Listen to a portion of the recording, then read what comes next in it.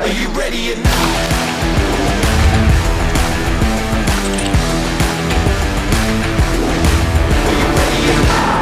Bust it!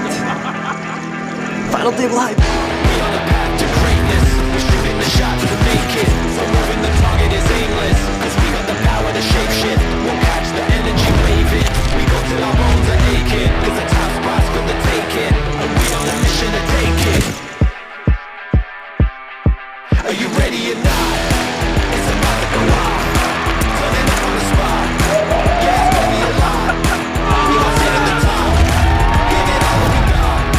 Are you ready or not? Are you ready or not? Are you ready or not? Stamets takes the win here in Barcelona.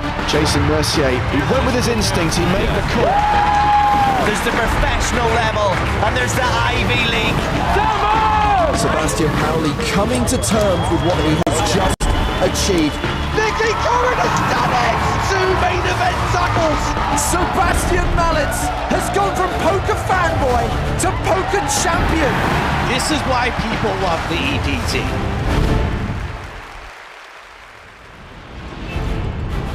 Hello everyone, welcome to Cyprus and the PokerStars European Poker Tour. 6 days of live streaming starts right now with the final table of the 50k Super High Roller live from the Merit Royal Diamond Hotel, Casino and Spa. It's James Hartigan alongside Joe Stapleton. Hello, my babies. And we are thrilled to be joined by Sam Grafton. Hey boys and girls.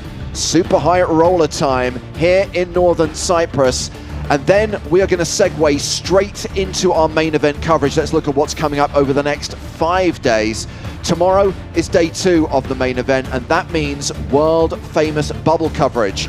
And then, of course, we will follow the tournament all the way through until the final table on Sunday. Live every day at 12:30 local time until we get to that final table on Sunday, which is half an hour later. Please note that Eastern European summertime is 1 hour ahead of Central European summertime, so we are appearing on your screens a little bit earlier than normal. Hello.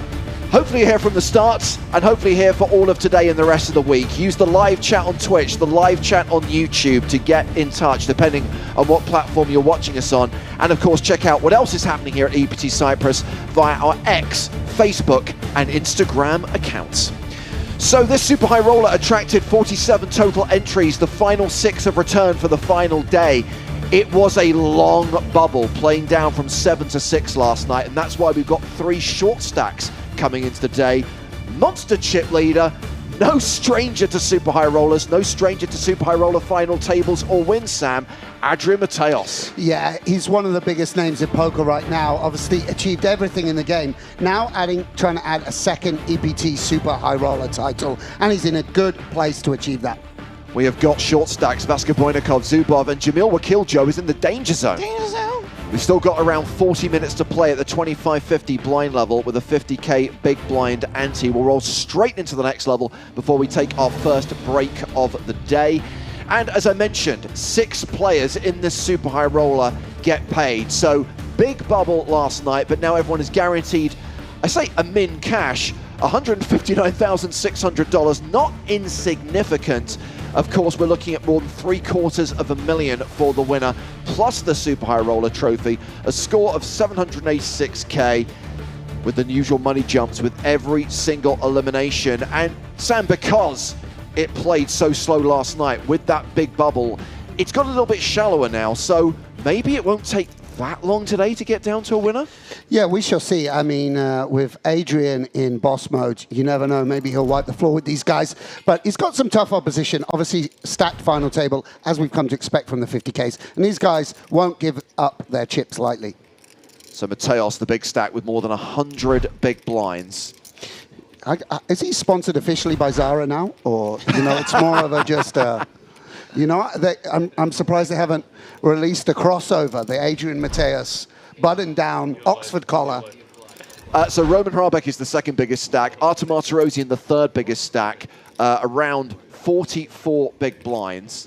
Yeah, it's sort of a tale of two cities. We've got 3 stacks which are very, very comfortable, and then 3 which are going to be battling it out. And actually, you know, having overcome that really big initial cash, the bubble to make the money, which understandably took so long. Actually, the pay jumps between 6th and 4th, not too steep, and that will encourage, you know, players like Jamil and Alexander to get the chips in a little bit more liberally than we'll see on some final tables. That's certainly something that these top players are going to take into account. They do adjust their strategies somewhat according to how the payer structure functions. Okay, let's get the action started here in Cyprus. The final table of the 50k Super High Roller is underway. Blinds are 25,000, 50,000 with a 50k big blind ante. And action has started. Folded to the short stack, Jamil Wakil.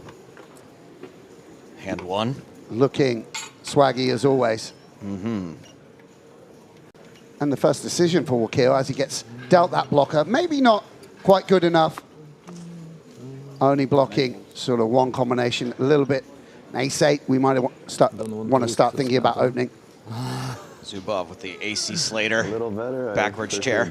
Yeah, he knocked me out of this event, so I hold a grudge for lifelong. Not only do I hope he's eliminated, I hope he lives a barren and empty life. He always loses a sock every time he does laundry. Yeah, exactly. As a true professional, I take it very personally.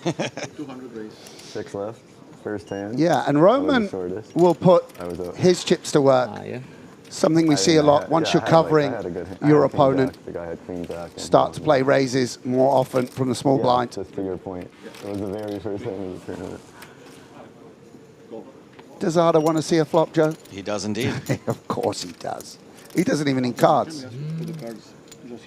That's it. Look at this. They're on him. I put for 15 seconds already. Not enough? Okay. 16 seconds we need. The trade, sort of a trademark cap. Come on, Martirosian, get it together, mate. To be fair, it might not be his fault. We have one dead card, so we know Arta has the king of clubs, and we know that he is ahead right now with king high. Oh, Jamil Wakil must be so mad right now. Maybe Martirosian has ace king, mate. You never know. Hey, it is possible. That's why I didn't want to show. Yeah, and so a lot of the aces get shoved here, and a lot of the 5s and 3s get folded. So it's actually not a bad board for Roman to start betting out.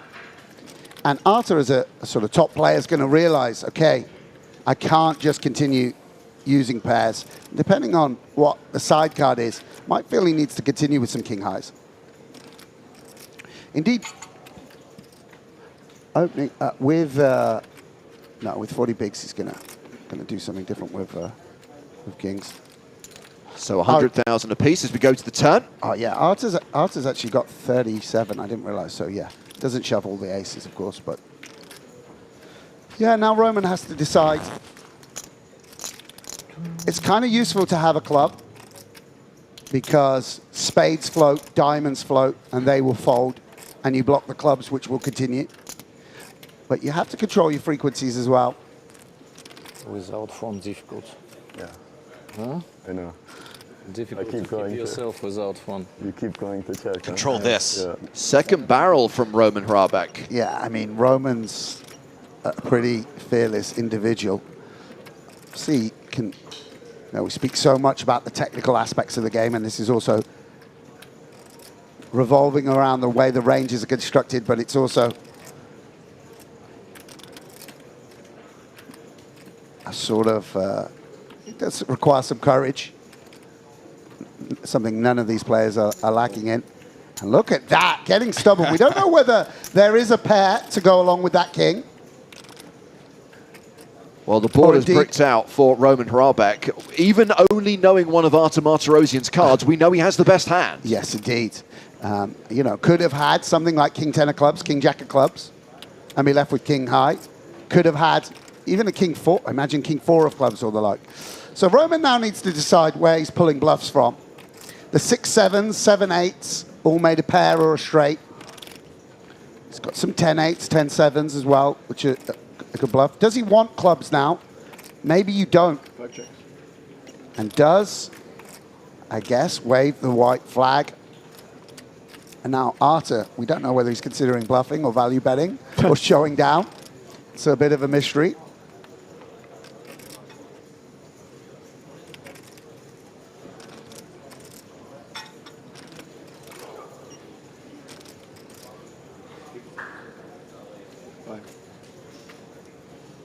or whether it's a bluff or a value bet, we are getting a bet into a pot of 950,000.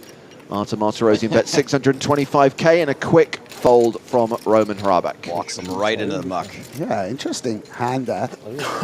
And these guys actually flip-flop. Yes. That's not completely insignificant, especially with Arta on Roman's direct left. One thing we'll notice about this final table is it's pretty unfortunate for Adrian that he's opening into the two biggest stacks. Those are, because they're the mid stacks, there's the stacks he can really, really pressure with 3 bets and really leverage his stack against their stack. And they'll be very, very grateful that they're sitting on the left of Adrian, which means it's just a little bit harder for him to pressurize them. So it's a very significant table draw. I'm sure when Roman saw it, he would have, breathed something of a sigh of relief. So Jamil Wakil first to act, playing 8 big blinds and about to play through the blinds. Queen 9 suited. Yeah, and another close decision, you would imagine. 9 folds.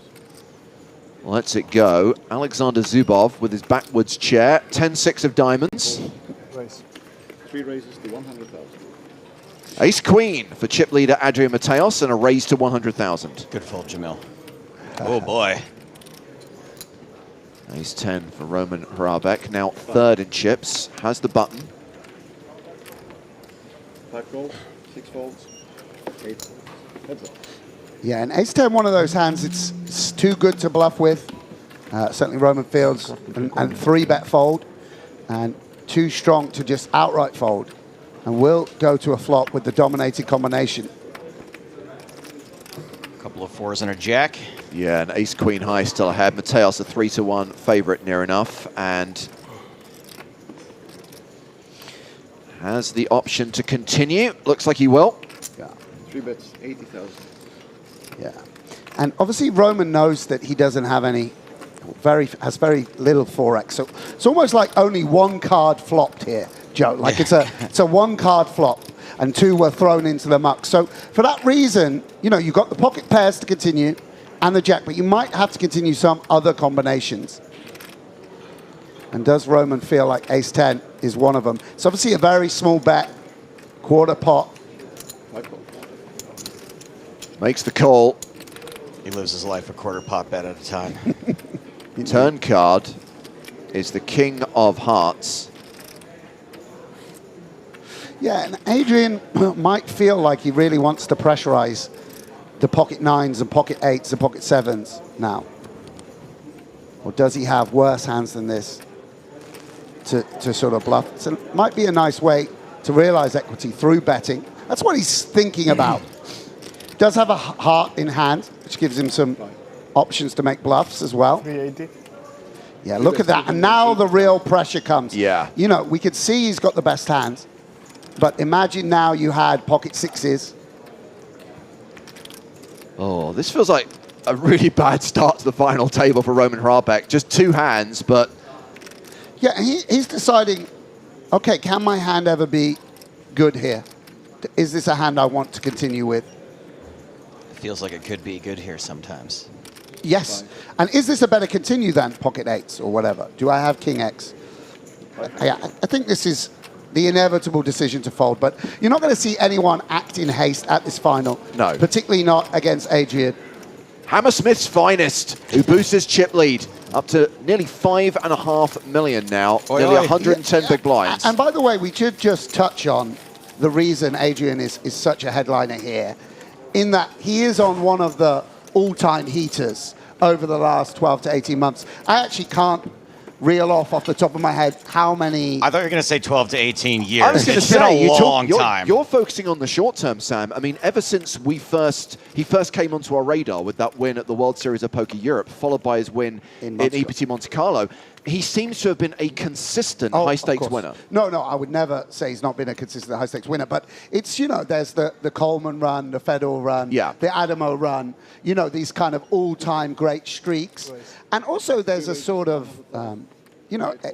it's always a fun question. Who is the best in the world right now? It's something you get asked all the time when you play high rollers. And obviously it's based a little bit on luck and They just want you to say Ivy when they ask you that. They don't want to hear Adrian Mateos, as true as it may be. Yeah, but Adrian really is sort of a name that's cropping up in that conversation for, not, you know, I mean, he's going to be in the conversation one day for greatest of all time, but, you know, it's a really special run that he's on at the moment. Side bets, huge wins, like he's really crushing right now. He may get in the Poker Hall of Fame by like 2079. Sure, if those old Vegas drunks vote for it. Right. Mateos. What? From where? España. Where? España? What is Espana? That's one of the moons of Saturn, isn't it? Sorry, I should never do a. You should pinch me if I do an American accent. We don't on care. Air, just we don't care. It's all right. Okay. I enjoyed it. Your chances of being shot in America remain very high. Good to know. 6 folds. Who is humming to themselves? And now actually we get an interesting spot. As I talked about those big stacks in all in a row. Now it's 3 short stacks, and it's Mikolai who will be the first short stack to make a move. Yeah. 9 folds. Button shove with a 6, just the big blind to get through. Zubov with 9-8. Yeah, and nice shove. And nice to have Mikolai at the table. He's the one player that, you know, we would roughly consider an amateur, you know. I know he does have a very strong poker background and is involved in, you know, has played a lot of poker. Maybe at some point was a professional, but definitely a guy who's now firmly in the VIP businessman camp, however you choose to refer to it. Was actually at the Monte Carlo final table, 100K that Adrian won, his first EPT Super High Roller. I think he got 3rd or 4th there, and certainly very competitive in these fields. Yeah, that was a couple of years ago. Yeah, has a huge Triton win as well. So, you know, definitely comfortable at this final table, but, you know, sort of repping for the VIPs. Action starts with Roman Hrabek. Folds. Artem Martirosyan. Pocket 6s. It's all aces and 6s today. Martirosyan officially second in chips right now. Starts the hand with more than 50 bigs. He's announced raise. Enough to get a fold from Vaska Boynikov. Jamil Wakil is out. Zubov in the small. Trey Deuce. No, thank you. 2 folds. And Mateos in the big. Later. Raise and take it for Mar Arthur. Oh, yeah. Forgot about Mar Arthur. Yeah. We actually saw these guys, Jamil and Arthur, in the PCA. Three or four-handed, I forget exactly where Jamil finished. And obviously it's one of the nice things about following along with, you know, Roman, of course, probably appeared on a lot of people's screens for the first time at EPT London, finishing, I think, 3rd there as well. Did you research this beforehand? You're just rattling all this off the top of your head. It's impressive. I was commentating when we saw them, you know? Jeez. I'm like, I know we saw these guys before, but I couldn't tell you where. You thought you just nodded at them in the corridor. I do think it's interesting that we do have 2 of the PCA 2023 finalists at this final table. I mean, it's certainly one of the things that happens is, you know, you see players emerge online and then you see them creep into live arena, mainly in the main events. We see the same thing. Top players in the 1Ks graduating to the 5K mains, and then you get a few results behind you in the main, and maybe you step into a high roller or 2. And here we go. Martirosyan with aces has raised it to 100K. Jamil Wakil now playing 6 big blinds. Queen 10 of diamonds folds. Yeah, and good fold from Jamil. Queen 10 looking very alluring. And it's Hrabek's big blind.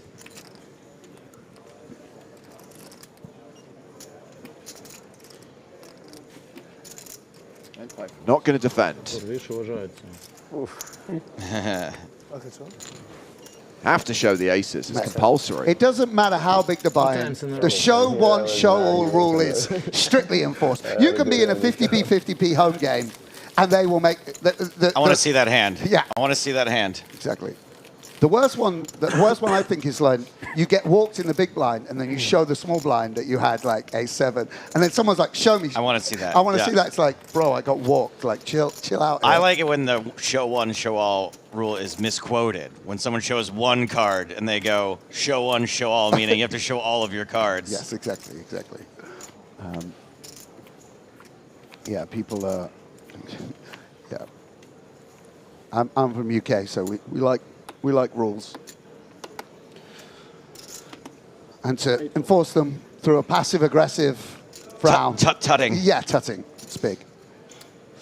Okay, Jamil, what's it going to be? Yeah, and Jamil with Good luck, half a hand. I think the deuce curtails you somewhat, but we shall see. We'd love to have. Yeah, you can see this is Jamil does feel that it's closed. Does have a smidge of fold equity while he's at 6 big blinds, and the big blind ante is a factor because you have to put in 2 of your 6 in 2 hands, which Jamil might feel like pushes this hand into the shove category. For a moment, I thought we had an all-in triangle ready to go, but I think it's just his little pyramid. Lucky talisman. And does fold.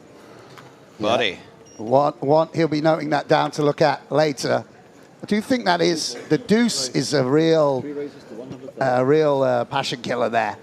As Mateos, in a different situation, is able to raise. Here we go.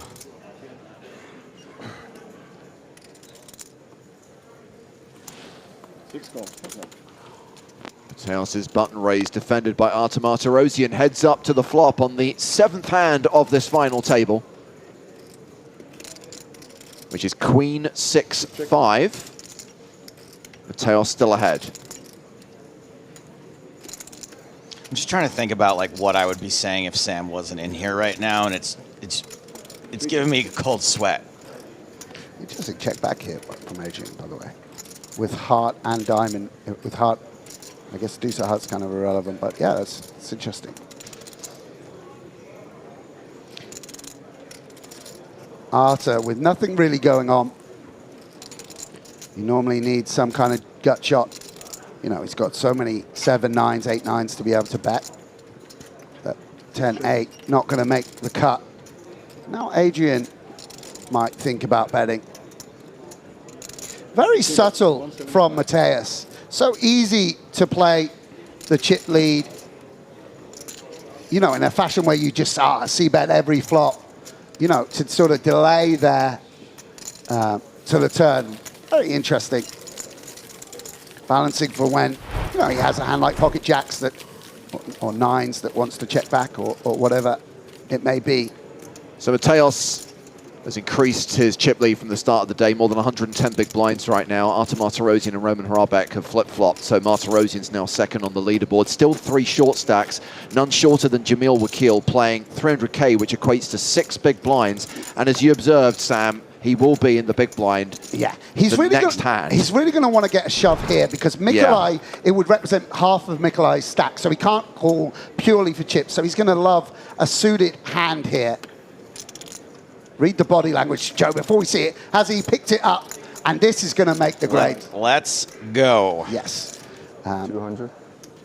9 raises, 200. Well, it's a virtual all-in. 2/3 of his chips have been wagered. Ace-5 is Zubov. Yeah, it's nice to see Jamil rewarded for that disciplined fold. How many blues do you have behind? Rewarded? 100 here. Here he is. Not even ace king or ace 10. He's just 300 total. Ass, meat, foot. 5. And that foot belongs to Adrian Mateos. yeah. 5 Well, folds, 6 folds. we are going to see a flop, I guess, because Mateos has just called. Vaska Boynikov folds the ace-deuce. Couple of aces folded. And no queens. Pot 525 with just 100k behind. Yeah, and with 2 live cards against a hand like 10s. I mean, Jamil, I don't think will put it in because, by the way, well, this is going to be quite a technical and interesting spot because there's some chance that Mateos keeps Jamil alive. because in the next hand, I don't want to preempt it because that might not Sure. be Mateus' strategy. But Mateus now has a decision because what does he gain by getting? 95. Oh, he does. He does just do it. 95 I thought he might. Oh, he's gonna 95. Yeah. Yes. So you're right, Wow. Can but he in a do- weird way. I don't know whether you can bet 95 though. Is that a legal bet? It's not a legal bet, right? Because 50K. 50,000. Well, no, it is. The 5K chips are still in play. It's a legal bet. Wow. Because Who would even think to do that? well, this is you see, I'm just on the level of maybe check, but he's on the level of Put another 5 in, Thank Andrew. God they didn't color up those 5K chips. wow. So where's Jamil's chip though? Do we even see? Yeah, it? he's got one chip back. Wow. You see it there. Okay. All right. Literal chip and a check. Yeah, Mateus, Check. This Mateus is is like, unreal. no, This is hilarious. Look at the devious. Even he knows I'm being a bit naughty here. Wow. So Mateus gets the maximum and leaves Jamil Wakil alive for one more hand, and he will be forced all in on the next He hand. should be stroking a cat. Yeah. I'll keep you alive. No, Mr. Wakil, I don't expect you to die.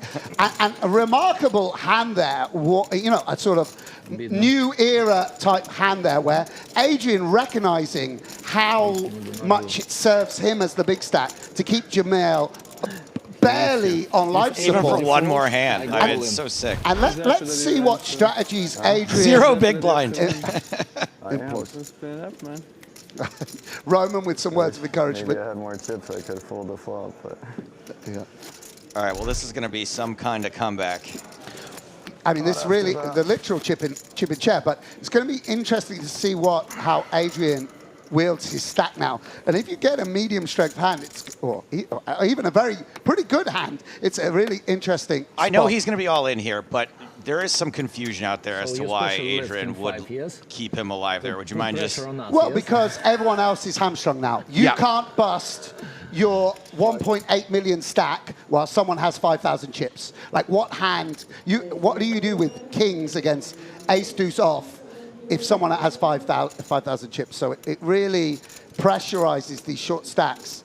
The hands that would be an automatic shove like Jack 10 suited, let's say, now maybe you really need to fold and let Jamil, you know, see what he does. I mean, we've got a time bank card being used here. This could be a... Yeah, I mean, who knows how to play this? It doesn't matter how much you study, six-handed with 40K pay jump, one player down to... And a straight chip that no one even knew was on the table still. Adrian didn't play his hands. Wow. I'm a little surprised. Must have been pretty bad. Yeah, it must have been bad. Roman Hrabek with ace-7 offsuit, a.k.a. the Spraggy. I thought he might play 100% hands here. It's interesting. 5 calls, I guess with Arthur on the button, you can't just be opening 7-3 off or whatever. Oh, boy. Yeah, and look at this. Arthur now the covering stack against Roman. 200. Yeah, there we go. You see the dynamic it creates, Joe. It's so silly. And Roman knows that he's... Look at a resigned Jamil. 20,000. Wakil. So Hrabek folds, Wakil all in, and 5 more. Yeah, and actually interesting because it was Martirosian that was able to take advantage of the situation that Second Adrian... biggest stack, right, Yes, indeed. You're sort of the effective chip leader. well, Wakil at least has live cards. Yeah, and Adrian and to a lesser extent Arthur will be hoping he survives actually, rooting for him. And the short stacks desperately hoping that he busts. It wouldn't work. Give me in. I mean, 7-4, it's kind of like... Okay, well, Door's not shut. Queen High still ahead, but Wakil 7s and 4s live.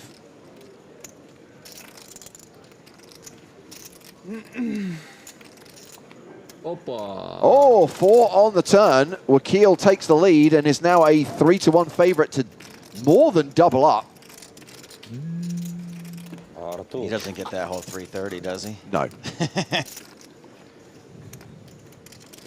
And that's nice to see. So I wonder how much he gets. He gets Does he get the whole? Well, there was no ante. No, There's yeah. no ante because big blind plays first. So he got So he gets 15. 5K from Vaska Boynikov small blind, 5K from Roman Hrabek's open, and 5K from Martirosyan. Quadruple up.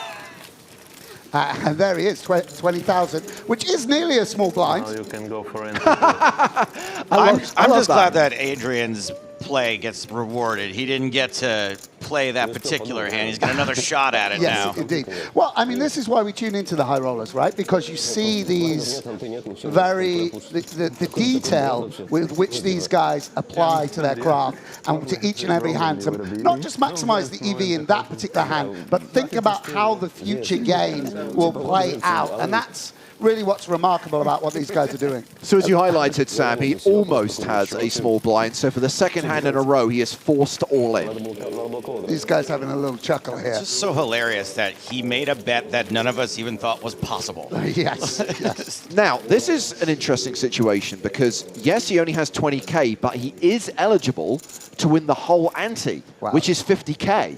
Yes. Yes, this would be a good spot to find a good hand if you are Jamil Wakil. Look, when Jamil inevitably wins this, beating Adrian heads up, we'll see who's laughing then. That's right. Probably not. Oh, Adrian is smiling. I was going to say. Look at this. He even knows he's done something cheeky. This is what's quite fun about it, even though it's a very interesting and technical spot. Yeah, there we go. Yeah, now he's got his chance. Okay, ace deuce opens to 100,000. Hrabek out. Martirosyan, 8-4 off, folds. Vaska Boynikov on the button, 10-5. Yeah. Yuck.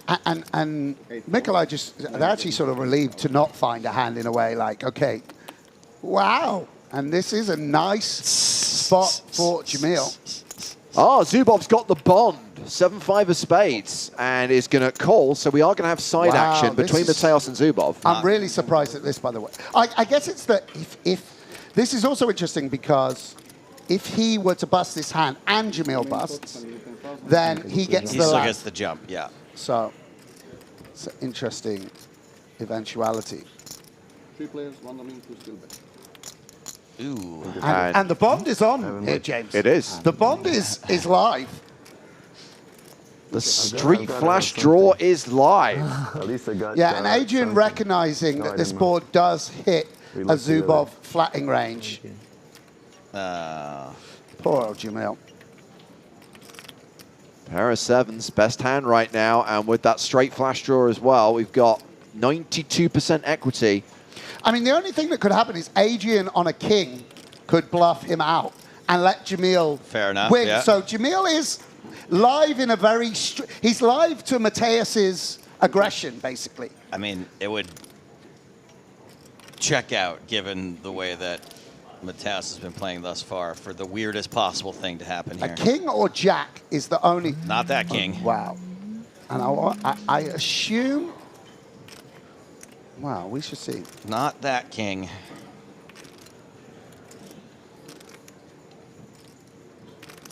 Yeah, Jamil, looking at this board, is not giving anything away like a true pro, but probably, yeah, he doesn't want to see Zubov bet. 100K. Notice Adrian doesn't immediately release. Doesn't have a spade in hand, but knows that Zubov, I think you should realize Zubov probably only has suited hands. Yeah, and we'll just... Flash. GG. Wow, I had a pair. Jamil. Jamil. So we lose our first player. Jamil Wakil did come in as the super short stack. He is the first player out and cashes Last hand flash. for nearly 160K. Yeah, big score. And obviously a little newer, certainly compared to, say, Adrian, to the high roller scene. And a big score in the bank, locked up, you know, in terms of raw dollars. And we'll see more of Jamil Wakil in the future, I don't doubt that. Нет, 625. А у тебя? 535. Look how sad Adrian is In English? now that Jamil's gone. Thank you. He should. When you're doing something like betting 95,000, I feel like you should have a big moustache to 12. You know, and you know, like a Dick Dastardly moustache. People learn Chinese to play poker. We should start learning A cackle. Yes. So we go five-handed, and you know, nice result for Zubov there, who pulled level slightly ahead of Mikolai, and now it's those two short stacks that are sort of head-to-head. Roman really a mid-stack on 36 big blinds, and Arthur with the 55. And Mikolai will decide whether to raise or shove here, and we'll go for the shove. He's going to go for that leave one chip behind crap. Ooh, Zubov, who is now the shortest stack at the table. Ace-Jack in the small blind. Yes, and button versus small blind. This is a very strong hand and a very natural clash. Yikes. And it is a domination situation, and Zubov is at risk and behind. Hold on a second. No, looks like he's covered. He's got him covered. Interesting. We don't put the card protector. Just. Adrian's donated 80,000 chips to him Yeah, right. in order to keep him alive. The Mateo special. Okay, so yes, Vaska Boynikov officially at risk. Zubov has 85K behind.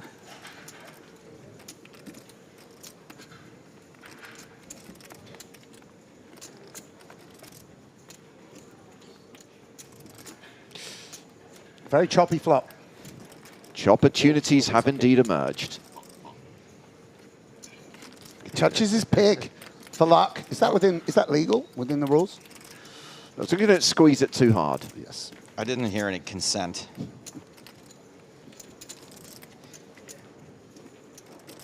%23 chance of a chop. Zubov looking for a jack for the outright win. Ace, 9 or king also would do it. Doesn't. 5. So ace, queen holds. That is going to be a double up for Mikolai Vaska-Boynikov, and it's going to leave Zubov on life support with just over a single big blind. Mateo special. Comeback is real.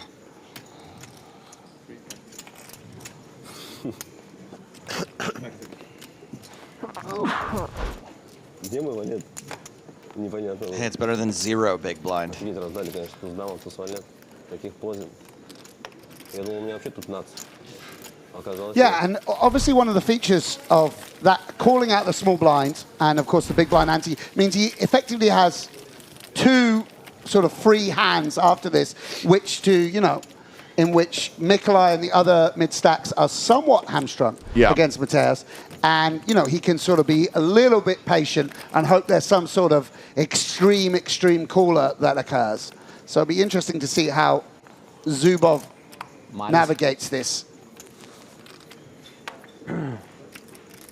Effectively, actually, 3 free hands. Попроси, пожалуйста, чай с лимоном, и не такой крепкий. Резкий с лимоном. И мне тоже. И мне тогда тоже. Че? Black with lemon. Yeah, and this is the really, when I say Mikolai knows what he's doing, he understands entirely his position at the table, that even though he's doubled, he's precarious. Can't play. Yes, and has to be very patient. All in. 3 raises all in. And look at this shove, by the way. This is a 35 big blind shove with queen high. More mustache twisting. And this is just, you want to play, if you want to play 90% of the deck, maybe even 100% of the deck, some of it needs to be through shove. And Mateus just knows that's the spot with the high card to apply real pressure. And, these guys just get on with their day. Mateus insta shoves and Roman insta folds.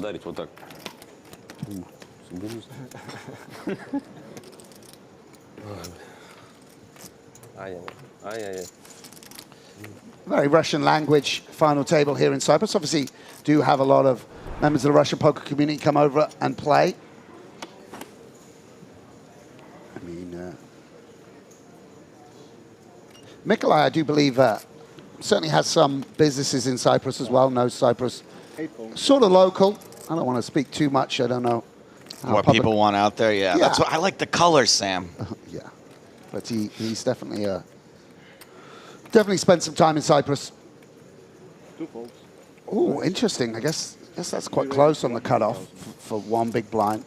Maybe, you know, one of the nice things is if you are going to get small blind shoves where Queen 3, you know, could crack aces, let's say, and Roman, you know, the fact that Adrian's going to play so aggressive means there is a bit more chance of someone busting than under usual circumstances, potentially. And another pot. Buenos dias, Adrian. Yeah, that chip lead only growing, by the way, 122 big blinds. 2.5 times Arta stack, pretty much. Yeah, he's moved over the 6 million mark. Blinds up, by the way, in just over 5 minutes' time. We will go to 30K, 60K. That's why the 5's still in play. Fake blind level? No, this is a legitimate blind level.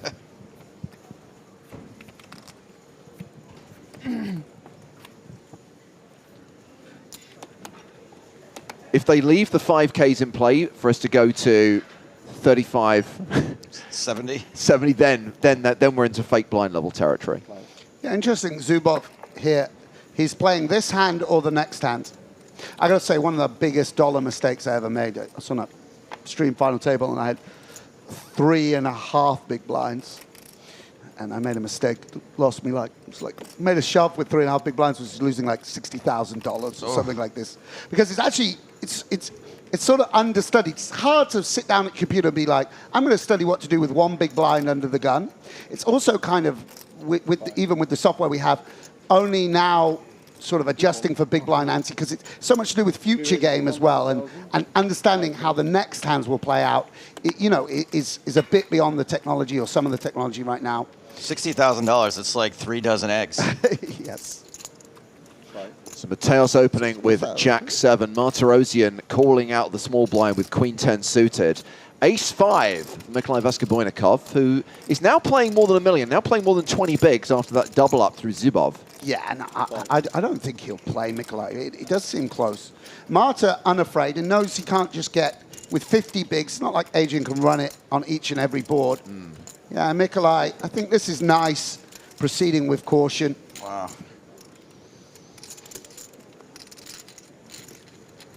Heads up. And heads up to the flop, which is King, King, Deuce. Yeah, again, sort of like they only dealt one card. And Adrian will recognize that Arta's range is pretty robust. 70,000. But we'll begin with a bet. 70,000. And Martirosyan does have the best hand with Queen High. Has a couple of backdoor draws here. Yeah, he's taking his time, but he's not going to fold. But of course, the thing that you know with in this circumstance is this 70K is just a down payment. It's a very easy call right now with Queen High. But what will the turn and river begin? Maybe he's even thinking of check raising, by the way. But yeah, no, he's not. We know he's not going to fold.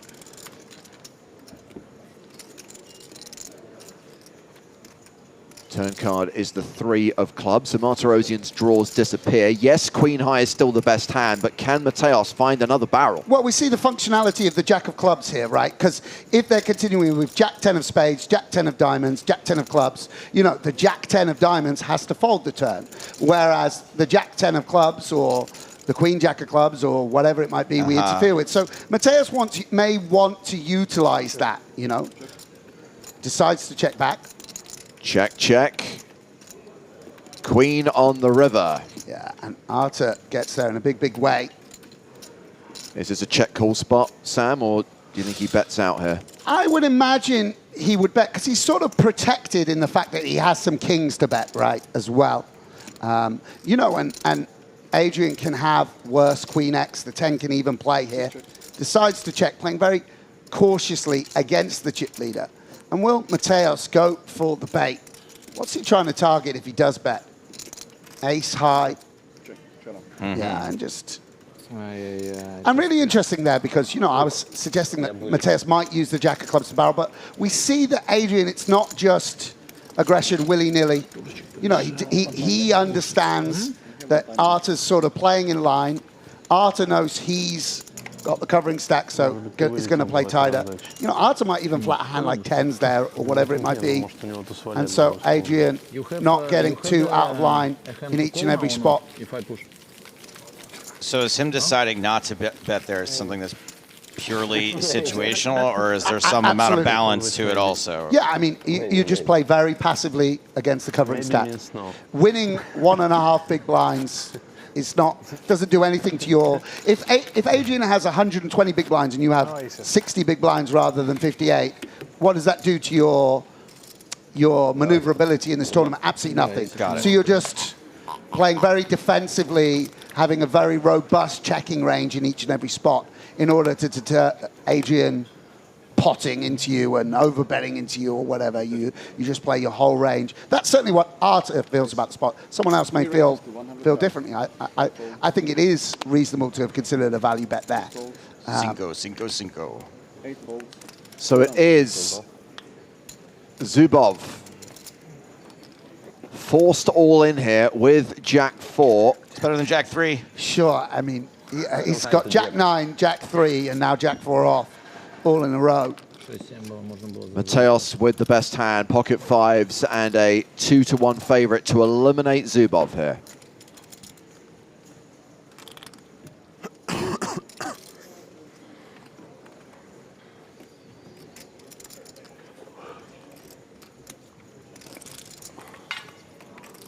The flop is 9-8-3. Does not help Zubov. His immediate outs are the 3 jacks in the deck. How about a sweaty turn? No. No sweat. The opposite. The set for Mateos and the elimination of Maybe next time. Alexander Zubov in 5th place. He cashes for just over 200K, $205,200, taking us down to the final 4 at the final table of this 50K Super High Roller. Yeah, nice score for Alexander. Certainly becoming something of a regular on the high-stakes poker scene. He'll be jumping in the main now, I'm sure. It's kind of annoying that, you know, the bubble burst last night, you go to bed, you come back, and you forget about how happy you were just to cash. Now you're just mad that you went out in 5th. Yes, of course, you get anchored very quickly to your new position in a tournament, as we see the stacks. Yeah, now the stacks are accurate. The big blinds not so much, because they just confirmed that the clock has ticked over into level 19. So the next level, the next hand, will actually be 30,000, 60,000 with a 60K big blind ante. No big deal to Adrian Mateos, who's still got more than 100 big blinds. However, does start to put the pressure on Mikolai Vaskoboynikov, who now has a sub 20 big blind stack. Yeah, and it's a nice moment for Mikolai, by the way, because there was sort of a battle of the 3 short stacks coming into the day, all of them 10 to 13 big blinds, and he's really emerged triumphant out of that little scrimmage at the bottom of the standings.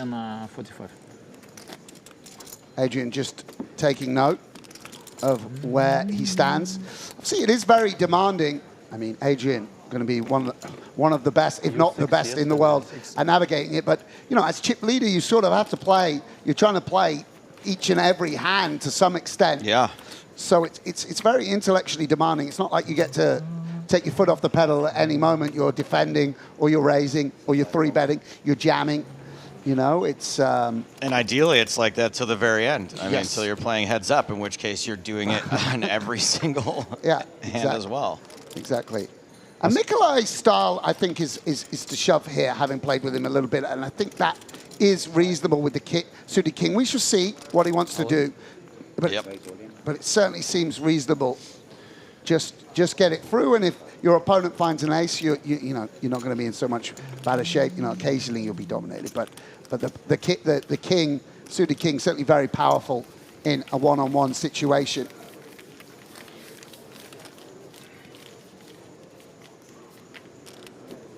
And the thing I like about Roman is he just rocks the EPT gear I think he did the same at the UK, at the London final. He's repping stars always, the guy.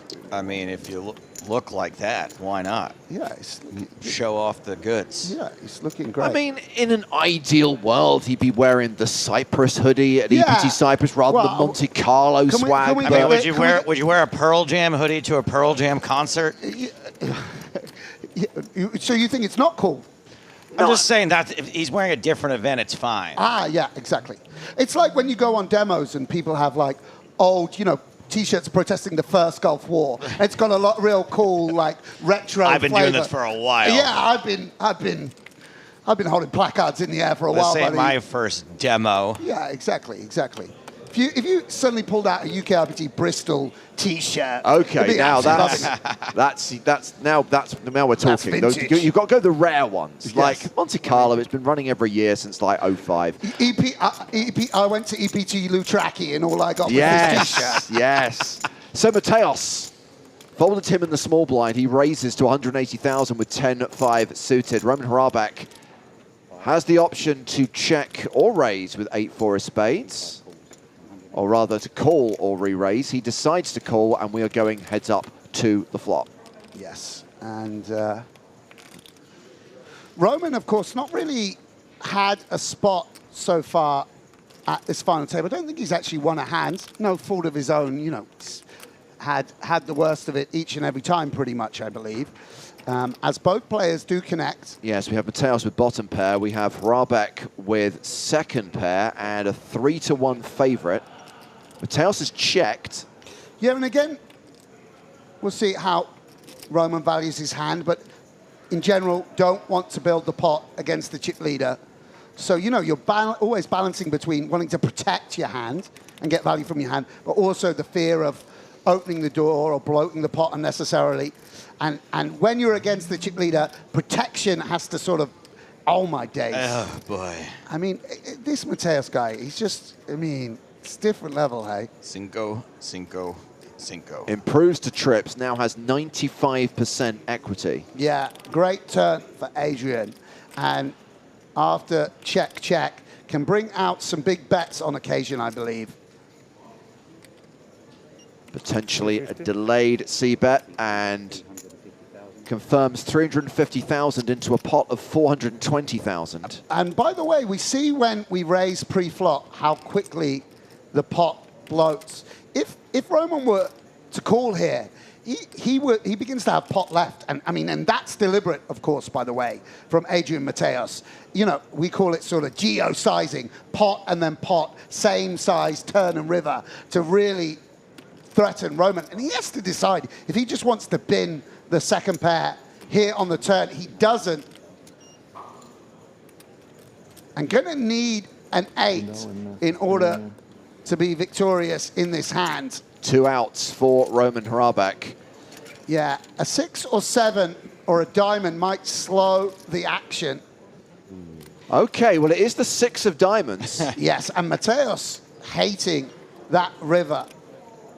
Now can't really go for it all on the river with his hand. And we'll decide, potentially, is there a sort of 10% pot sizing I can go with my 5? Do I want to check? Who does this card favor?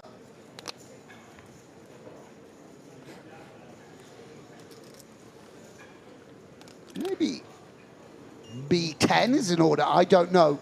Also would feel natural to kind of check it and hope to just show down. Because, of course, a 9 would quite often bet the flop, right?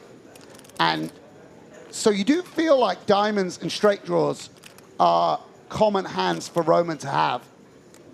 Even having the 10, we interfere with the queen 10 and jack 10s. Yeah, that, and he does go even a smidge bigger than the 10%. And you see his eyes immediately turn to Roman, trying to pick up a read. And Roman looks to me like he's not gonna bluff. Now deciding, we can picture the queen jacks, the queen 10s, the king 3 offs that might bluff turn. and go for this subtle sizing on the river. We definitely need to defend a lot of our range. I guess a 4 is kind of bad. You know, 8-6 would be a better bluff catcher than 8-4 by quite a considerable amount, I believe.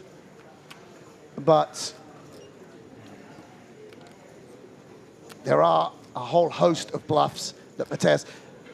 What hands does he put in? Oh my goodness. You said he was not considering raising, Sam. He has decided to shove river. Love this from Roman. Absolutely amazing poker. And now the decision back on Adrian. And this is why we tune in. This is two top poker players, fearless poker players, going to war. I mean, I said he needed an 8 to win it. He's trying to win it here with just second pair. Really remarkable. Dialed into Adrian's sizing, dialed into who this river card favors. I am not going to be as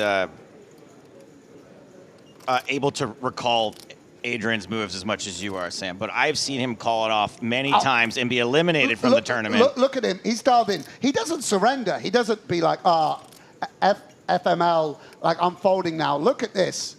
So Hrbek, we were talking about him having a bluff catcher with the 8. He turns his hand into a bluff, and this is a tough call for Mateus. Yes, we can see he has trips, but everything got there on the river. Yeah, and Adrian dialed into what properties he wants to make a hero call here. To be honest, I think a 10 is kind of a bad card, blocking Jack 10 and Queen 10. Let's imagine we had Jack 10 with the Jack of Diamonds. That would make a pretty juicy river bluff, right? So that's not a great card.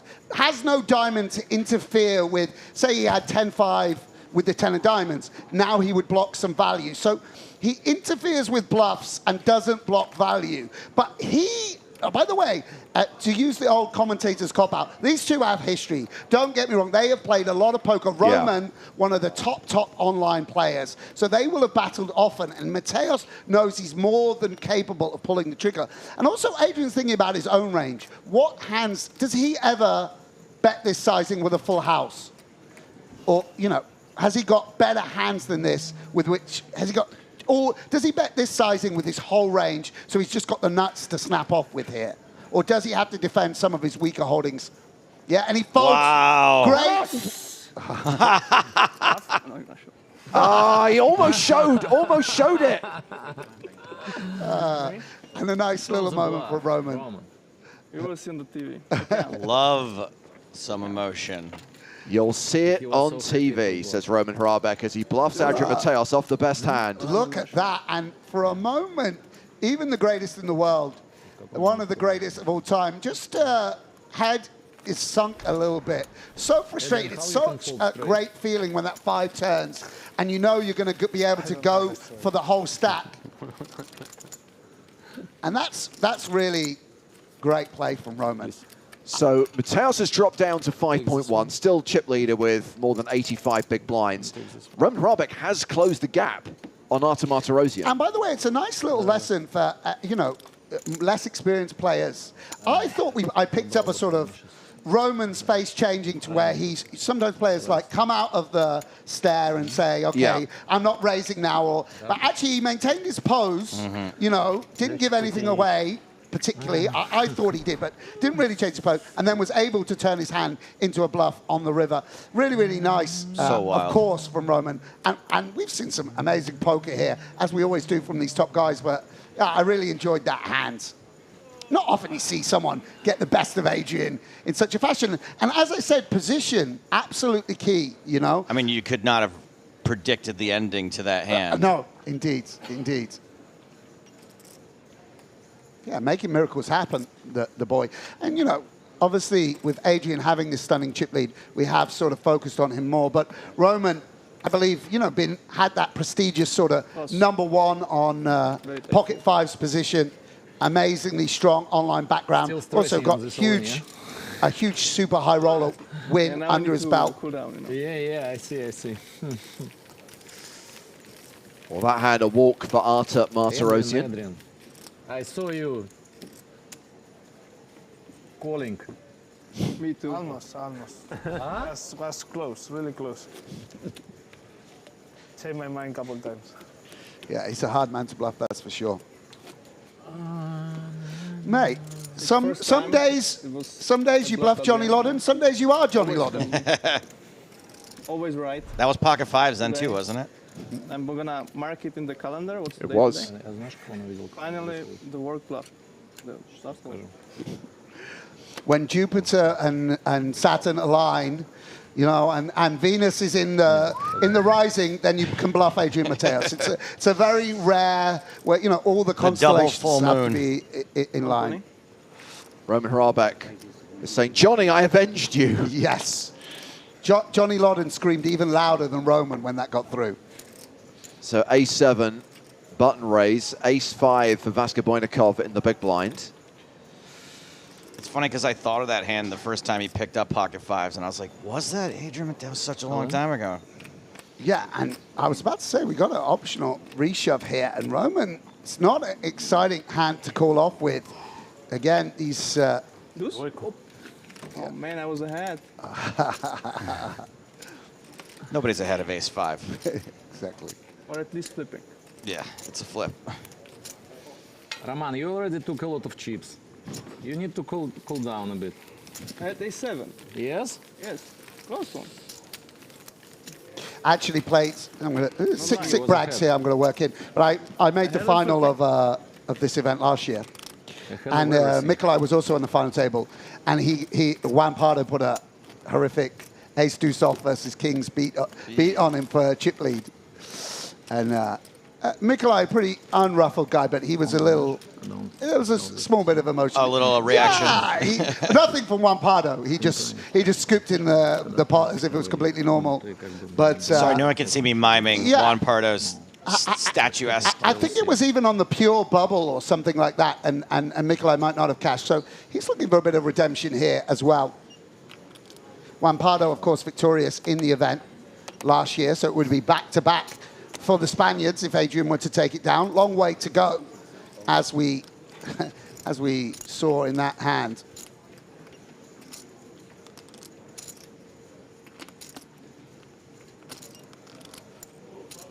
And it's a walk for Mateos. So 20 hands played at this final table, 2 eliminations so far. We did start the day with 3 short stacks. Jamil Wakil, the first player out, cashing for $159,600, followed by Alexander Zubov, who cashed for $205,200. The winner, the eventual champion of this tournament, will receive more than $786K.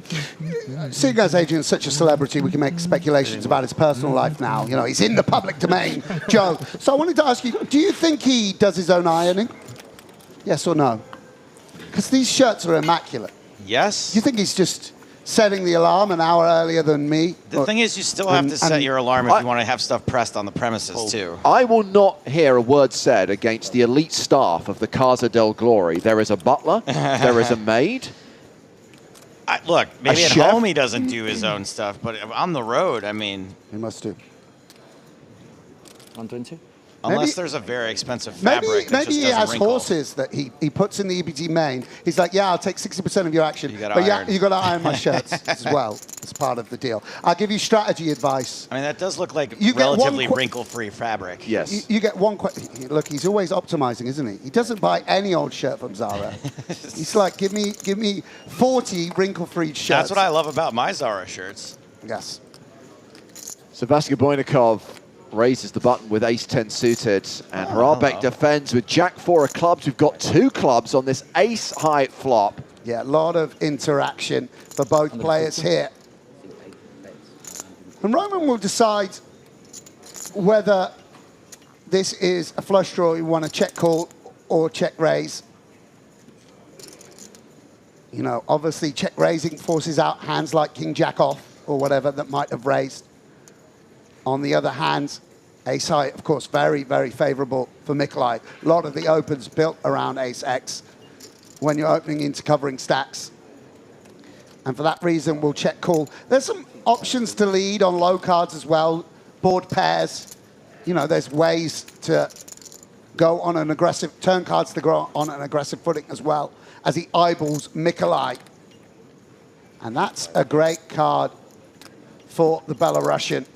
Yeah, now has a 4-1 advantage.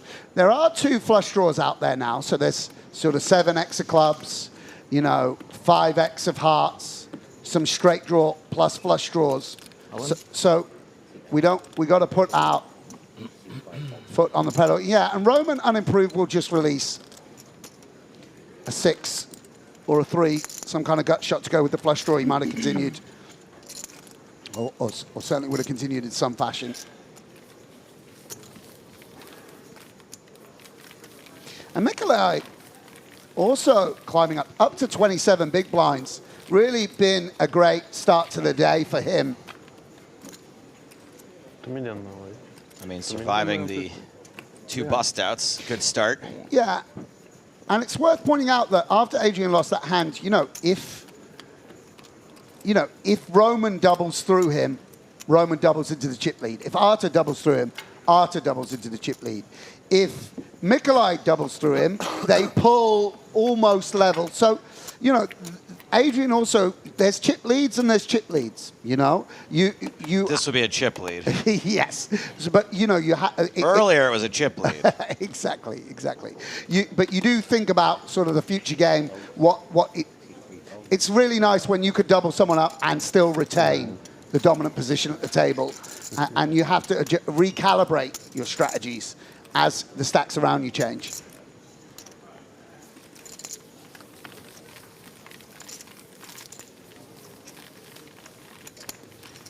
Alex on YouTube wonders how many fishes play this type of tourney. I mean, there's not really fish. There's there's obviously the people that play super high rolls, myself included, we're super competitive, and we sort of think we're better than this person, or these people are not playing quite optimally. You don't get many people that are really terrible playing. Even the recreationals tend to be absolutely top poker players in any field except the very highest buyings in the world.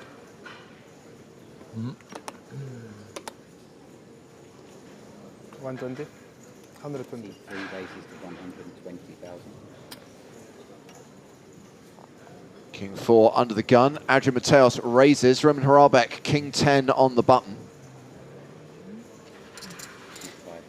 Round to the big blind. Vaskoboynikov. 7 deuce of diamonds. Yeah, and we see how strategies change. Folding ace-5 in the big blind a moment ago. Now defending with the 7 deuce suited. Would you like to know what Mikolai is wearing on his wrist? I do. That is an Audemars Piguet Royal Oak Offshore Limited Music Edition. You'll notice that the face of the watch has like color music bars, colors. I like it. It's a really funky design. It was a limited piece. Interesting, I just checked Chrono, and this watch was selling for like double the price it's worth now. Like the watch market has tanked in the last 6 months. Really? In terms of, I mean, it's still up over time, but it had that ridiculous COVID spike, so all the prices got grossly overinflated. So you could probably get one on the used market now for about $50,000. Oh, that's it? Yeah. Huh. And I know that sounds like a ridiculous amount of money, but I was expecting it to be worth a lot more because those were trading at like close to 100K about a year ago. I actually have a legit watch question for you. How expensive does your watch have to be before you tuck the hoodie sleeve under it, like I see everybody doing? There's got to be like a threshold for that, right? If you're going to wear a flex piece like that, you want people to see it. Yeah, it looks beautiful. I don't, no offense to anyone who does that. I would feel like the biggest goober if I was like, better tuck my sleeve under so everyone can see my watch. No, everyone can see what time it is. There should never be fabric under the watch. No. 140. Yeah, I mean, but come on, Joe. I've seen you with 5 buttons undone at the parties because you've got the chest hair to flex with. I mean, how much chest hair do you have to have before you start undressing to the midriff? Very expensive implants. Yes, indeed. Those guys in Turkey really earned their money That's there. where my 50,000 went.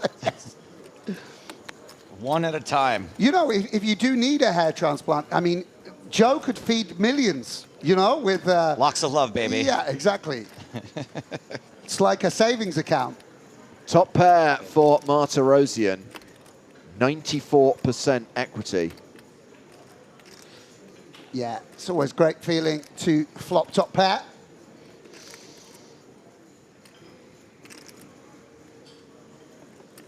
It's almost trademark hat now for Arthur. I feel like we see it. Definitely. I'm actually a little disappointed how not loud the rest of his outfit is. Yeah. Oh, of course it's a king on the turn. Of course.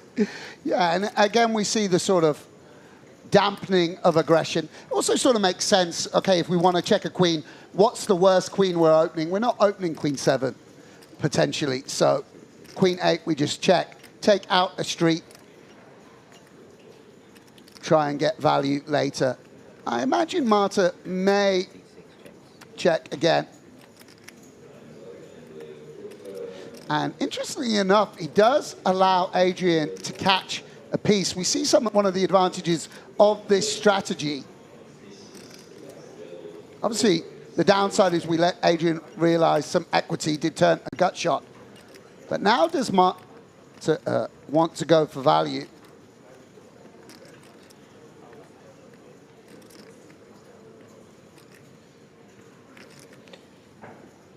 Might feel like he can extract something on occasion. Seems like 250. Yeah, and there it goes. Yep. Yeah, and Adrian, really with the first decision point, everything else played as standard. And he's just questioning to himself, does Marta check down a 6 and turn it into a bluff? Does he play ace-8 like this and now on the river feel like ace-8 needs the bluff because it's plummeted to so low in his range? Again, he'll have some sense. Yeah, I like Well this done. fold. I think Well this is, done, as usual. yeah, and it's so hard to catch these top guys. You know, you think you're playing it deceptively, but actually, Adrian's sort of correctly realizing, well, okay, well, wouldn't a weak hand start representing the king? Wouldn't it c-bet the flop and such like? Really attuned to Arthur stylistically. Of course, you know, high stakes. There's a lot of players that come and go, but I mean, Arthur and Adrian have been staples for a long time. Now, you do clock a lot of hands against each other. Mm-hmm.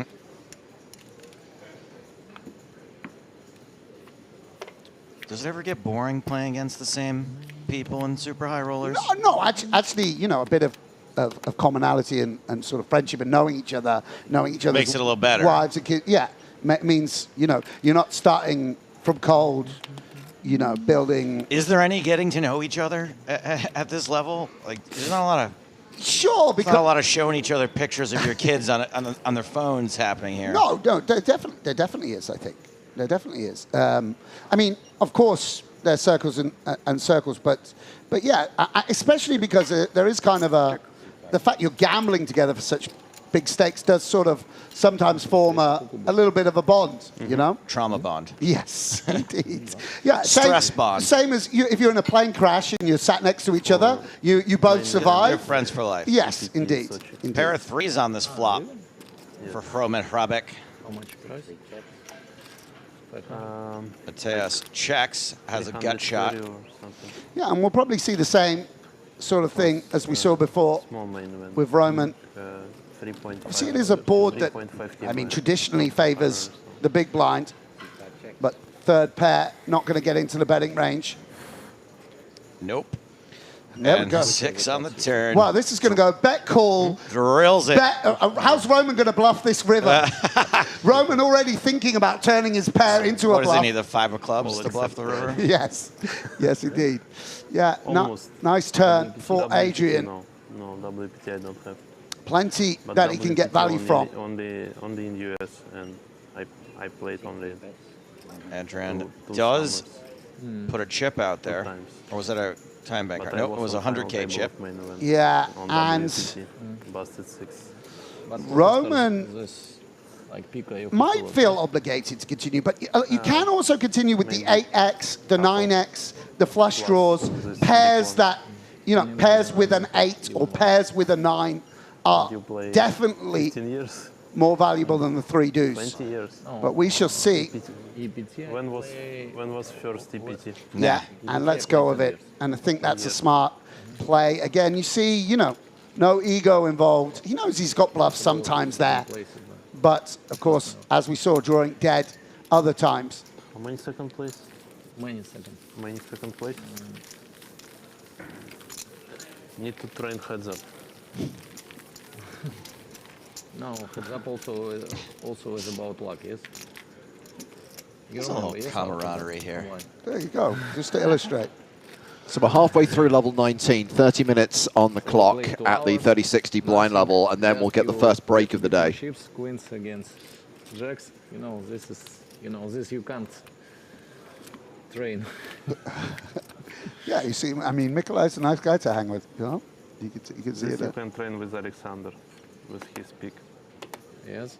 It's which all in trainings. Which you can ask Adrian also. Yes. Yeah, Adrian, the master of the all-ins. I think heads up is not also skill. Not often we get a bit of Russian poker community banter on stream. Yeah. I mean, he's getting chat out of Artur. It's pretty impressive. I mean, Artur's got to be like a secretly funny dude. There's just something about his... Secretly funny. Yeah. We don't all have to flaunt it like you, Joe. Exactly. Any of us, we could all be stand-up, no problem. We don't try. We're not just waving it around willy-nilly. 5-4 versus 5-4, classic matchup. This is where the real poker starts.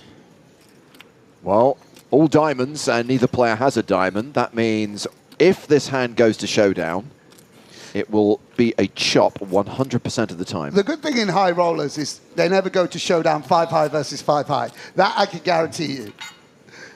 There's no showing down 5-high.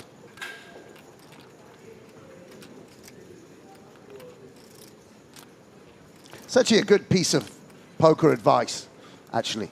I was chatting with someone and they played a hand against someone or whatever, and they checked down the river like 6-high or whatever, and the other person said to them, just never check it down. This is a hand you always bluff, basically. Okay. You know, if you find yourself at the river with less than 8-high, you know you're bluffing. That's a good rule of thumb. It took me so long into my poker quote-unquote career to come to that point where I'm like, oh, you should be bluffing when you have a really bad hand on the river. Yes, like it just, I'm talking like 6-7 years into being in the poker world. Of course. Yeah, because sometimes there's so much noise in your head. Oh, I don't want the flush draw. They're going to call this a blah, blah, blah. But no, I mean, you don't. If you end up with the lowest cards that you can have, it's very, very often a good bluff. All in every time. Sure. Anyway, you can play both because main you can enter day 2. Yeah. Ace Queen for the chip leader, and Andrew Mateos will open with a raise to 120,000. Wrinkle-free Mateos coming in from under the gun. He's probably going to be furious with you that you say his closer from Zara. He doesn't listen, thankfully. We've got a Spanish language one. He's listened to that one. He doesn't know who we are. That makes me feel so much better that he doesn't listen. Sorry, are you telling me that Hammersmith's finest is not watching English language content? Come on. It goes around Harry Lodges and they watch it together. Exactly. Couple of stops down the district line. 10 high flop. Yeah, and because the big blind, this is also another board where almost one card flops. There is a flush draw out there, of course. It's just a board that we could sort of range bet, protect. Ace, queen, wow. Snap, raise from Mikolai. And there we do see a sort of different kind of tendency. I don't think any of the other players would act quite so quickly as that. Definitely needs to be careful when playing against a player of Adrian's caliber. He doesn't start sort of tipping off anything with timings. But Adrian, I don't know whether he will fold here. Is getting a good price. Very few hands that he's drawing dead against. Also, I mean, no hand he's drawing absolutely dead against. Vaskoboynikov. Wow. Improved significantly on the turn. Yeah, and there were some troublesome turn cards when you check raise the 10-5 here. Yeah. But this isn't one of them. And Nikolai, oh, whoa, and just puts it all in. Okay, then. And so Adrian worried about 4-6 of clubs, 4-5 of clubs, suspects that a 10 wouldn't play this way. I mean, I think, I mean, obviously 4-5 of clubs is still in good shape against us, right? Yeah, and it's just a weird line that is, the speed of the actions as well is something that Adrian's working through. He might think that not every 10 check raises here as well, by the way. Yeah, and he's going to fold, and understandably so. I mean, it's a tough call to make with pocket nines or something that's actually just stronger in actual pure hand strength. And Nikolai picking up a nice pot there. So Vaskobojnikov no longer the shortest stack at the table, playing around 30 big blinds. Roman Hrabek, 29 big blinds. Mateo still leads with around 80 bigs. Artem Martirosyan in second place, just over 50 bigs. Blinds up in 25 minutes. Yeah, and we see once again what an Everest it is to, you know, to climb here, to win a super high roller. You know, you might think, okay, we got one of the top players in the world with 120 big blinds. This is going to be Adrian Mateo's show. He's going to just coast to victory here, but there's no coasting against these top guys. You know, it's really, really tough. Everyone plays you know, we saw Jamil Wakil playing 5% of a big blind to you know, as maximally as he can. People clinging on with one big blind. Everyone eking out every last piece of EV from their stack. And Adrian's chip lead being chipped away at here. I'm going to need you to dumb down that Everest reference a little bit. Can you make it about cliffhanger instead next time? If you're, I believe that, you know, that's, you know how you see some films when I believe I was probably like 15 when it came out. Exact perfect age to see that movie. I've watched it, but I don't think I've ever, it's not one you really re-watch, I guess. No. What'd you do with the money?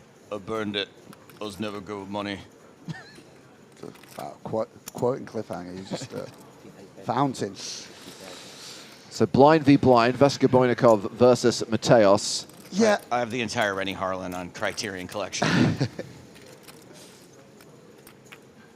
60K apiece.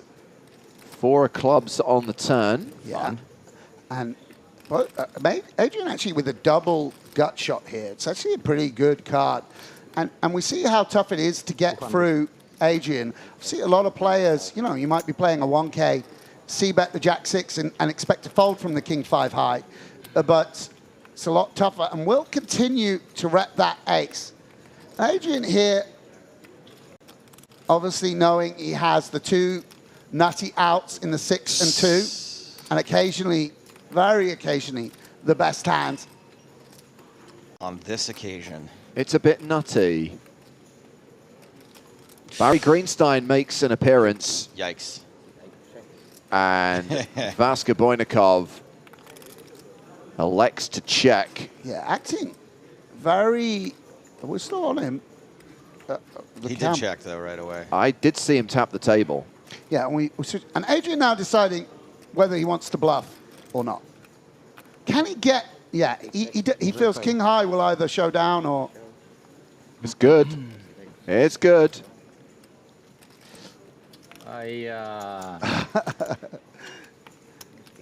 Nikolai seeing it is a hand. He could have got to fold with a 3rd shell. Little bit of regret.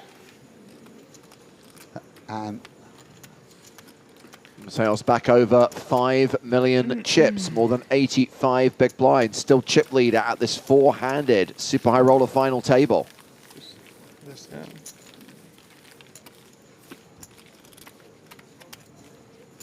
yeah, nice for Adrian, who's been on a little bit of a downward slide. We see the determination lined on blind that you have to employ. With this super high roller, Sam, did you play on day 1 or did you late rage at the start of day 2? I was in the south, so seeing friends, so I raged day 2. It's obviously a real deluxe tournament where you still get 40 big blinds, so it's nice. Plenty of play. Sat next to Roman actually, which was nice. It's a very charming companion at the poker table, except when you're in a hand versus him. So Martirosyan is open to 120k with ace queen. King Jack for Vaskobojnikov on the button. Yeah, and Arta, certainly reputation-wise, on the looser side. But Mikolai not lured into combat.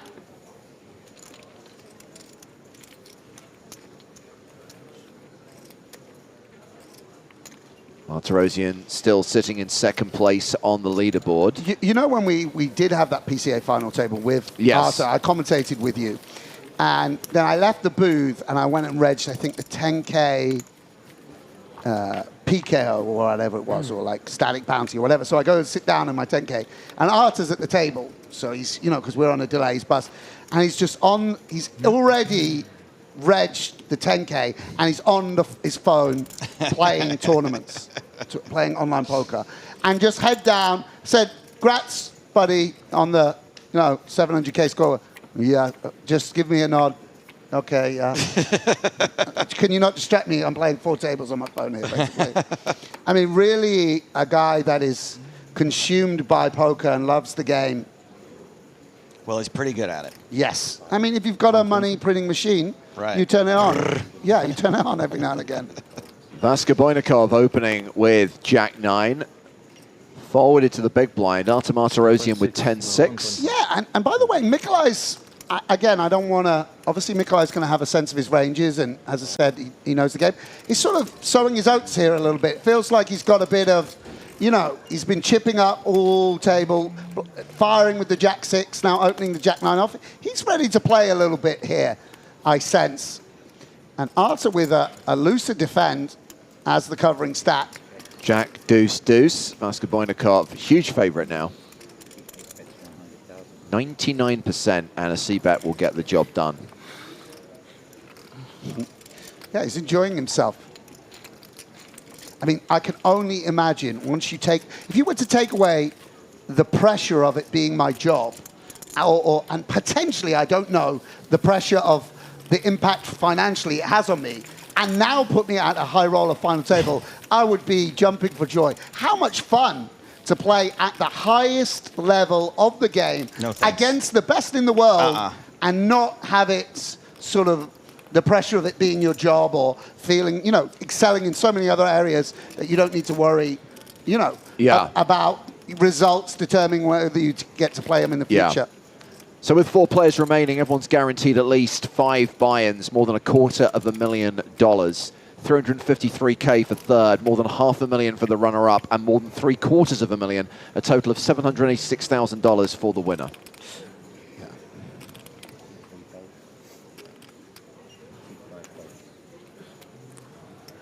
I can't even in a fantasy, like in my mind's eye, imagine not caring about the money. Well, I mean, there's some people who would care. No, I used to see people playing the Saturday £100 tournament and be like, sick. Wow. Imagine that. I know, like, shaking, yeah. Yeah, like, wow, Like 1,500 up top, so. Martirosyan raises small to big, gets a fold. Now played 31 hands at this final table. The first hand of No Limit Hold'em I ever played was me and my buddy split it. He sat at the table, I stood behind him, we each put in like $100 playing 1-2, and he got it all in on the first hand with 2 overs and a flush draw, and we bricked. And he just stood up from the table, and I was like, "What happened? We're done?" And he's like, "Yeah, no, I had to get it in. I was a favorite." And I was like, "I will never, ever play No Limit Hold'em ever again." This is basically the poker version of the blackjack scene from Swingers, all gone in one hand. Yes, exactly, absolutely. And I couldn't sleep that night. I lost $100 on one hand of poker. Yeah, the only thing I feel sad about losing my... That was in 2021. Yeah. The only sadness I have about losing my Facebook is that there was like, there's like for sure a wall post to my brother where I lost my first like £100 cash game hand, and I couldn't believe, how could this guy, I'd made it obvious that I had aces because I've limply raised from under the gun, and it's like, how could this guy get it in against me, you know, with kings and defeat me for £200? What an idiot. What else would I be getting in for £100? Love it. Martin Martirosyan, Vaska Boynikov announces all in from the small blind with ace-9 of diamonds. And we'll get it through. Lost my Facebook because someone impersonated Michael Zhang on Instagram, and I gave him my Facebook login details. But anyway, the less said about that, the better. That is the what? Moving on. There's a reason these you know when you get those scammers and it's like, how could this even work? You know, I understand now why people sign up to become a Nigerian prince.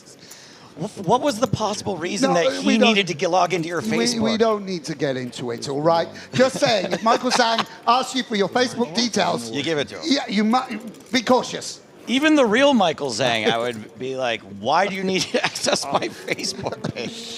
Sure, even person to person. And I thought you were one of those poker players who was actually good at all the life stuff. Yeah, no. You get dumber. As your brain gets better at poker, there's less capacity. Yeah. Everything else shrinks down. The higher stakes you play, the bigger the gap between you and reality. Indeed. Yeah, Mikolaj with another playable hand.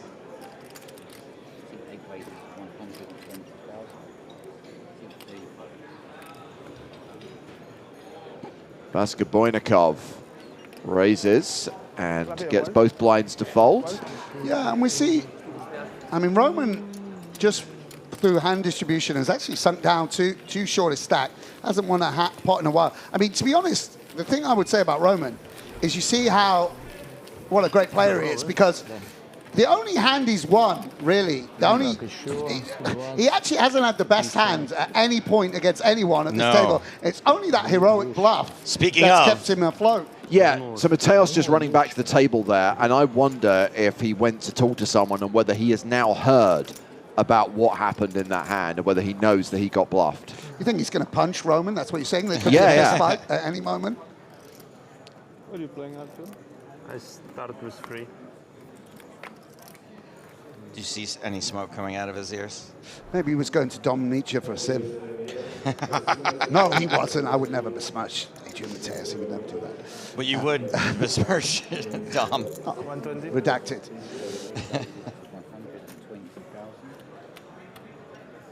Mateos raises with a6.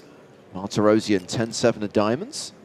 Not unplayable hand in the big blind. Yes, indeed. Obviously, all the first calls coming from the suited region. Just give you that much more ability to continue down the streets.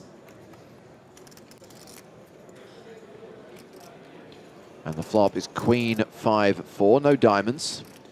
Yeah, both players missing. Adrian with club and heart in hand, which is nice.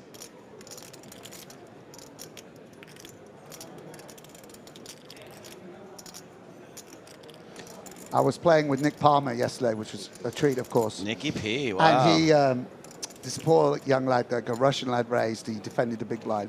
Came ace-10, 4 with a flush draw or whatever. Nick checked, and the guys tanked, like Adrian just did, deciding whether to c-bet. And Nick was like, oh my God, like, how long do you, and I just folded out turn, like, flung his cards into the muck. He was like, ace-10, 4, just bet, bro, blah, blah, blah. And just went after this guy really hard. I think the most surprising part of that entire story is that Nicky P has a passport.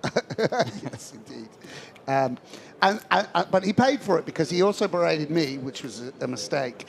And then he got all in against Fob Troy. Ace-king against Fob Troy's 9s. And the whole table stood up, going 9, 9, and a 9 just came on the flop. We all high-fived over Nicky P. Even Bob Choice handing out That's so funny because his bust-out tweet sounded as if the whole room was against him. Sure. But I thought he was just... No, of course. We were really against... Just because you're paranoid doesn't mean they're not out to get you. That is so funny. Yeah, I gotta see if I can dig up this tweet. Don't worry, I did get shushed by the tournament staff yesterday, as any good ambassador would be. You know, they used to have the same problem with Eugene can't Kachalov. believe that you have ever been shushed at any time in your life. No. I mean, his Twitter is just... I think my personal favorite, and bear in mind, we haven't spent that much time together, was in a restaurant in Monte Carlo where we were told, there's a sleeping baby in the corner. Can you please keep your voice down, sir? Sure. Sometimes it's justified. Other times when they shush Sam, I'm like, go away. We're in a bar. Stop it. Yeah.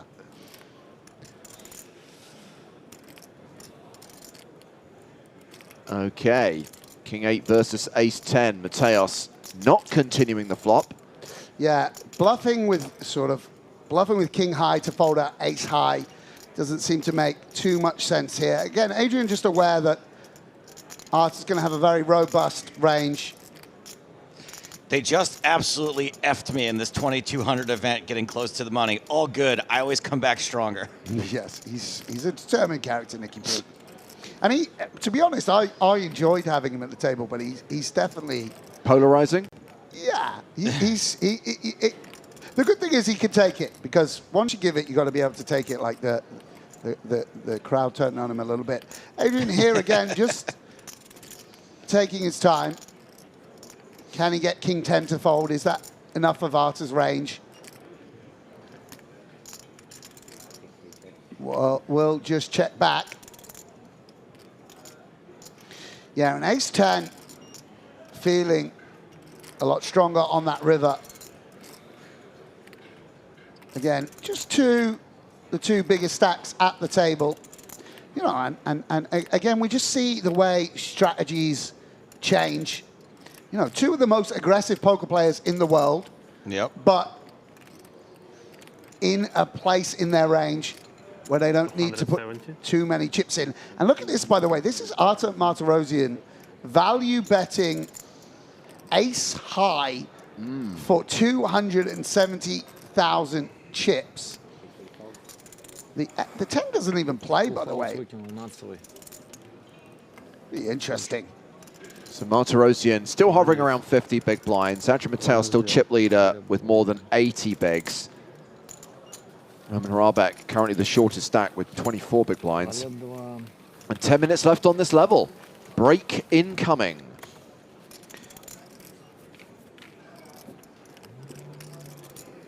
Yeah, and you know, because everyone's got a sort of reasonable, you know, we had such a flurry of action. You know, Adrian at one point shoving 35 bigs blind on blind because of the stack distribution. Here, no one in that danger zone territory.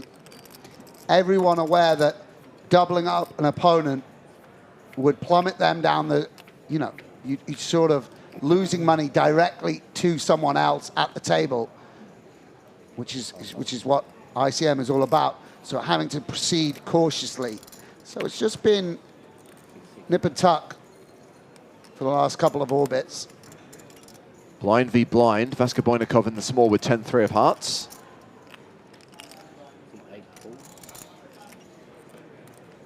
How much you play, you know? 1.8. Thank you.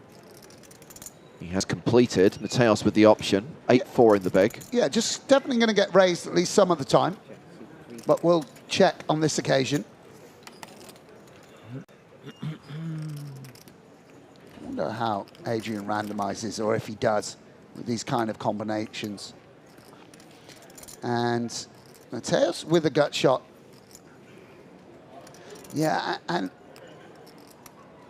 Mikolai got to be careful because, you know, SPR 10, the board does change. So again, it's balancing sort of protection against the fact that you're against a covering stack in position, and you don't get that much fold equity and can be bluffed, etc., etc. So here he's sort of valuing protection. Okay, I've got the best hand pretty often, let's put money in. But it's not so simple when you're up against top-class opposition. As Mateos takes him to a turn. Of course, we've got to remember, he just showed down the Jack-6, firing 2. Board pairs on the turn. Vaska Boynikov now an 81% favorite, having paired his 3 on the flop. Yeah, and who does the 2 favor? Seems like Mikolai doesn't limp in that much deuce X. The kicker is negated, so, you know, whereas he was beating 3-6 with a kicker, now 2s and 3s with an ace. Yeah, and what does Adrian want to do?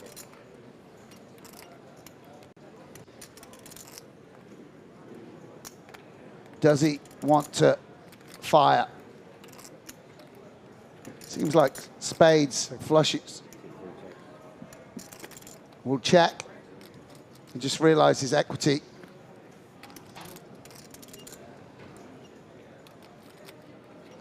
Very interesting, because you would, by the way, you would imagine a lot of Adrian's call and check back range will be king high.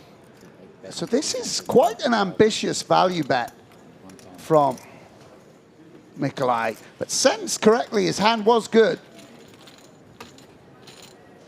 Exchange machine. Really interesting. Interesting dynamic there developing between those two. Blind on blind. Mateos down to 4.8 million. Still 80 big blinds. Yeah, and I think one of the things you see with Adrian is, you know, I think people imagine that a top professional like Adrian just tries to win every pot. That he's trying to run him over. He's never. But you see that he takes a subtle approach. We've seen him sort of checking down king high, folding third pair, delaying the bluff there with 8-4. He knows it's a marathon, not a sprint. Indeed. Do you think that he would play it a lot differently, like say against me? 120. Everyone would play differently against you, Joe. Yes, indeed, indeed. You mean, will he be intimidated because you're a big hero of his, obviously? You mean, would he be As long as I had the buttons all buttoned up and the chest hair all under control. I mean, you could make him an offer, by the way, because I know he's got a couple of buttons undone there. He's not showing what you've got. You could come up coaching for chest hair arrangement. I don't know whether that's been done before. Him coaching me would be a waste of both of our time. Be like a Frankenstein thing. You're both like electricity, you know, lightning bolts flashing in the castle as they take your chest off and bolt it on to. Anyway, I'm getting carried away in my own fantasy there. We'll stop. Enough of that disgusting imagery. I forgot I was on air. I guess my question was, if it were a player that were more easily able to be bullied, would he be more of a bully, or would he approach it the same way? One of the things that I think makes Adrian great, and one of the reasons he does so well in main events as well as high rollers, is he is definitely someone who tailors his strategy exactly to the person. Right. I don't know what he thinks of me, but for sure there are, in his mind, Sam Grafton, a little tendency here, a little tendency there, do this a bit more. And I would imagine that is the case for everyone he comes into. And, you know, if you play with him on day 2 of the main, he will be immediately watching your showdowns and your body language to recalibrate. And that's something I feel very confident in saying as he picks up the pocket queens. Yeah, and Nikolai, who's taking every opportunity to raise. Nikolai, could you put in 20s, please, the stacks? So hard to count. Yeah. Get over it. Oh, that's reasonable No, request. I'm just kidding. Of course. Yeah, Nikolai does like to do this, actually. Obviously, having a legible stack, one of the, I mean, it's just good courtesy, but also I actually believe a rule potentially. It is a rule, I believe. Yeah. So Adrian's request more than. Who's Mike McDonald getting into it with that time, right, where he kept asking him to stack his chips and the guy kept refusing? I feel like it was a PCA. Was it Roger Teska? Yeah, I mean, it's a little bit ironic coming from Timex. I heard, well, he used to deliberately like. Or maybe it was him who wasn't doing it. No, he would have been doing it. Oh, it was Bonomo and Kerry Katz. Thank Yes. you, Paul. Yes. Ah, nice. Wow. Wow, they all look the same to you, hey? Bonomo, Those nerdy white guys, yeah.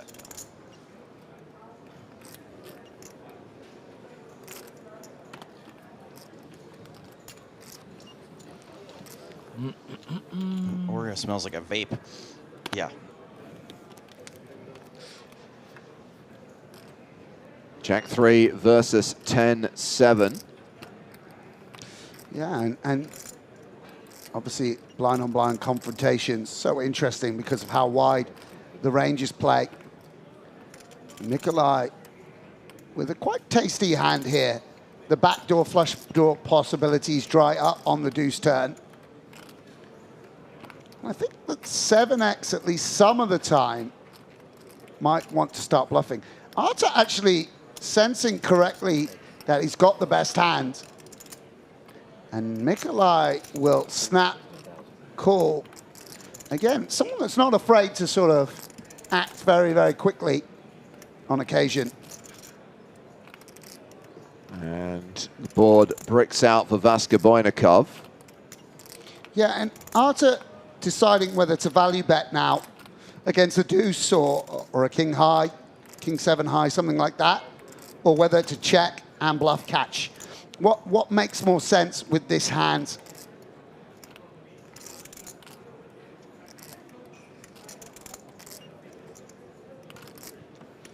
I mean, the jack kicker play, yeah, and we'll bet again. And with just 60 seconds left on the clock, one more hand in this session, one more hand before the first break and the next increase in the blinds.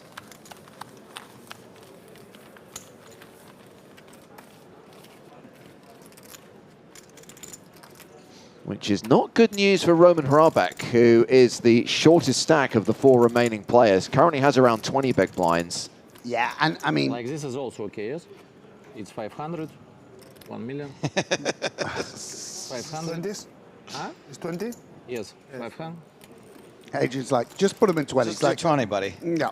And you know, again, we just see how some amount of poker is what cards you get dealt, even at the highest level. Roman really been card dead, right? Like, haven't seen...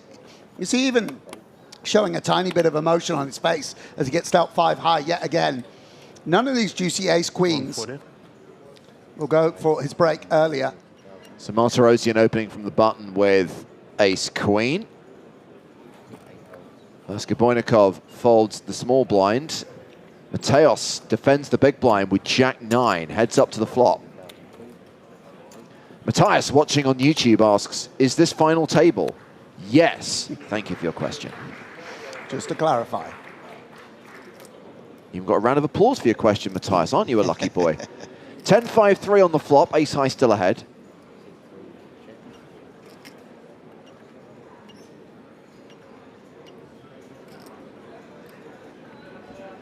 Yeah, and it's really interesting because obviously so many decisions automatic in the early parts of the tournament.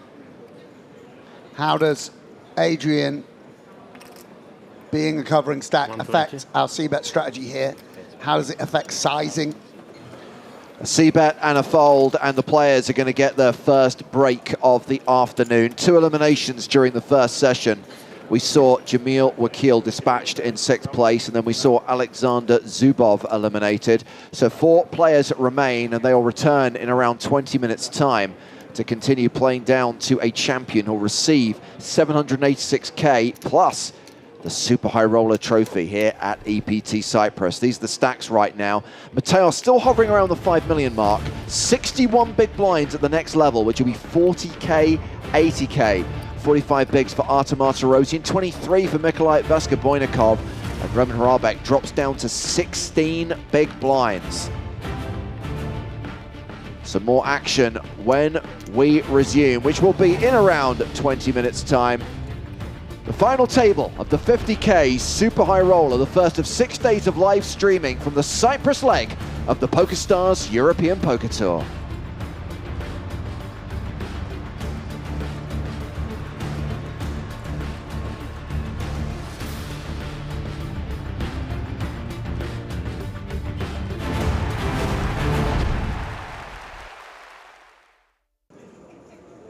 O'Dwyer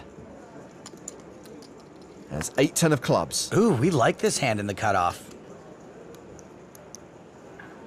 He raises to 180,000.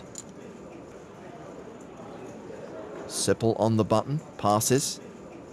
Kenny in the small blind. Also folds. Mitzi in the big blind. Has Queen 8. It's Domination Nation, and the president likes to wear some wacky beads. Mitzi calls. O'Dwyer in position with the betting lead. And he's flopped a flush. Wow, these guys are hitting more flushes than Snoop Dogg's entourage when the cops show up. Mitzi with a draw to a better flush. It's been checked to O'Dwyer. He continues for 200k, so what does Mitzi do? Sorrell's hand is behind, but it's not bad by any means.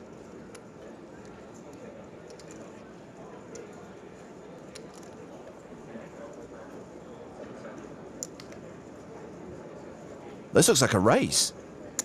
Mitzi makes it 505,000. He's hoping Steve is just c-betting, but he's not. He's both value betting and semi-bluffing. He's got a straight flush draw.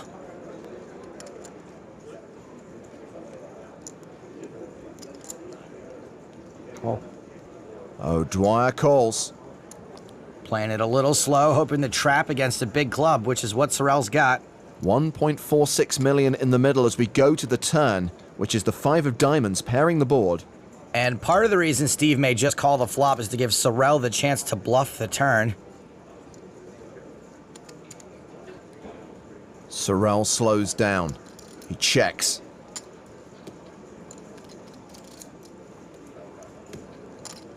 So Steve's going to do some more betting. 575,000. Sorrell even more likely to be drawing dead now. He folds. These guys are good. O'Dwyer chips up to 3.2 million.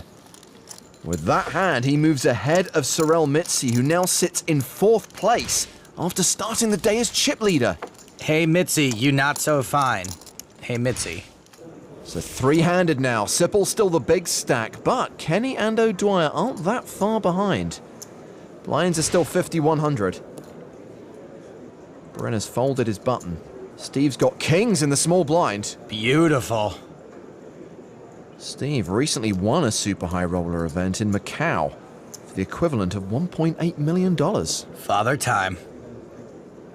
So he raises, and Sipple's got queens in the big. More beautifuler for Steve.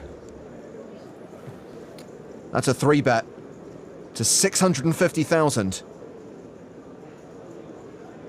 I think Steve expects Roger to be super strong here a lot.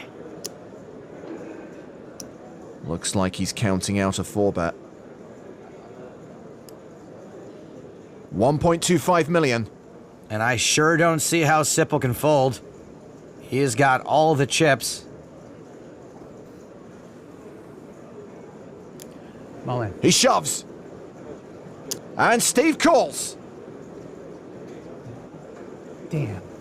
O'Dwyer is ahead, but at risk. And Sipple is the self-proclaimed suck-out master. Steve's a worrier. A safe flop for O'Dwyer. He's now a 9-1 favorite. Hearts are no good. Except for the one in here, Roger. Except for the one in here.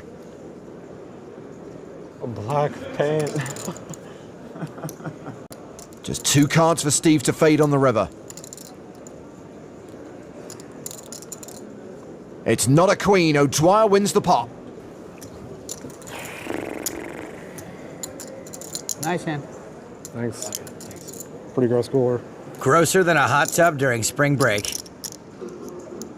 Steve O'Dwyer gets a big double up and takes the chip lead from Roger Sipple. We're going to sweat with Steve on this hand and play it from Mr. O'Dwyer's point of view. Steve O. Sweat your cards. It's his small blind. Deuce 4. Yeah, let's see a flop with these. He calls. No raise from Roger. He checks his option. We're probably behind. Well, Steve flops bottom pair, plus he has a couple of backdoor draws working for him.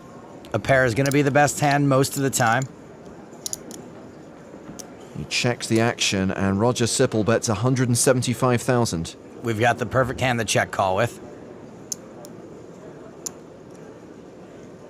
O'Dwyer does call.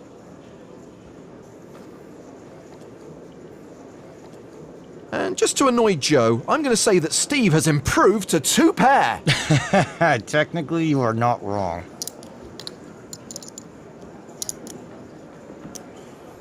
And we are hoping Roger checks behind, but it doesn't look like he's gonna. Yeah, looks like another bet's coming. But the way he's looking so concerned makes me think he could have a monster here. 550,000. Steve's probably gonna call again. There is a pretty small range of hands Roger could have that are value hands. Steve does call, and we have a pot of 1.68 million. A 9 on the river. Steve checks for a 3rd time. Pretty passive line. I'm all in. And Roger shoves for 2.2 million. It's an overbet. How does Steve O'Dwyer respond to this? I'm going to remind everyone, monster is what I think Roger has here. He is repping a very narrow range, but I think he's got it this time. How often is he bluffing here? Hero call. Full house. Got him. That is a monster. I can't beat a full house. I was hoping you couldn't beat a full house. I can't beat much of anything. But Roger may have doubled up, but Steve O'Dwyer is still the chip leader. Sipple plays all right, but he connects with more flops than an easily bought movie critic. Right now he's got 27 big blinds. Steve has 111 bigs. He's raising his button with King 6 off. Roger with 10 deuce of spades. Reminder, this is heads up, so most hands are playable, including these two. Oh. Roger defends. Roughly 60-40 as we go to the flop. And Sipple has paired his deuce. Problem is, now he's got to stick around with it. Oh, looks like he's going to lead. 300,000. O'Dwyer with King High calls. And leading there is a little out of the ordinary, and I think it speaks volumes about Sipple's hand. An 8 on the turn. Sipple now an 86% favorite.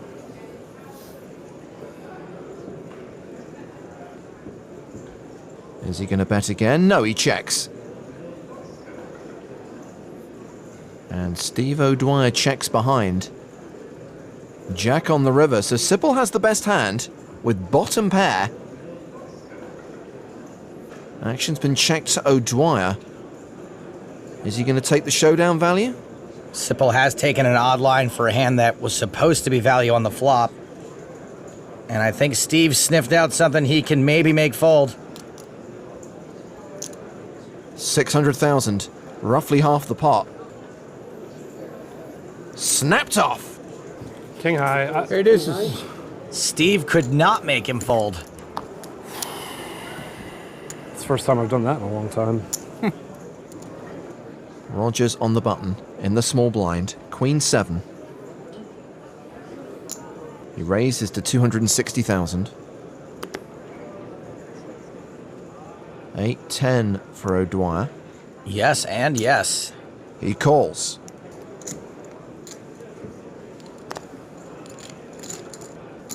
Roger the marginal favorite as we head to the flop.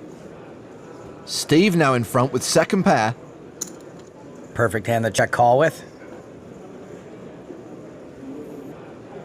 Here comes a continuation bet from Roger, 450,000. Steve's not folding second pair, and he's not raising second pair.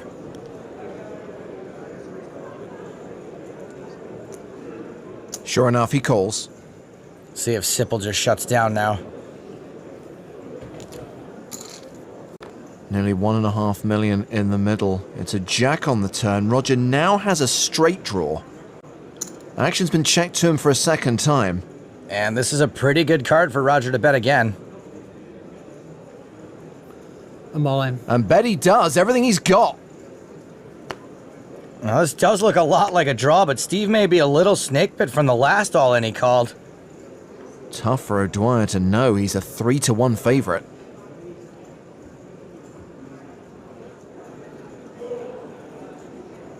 O'Dwyer folds.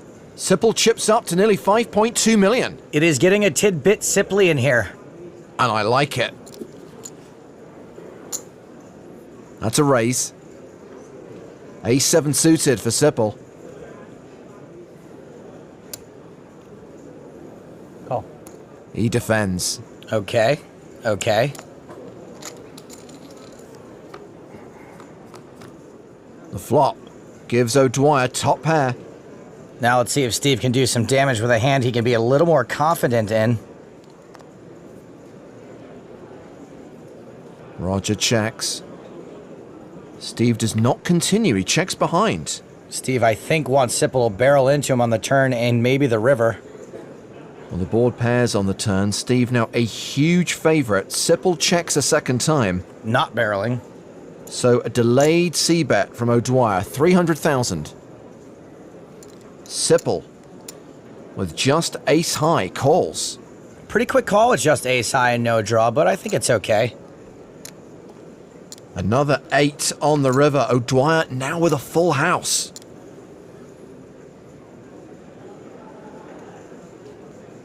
Actions on Sipple. He checks for a third time. If Roger thought he could have the best hand before, he might still think that now. Nearly 1.2 million in the pot. O'Dwyer going for value. How much is that? 750. In general, this river card's a really bad card to bluff on, so I don't think Steve's gonna be bluffing very often here. Especially once he gets called on the turn. Sipple considering a hero call. I have a queen. Nice hand. Nice tiny bet sizing by Steve, too. Knew how to rope in ace high like throwing a rubber band around a greasy ponytail. O'Dwyer back up over 12 million. Sipple hovering around the 4 million mark. And that means that Steve O'Dwyer has re-established a 3-1 lead over his opponent as the blinds go up to 80,000, 160,000 with a 20k ante.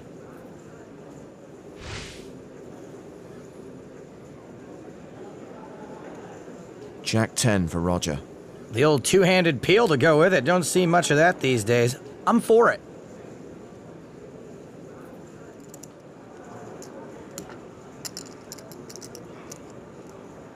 He's raising from the button. 450,000. Ace 10 for Steve O'Dwyer. Uh-oh, Steve's doing the dominance dance.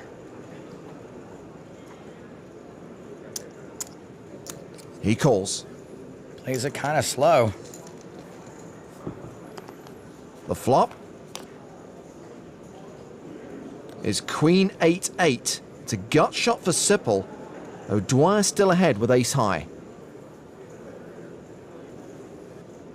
O'Dwyer's playing in flow. He's checked the action to Sipple. And Steve can now call a lot of c-bets because it's a smaller pot. That's a chunky c-bet from Roger, 750k. And I don't think Roger's going to have much here very often.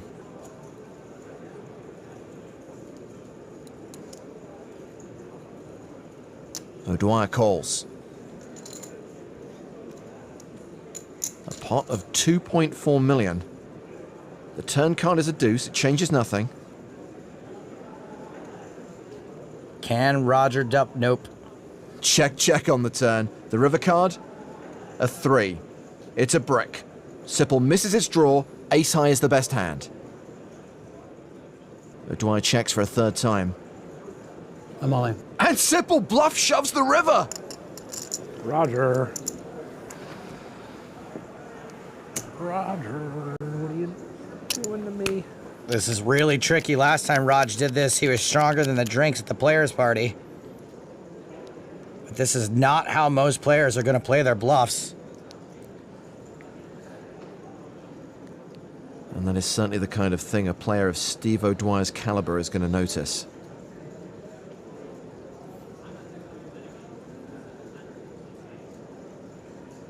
We can see he has the best hand.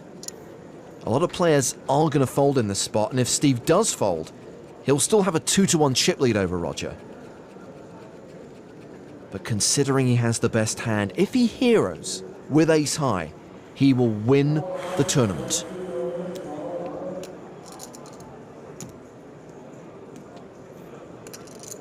I think a 10 is pretty good.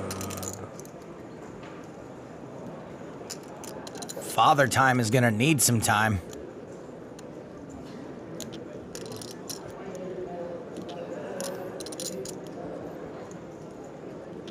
Good call. He calls!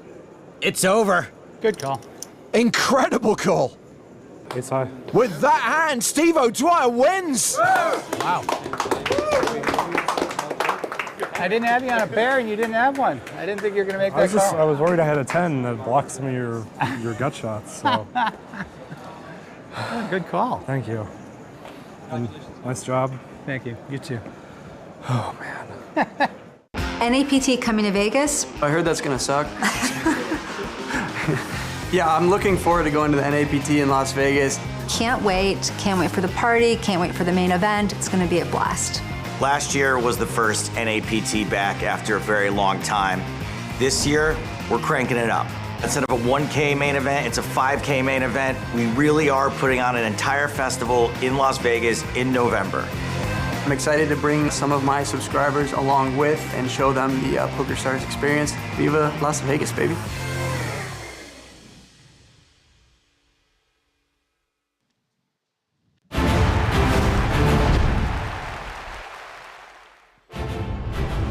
And there will be a 2-day live stream from NAPT Las Vegas, as well as a new season of the big game on tour with qualifying tournaments if you want to take part in the loose cannon casting process. Right now we're in Cyprus with the PokerStars European Poker Tour, and it's a final table today. The 50K Super High Roller is down to the final 4 players. Playing down to a champion today. Adrian Mateos, the current chip leader with close to 5 million chips. Artem Martirosyan sits in second. Then we have the 2 shorter stacks. Nikolai Vaska-Boynikov playing 23 big blinds. Roman Harabek with 16 bigs. At the new blind level, 40,000, 80,000 with an 80K big blind ante. They are playing for a first prize of more than $786,000 with 4 remaining. They're guaranteed more than $250,000. James Hushkin rejoined by Sam Grafton. Hey boys and girls. And we introduce Griffin Benja. I can't believe you guys started without me. I mean, I did just wake up, but still. It's a Graf reunion, ladies and gentlemen. We don't have the meme, we don't have the music. But yes, how excited are you, Griffin, that you get to come in at this point in the final table when your boy, your hero, your idol, Adrian Mateos, is still bossing proceedings? Yeah, I mean, tale as old as time, right? This is just what he does. Yeah. I mean, we actually can't emphasize enough what a strong poker player is and what he's been doing over the last 18 months, winning everything in sight, putting together, even by his standards, absolutely sort of rapacious collection of dollars, euros, and every other currency. Nice. Yeah. Obviously, we did see that hand earlier on where Roman Harabek got the better of Mateos, bluffed him off the best hand. But as you observed towards the end of the last session, Sam, Harabek's just been running dead. Yeah.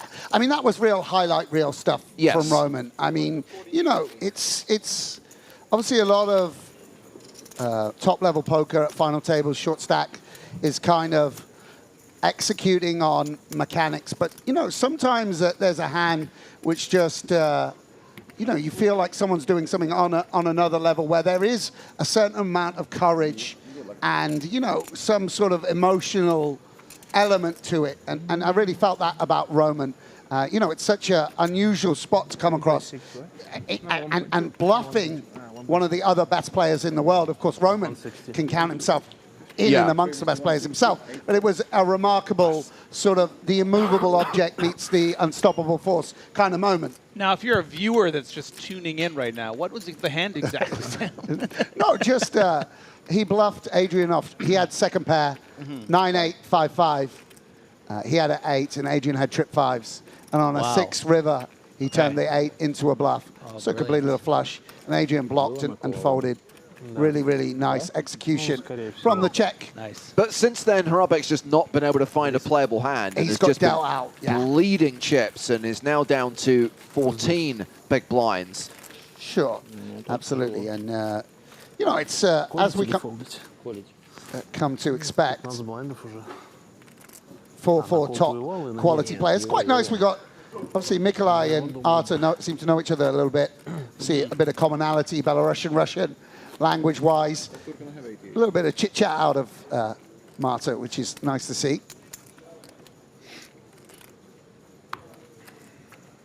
I think Roman, if he wins this, wearing the EPT hoodie, should get some sort of lifetime dispensation. You know, some sort of, you could spend each and every stop up to $500 on us, PokerStars, at the EPT store. Just keep wearing them. Yeah, definitely should be anointed. Same deal that Adrian has with Zara, probably. So Vaska Boynikov opening here with kings. Round 2, Martirosyan in the big blind. Queen 3 of diamonds. Yeah, and suited queens probably going to qualify here against a cut-off open. Under the gun, sort of doesn't really do it justice when we're playing four-handed. And Marta going to need some help. Always an ace on the desk, Gabe. Always. So action will go check, check, which means we see the turn for free. Deuce of diamonds. Yeah, and I don't think Marta going to be lured into anything too out of line. It's noteworthy, Griff, of course. You know, people have different stylistic approaches to live poker. Mikolai acting very, very quickly each and every hand. Yeah, I did tune in towards the end of the last level. I did notice that. So it's interesting, you know, just feeling comfortable, sipping a little, you know, wine or juice or tea. Yeah, Turkish tea out there. Yeah. One of the pleasures of being in a Turkish-speaking region. So a few people asking about what's happening in the main event. Today's day 1B. Yesterday was day 1A. Sam, day 2? Yeah, 100K to do some work on day 2. So 475 entries on day 1A. Today is day 1B, up to 520 entries so far. Registration remains open until the start of day 2 tomorrow, and that's when we kick off our coverage of the main event. So 12:30 local time is when we go live tomorrow, and tomorrow is the day when they're expected to make the money. So world-famous bubble coverage will be part of our first day of EPT main event streaming. Wow, that's exciting. Yeah, I saw Adam McCullough bust. If you're a McCullough fan, it's quite distraught about it. Spraggy still in. Roman reluctantly folding the 10-9 on the button. Very hamstrung by his stack and position. And the blinds do come thick and fast, of course. You know, one way of imagining the blinds here with the big blind ante is it's 200K each and every orbit. You know, if you don't win a hand, you know, when you're sitting on 1.1 million, that's almost 20% of your stack every orbit. Got to get going. You got a calculator there, James? Can we check that? Griff showing off. Griffin's learned that you just speak with confidence and people just believe it. No one's going to check you. If you speak with confidence, they're just going to buy it and no one actually will do the research. And Mikolai with the hands. This is strange, right? A little bit. 20 big blinds to start feels just maybe like a shove over the limp, but now 3xing. Yeah, because obviously when Arta continues, we just don't have much visibility. Obviously, we got position. It's not a hand that, you know, either flops amazing or doesn't flop well. And this is going to potentially work out well because obviously the ace-jack, there's other hands in Mikolai's raising range which do hit this board particularly well. And you can see the 8-6 not connecting in the way Marta would have hoped. So Vaska Boynikov wins that one, is up to 30 big blinds. Yeah, and I guess I just imagine what the plan is if, you know, Martirosyan does have a limp shove hand for those 20 big blinds. How do we respond when there's a 90K pay jump? And obviously Roman has quite a few less chips. Yeah, as I said, Mikolai, really always nice to have an amateur in the field. obviously, as we've come to expect with the sort of VIPs that play high roller, very, very strong poker player, potentially even played it a serious way at some point in his life. Certainly a huge poker enthusiast, plays online and live. You can see him in the higher stakes on PokerStars as well. But, you know, not his be-all and end-all as it is, presumably, for Adrian, Roman, and Martirosyan. Still no playable hand for Roman Hrabak. Martirosyan. Some days you're the stick and some days you're the puck. Yep. Of course, Roman, an ex-professional ice hockey player, I do believe, at some level. Oh, that's right. I remember that. Six raises, 180,000. Raises to 180K from the button with the ace-8. You know, the NHL season just started, so I really appreciate the hockey reference. Of course, I'm really bro. in hockey zone. I adjust to, you know, I'm a people pleaser. Yeah, you are. If you were into, you know, equestrianism, I would be, is that even how you say it? Or archery, I would be, some days you're the arrow and some days you're the... Right. Oh, don't worry, I can mix it up. Yeah. 2 pair for Martirosyan. Not much for Mateos to... Yeah, bingo, bango for the Russian pro. Obviously, the classic board that favors the pre-flop raiser. 120,000. And we'll continue. Gets a fold from Mateos. Next hand. Yeah. Just hoping that Mateos finds a float or catches a piece.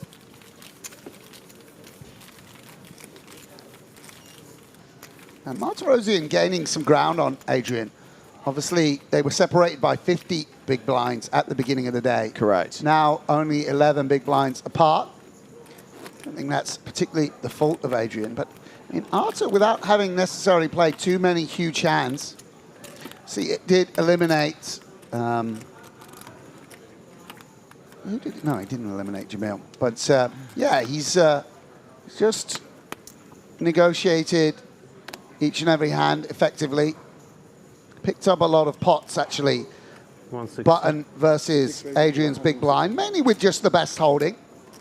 You know, there's a lot to be said in tournament poker for just flopping top pair, c-betting and the like. That's how most of your chips are accumulated. And here, Mikolai with the strong pair. All in. And everyone else folds. Just keeping him sweet.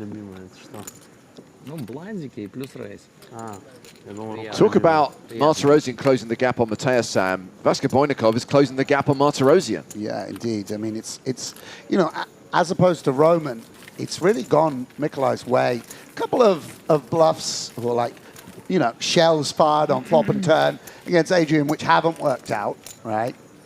But, you know, the big confrontations have gone his way. By the way, something I didn't flag at the start of the day is with 6 days of live coverage from CYPRUS, you get 6 free rolls on PokerStars. Daily tournaments offering $2,000 in Power Path tickets. The 9 finalists in each free roll will receive a $55 Step 4 ticket. In case you missed the news, Step 4 is reduced from $109 to $55. So tickets available. Watch the stream every day. Find out the start time. Find out the password. A bit closer to the time when registration opens in today's free roll, we'll let you know. And as ever, there are restrictions on where in the world these free rolls are taking place. So if you don't see it in your version of the client, chances are it's not available to you.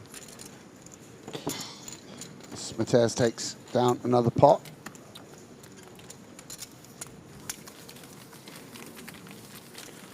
I guess I should very quickly reel off the T's and C's. It's available on the following licenses: EU, Bulgaria, Denmark, Estonia, Greece, Romania, Switzerland, and UK. If you're not on the list, you ain't coming in. Correct. 2.5. 2.5? Thanks. You want to wax lyrical about Adrian again while we have a little pause? I honestly feel that we actually, you know, sometimes you can feel a bit cheesy sort of hyping up a final table that you're covering or hyping up a feature table. But with what Adrian's doing right now, you know, the spotlight's really on him sort of almost globally in terms of the results he's been putting together. Yeah, and it's just been, you know, despite how obviously, you know, young he is, it's been going on for a long time now, and it's just amazing to watch. It just feels like you're seeing someone really special that's really committed to the craft and is just going to be around for a long time. Oh, here we go. This is the moment we've been waiting for. Vaska Boynikov announces all in. Roman Hrabek calls. He is the at-risk player here. He's involved in a coin flip against the Belarusian, a flip that he needs to win to survive. Yeah, and nothing gone Roman's way. I got to say, I'm going to root for him here a little bit. After that spectacular bluff, he's a great guy as well. Would love to see him on the right end of the coin flip.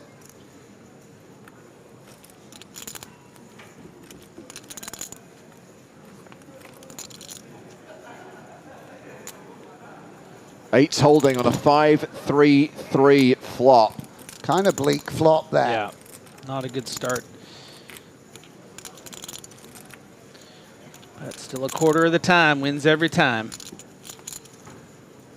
Turn card is a deuce.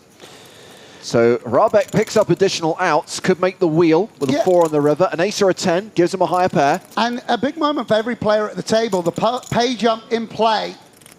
The river is a 5, eights hold, and we see the elimination of Roman Hrabek, fourth place finisher in this 50K Super High Roller. Gets more than $250,000, $262,200.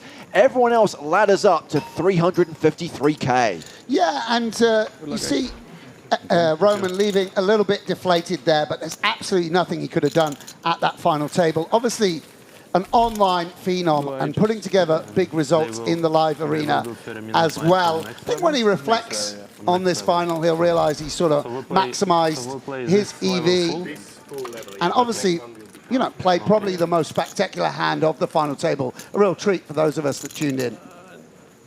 And look at that, from start of day, up over 3 million chips, so great day here. And Vaska Boynikov has now leapfrogged Artem Martirosyan. 46 bigs for Vaska Boynikov, 40 bigs for Martirosyan. Second and third, respectively, as we start three-handed action, which means when we get to the end of this level, which is still 45 minutes away, we will go to 30-minute blind levels now that we have dispatched half of the final table. Yeah, and, you know, it's a real shifting dynamic at this final table. Obviously, at the beginning of the day, Adrian with a humongous chip lead and really licensed to run over the table. Three-handed, the ICM pressure is lifted greatly, and with the stacks in touching distance, means he's got to tread that bit more cautiously and be a bit more straightforward in the way he approaches hands against his two opponents. Very, very exciting to see. I can take less money. Much less So money, surely with the amount of trophies Adrian Mateos has won, do you think at this point he has a full-fledged trophy room? You know, and how many poker players do you think have a trophy room that is only for the trophies? The only question with Adrian is the amount of closet space he requires for all the button-down Oxford collar shirts that he's got. Is there even room in there for the trophy? Yeah, that's a good point. They sort of must jostle. Yeah. You open a room and it's... Surely Negreanu has a room just for trophies. Sure. You think he's got more trophies than Adrian, though? That's a good. That's I bet he doesn't, because obviously, like, yeah, high you have rollers. to win. Yeah. Yeah. I mean, not that it's easy to win a high roller, but I think Adrian, you know, he can go blow for blow, trophy-wise, with anyone in the world. I'm sure. James, do you just have a watch room, or is it sort of a pull-out drawer? It's more of a pull-out drawer. Okay. One day we'll get you there. I imagine it like the bling ring when they break into Orlando Bloom's house and start stealing his things. It's bad. We're at capacity now. It's like there's a strict one-in, one-out policy now. Otherwise, you get. I mean, it's already ridiculous, but you could get really ridiculous. Do we know the number? Have you said how many watches you have? 25. Okay. Yeah, but some of them are like G-Shocks, which don't live in the watch drawer. So right. I say right like I know what he's talking about. Like I know what a G-Shock is. Do you know what a G-Shock is? I was going to make a vulgar joke there, but I'm not going to pass. Yeah. Don't worry, you just said it. The G-Shock, introduced in It doesn't 1983 by It's a Casio myth. watches. The G-Shock's a myth. It's made up by Cosmopolitan in the 80s. All right, Martirosian with the ace. See, when Stapes is in here, I shift. I take on his ball. Yeah. It's like when I'm not here, you have to do strategy. You know? When Joe's not here, I have to do vulgar jokes. You're the funny. Oh wait, I'm doing strat, so you're the comedy guy here. I'm now. supposed to be the Is comedy. that, is that what you're doing? It's okay. I just got here. I'll let you. It's fine. People aware? People aware of that you're going to do should be in your contract 1 joke per 15 minutes. Otherwise, 1 pun. I think I'm the per fool. The fool. Yeah, Joe always says I'm a goober, and then he said it in last level. I listened. He said something like, "Oh, I always feel like such a goober," and I'm like, "I should look up this word." And it's just like fool. Like, oh, it's not a compliment. I thought this whole time. And by the way, Mikolai going on the front foot here with the gut shot, and Arthur with the ace of hearts, not going to go anywhere. Just make a reasonable bluff here, and you know. Mikolai's value bet strong hands at quite a clip, acting swiftly. Snap checks back here. Is he one and done? Now Martirosian with the ace of hearts in hand. See, it's not as pertinent in blind-on-blind situations. With tighter ranges, the ace of hearts, a real superpower card. Bit less so in this exact situation. Still might want to wield it in some manner, maybe even as a check raise if Mikolai goes for it. 350. And Mikolai with 10 high bets again. What hand exactly is he representing here with the flop bet, snap check back, and then the small, well, not such a small size, B66, 66% pot on the river.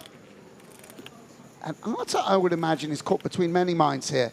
The check call, the check raise, the check fold. And we will go into time bank. He also potentially feels this doesn't make sense. But, I mean, 6-5, 5-4. There are a manner of hands, 9-5 got there. It needs to be a bare 10x or 9x. Something of that ilk. What can he get to fold by check raising? Is he just going to get snapped off the times Mikolai's got? He calls. Nice. That's a nice call, by the way, ladies and gentlemen. That is someone that is dialed in.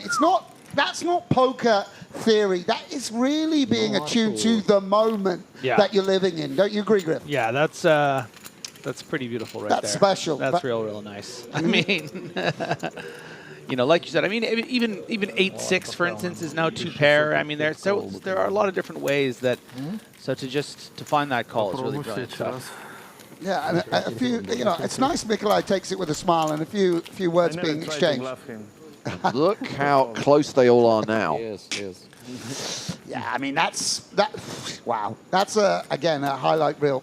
I mean, it's really nice. You know, I often think, oh, maybe, I don't know, I always get excited for Super Bowl, and I think, well, maybe it'll just be like raise and take it and aces versus, you know, jacks or whatever. And there's always some special moments at these big final tables. But there's also something to be said about, you know, how does, I understand that he's pretty balanced with his fast action and checking pretty quickly on the turn. But if he did have something like a jack, or you know, maybe would take some consideration thinking about wanting to bet the turn. Sure, but so you're calling with a 4 in your hand, right? Yeah. I mean, the impressive thing for me is sometimes in that moment I'm just like, I know I play 9-7 like this, and I'll call with 9-7. You know, or I know I play King 7 like this, I'll call with King 7. I've got all these hands to standardly call, and those are the ones I'll call with. To call with Ace-4 high, bottom of your calling range, it is just really nice. I mean, a hand that's, you know. So a shove there from Vaska Boynikov gets folds. That's a big shove. That's a big shove. Yeah, was that a limp shove or that was just a shove? Shove over a button open. Well, we're going to step away from the final table for just a moment and check out some of the players competing on day 1B of the 5K main event. Sam, you mentioned Spraggy already. There he is, looking good. The boy with the is that a Gloucester baseball cap? Love that. Hello, mate. And when we're talking about players repping the red spade, hopefully when we start covering the main event tomorrow, we will get to follow Ramon. Senor Calillas also in action on day 1B. Hasn't been eliminated on day 1 since 1997. I wonder what he's listening to. Alexander Shilko. Hello, mates. The reigning PSPC champion. Now in the 3rd year of his reign. Longer than Anthony Joshua held the belts. Show me someone else, James. Who do those chips belong to? It's 2-time EPT finalist Rania Nesruddin. Legend. Tune in on Sunday to see her on another final table, ladies and gentlemen. And a former EPT champion, winner of Barcelona last year, Simon Witziak. Looking. No, Iceman, you're dangerous. No, that's not the line. That's not the line. That's quoting Top Gun. That's cardinal sin on this broadcast. Back to the final table of the 50K. And it's ace-3 versus ace-3 on a 7-5-4 flop. But Martirosyan is free-rolling here because he's got clubs. Yeah, wow. Big, big flop here for Martirosyan. And I think yeah. And actually, is this pot raised pre-flop? It was raised small to big by Mateos, called by Martirosyan, and Mateos has bet 400,000. That's the size of his C-bet, flattered by Martirosyan as we go to the turn.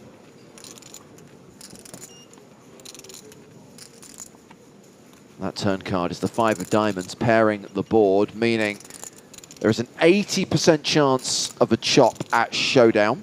Yeah, interesting because Adrian does have ace of diamonds in hand, but the 5 you would imagine is a pretty good card for Martirosyan. Like when middle pair pairs, Adrian doesn't C-bet it often. Marta calls with it always. So for that reason, Mateos forced to check over. Also ace high.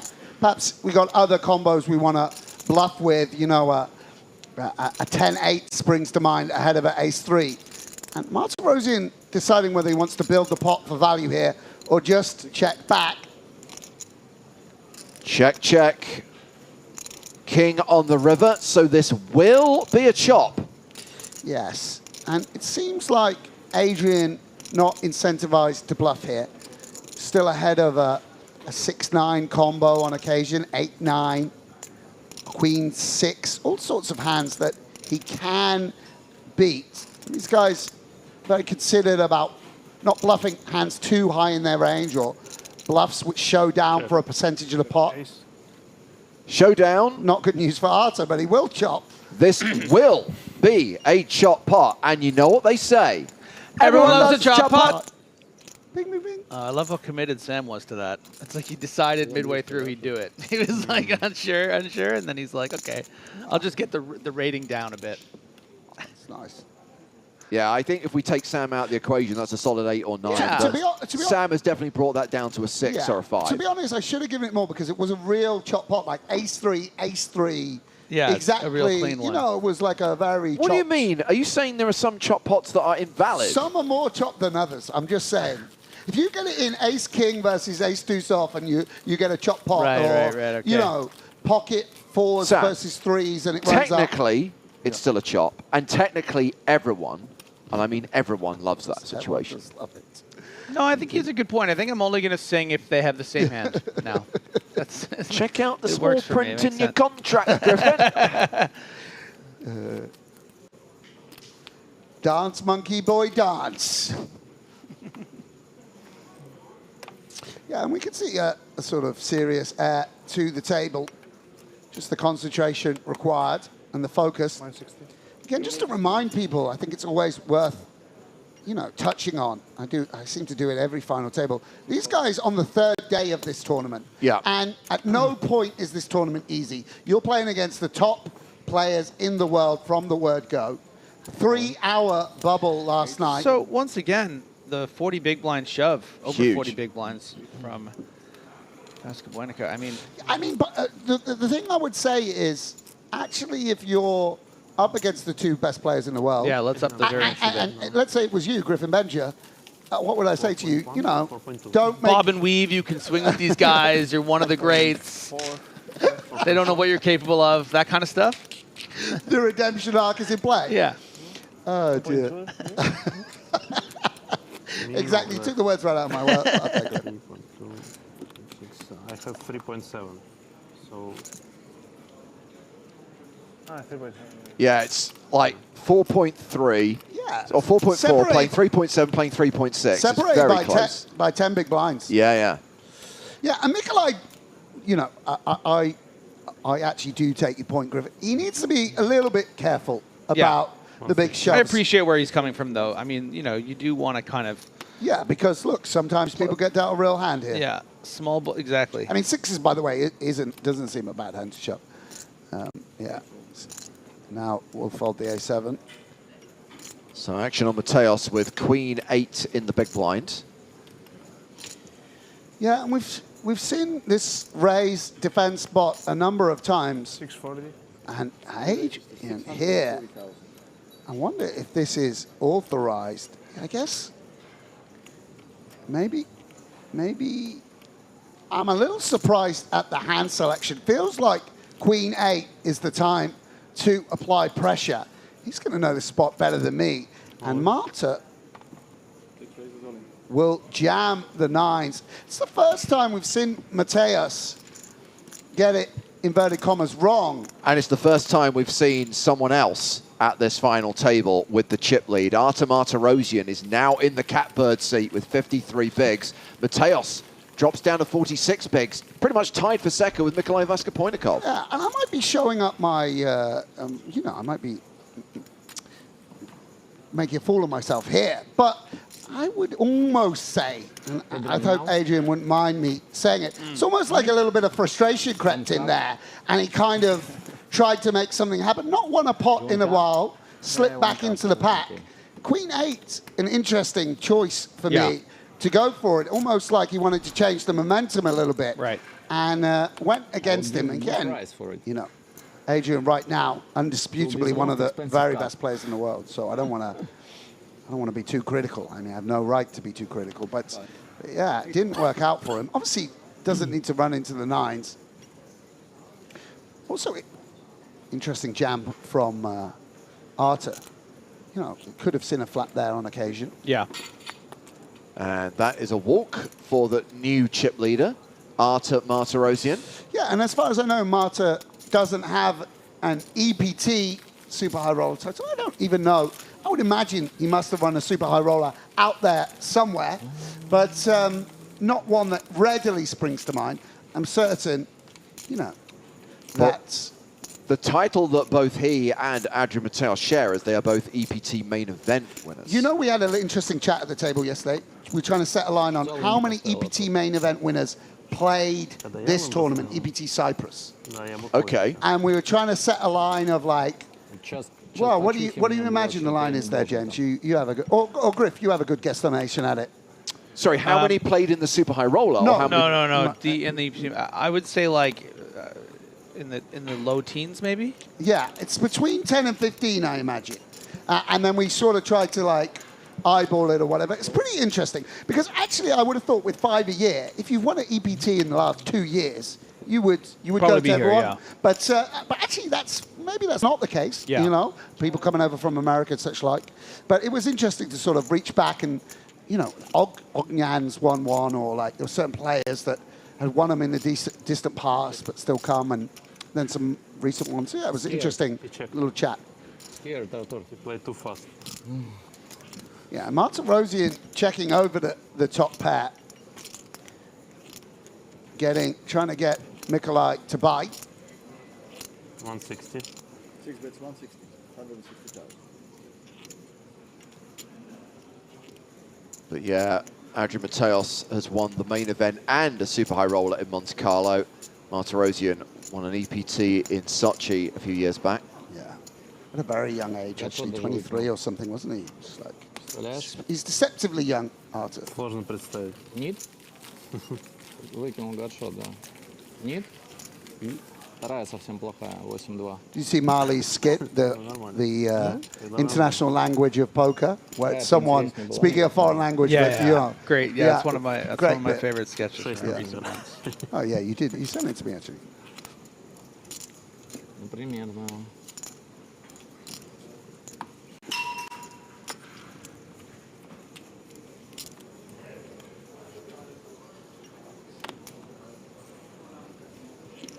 Maris. Maris. Raises to 160.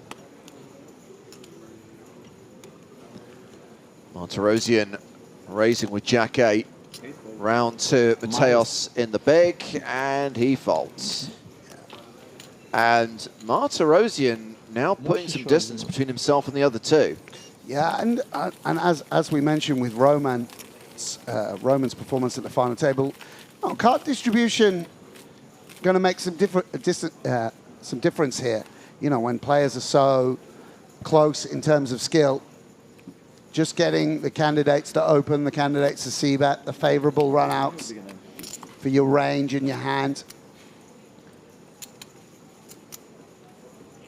And also, you know, if any setups come your way. We haven't seen too many, you know, we haven't seen a classic ace-king, queens, or anything like that. Closest we got was that ace-10-8s at a shorter stack.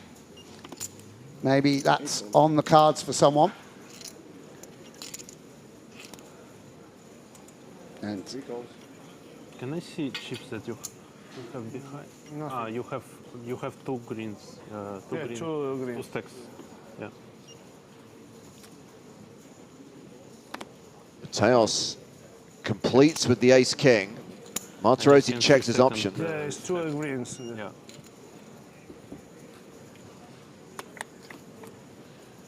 Adrian Mateos over 50 million now in live earnings. I mean, I think Adrian's ambition is just to be number one, probably. Ever, yeah. I think that's the kind of challenge he would see for himself, you know?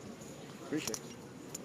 And a very trappy check here with the ace of diamonds in hand here. Pretty interesting choice from Mateos. And does indeed pick up the diamond draw to go with top pair. Has a lock on this. Martirosian is drawing dead.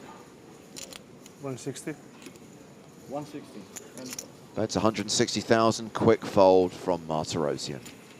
Yeah, I got the feeling Adrian wanted to play a pot there. Yeah. I mean, understandably so with the ace-king, but was looking to get the limp raise in. Was looking to get even potentially a check raise in on the flop. Even at this SPR, I don't know, maybe just check call, who knows, but he wanted some more money there.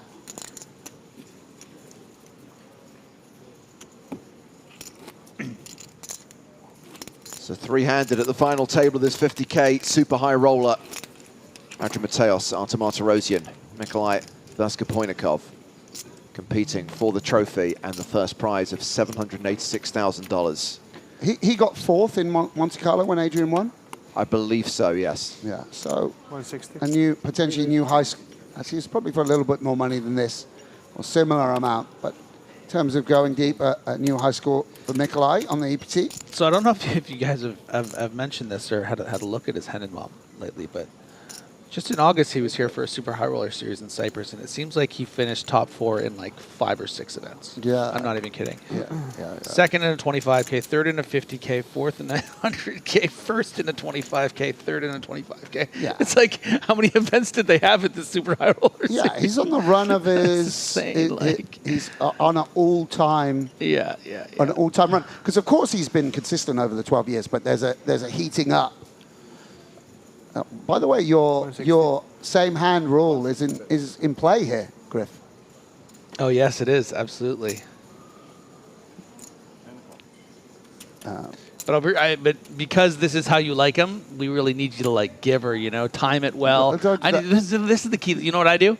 I look at James, we look at each other, and we lock in, and we know, and we mouth it. You know, that's how you got to do it. So eye contact is important. Of course, if there's a spade on the river, this will not be a chop. Yeah, and even Nikolai might think about some aggression on that turn card.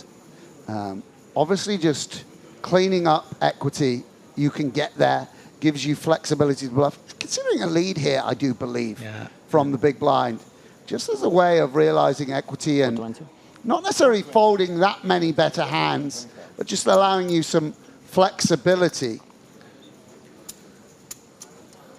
The lower card potentially does favor the big blind. And Adrian a little perturbed. He does have a spade in the hand. He has the gut shot. But also he'll be thinking of whether he's seen Mikolaj do this before. And a spade here on the river would be a huge boon to Mikolaj. Adrian locked in. River is not a spade. Yes, and I think some players on that card wouldn't continue, would feel like the ace-8 is maybe, I don't know whether too good is the exact word. Maybe we do still want to go for it here. I mean, Mikolaj might find a way to win the whole pot here.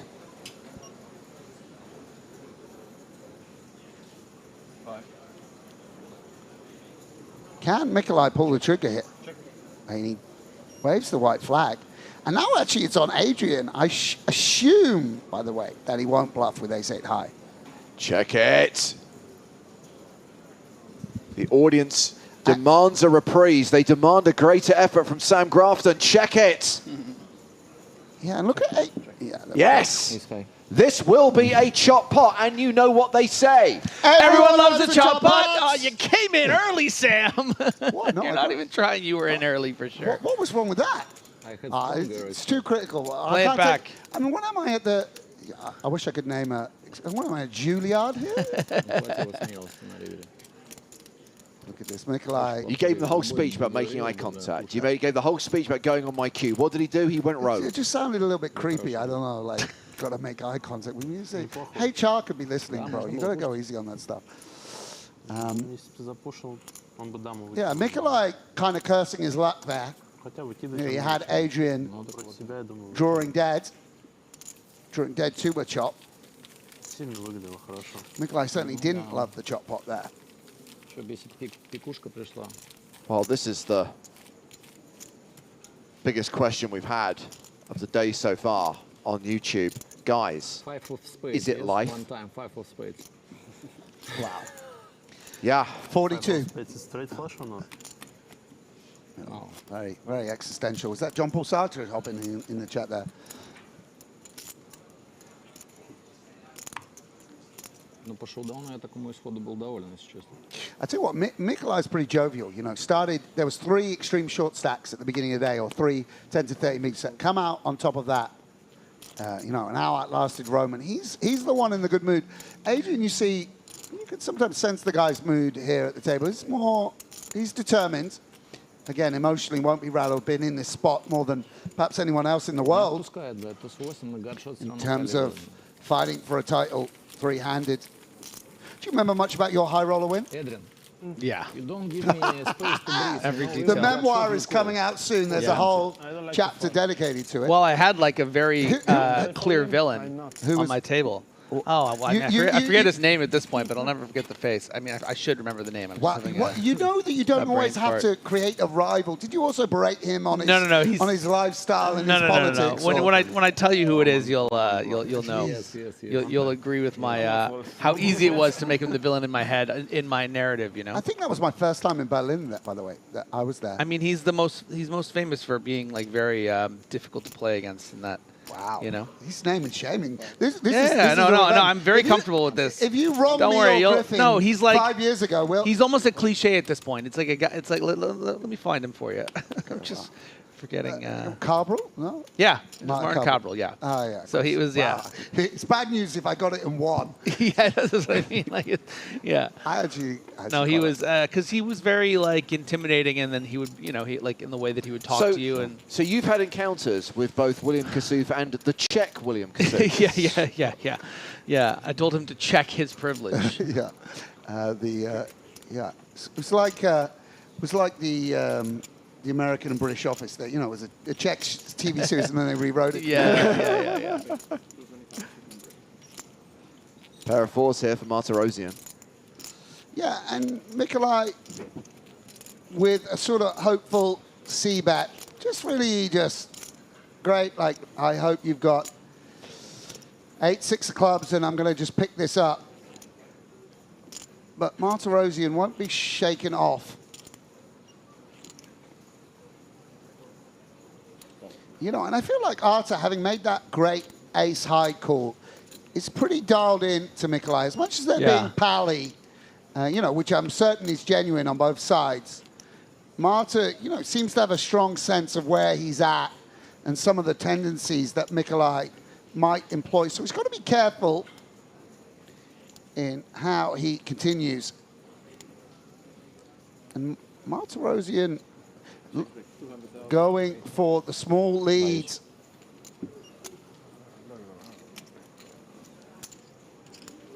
Now that's nice and clean, isn't it? Just a little, yes, you know, 200K, quick fold. Little range charge. Yeah. Только воображение бью твое.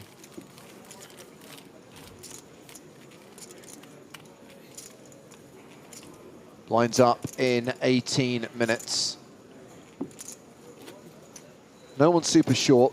Vaskeboinikov officially the shortest stack, but currently playing 36 big blinds. Yeah, and it's very grueling, by the way. Obviously, the toughest spots in poker are sort of the wide range spot. Anyone, you know, playing, you know, aces, jacks, and ace-jack suited from under the gun, nine-handed, anyone could do. The spots where you got to maximize your EV with the jack-5 off versus the queen-4 off are the real taxing spots in poker. 280. And Mikolai fighting against two of the best pros in the world. As I said, I think at least some of the time he does spend living in Cyprus. It's just a short stop, trip across the border. Oh my days. We don't see Arta's hand will release. We're going to see it now. Deuce of clubs, yeah. I mean, also, wow. Again, got to be... Got to make sure your timing's right with stuff like that. Yeah, it works every time until the last time is how the big shoves work, for sure. You see, scared, I didn't push you all in on the river. The only time.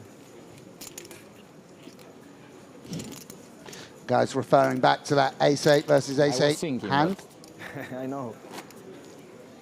Actually, I was thinking maybe I still can win with showdown, to be honest. You win half of the pot. Yeah, to be honest, I was thinking. You see, I told you, he doesn't love a chop pop. He's the only one. He's the exception that proves the rule. I don't know how many times I have to say this. Everyone. No exceptions. It has been said, and so it shall be done. I will not fall. Not everyone tells the truth at the poker table. Yes. Believe me. Deception is an important part of the game, as we see Vaskeboinikov completing the small with Jack-10, dominated by Mateos with Queen-10. I don't know. You need a coaching. Coaching for folding. It will be not you.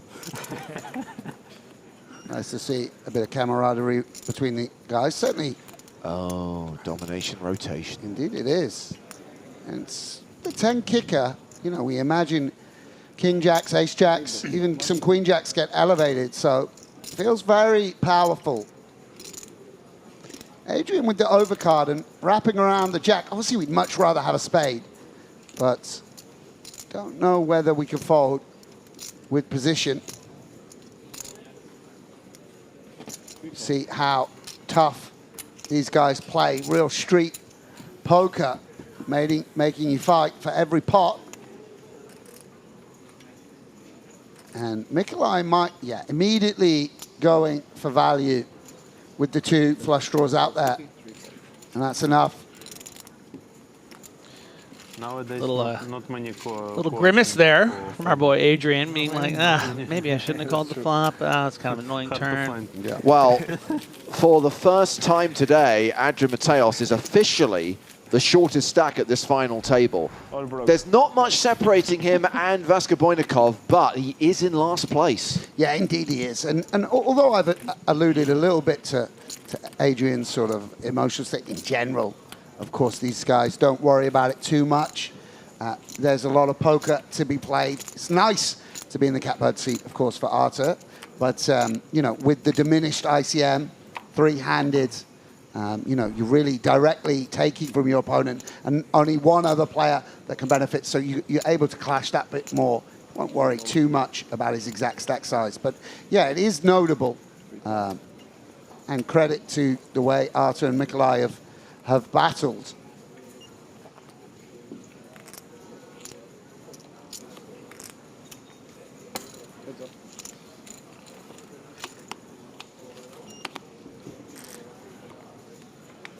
So blind v blind, 6-5 versus 8-4, and a queen, queen, 4 flop. And 3 checks.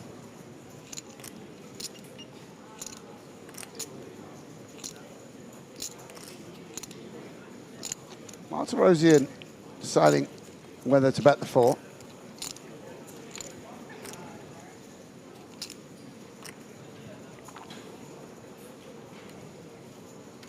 Bets, 120.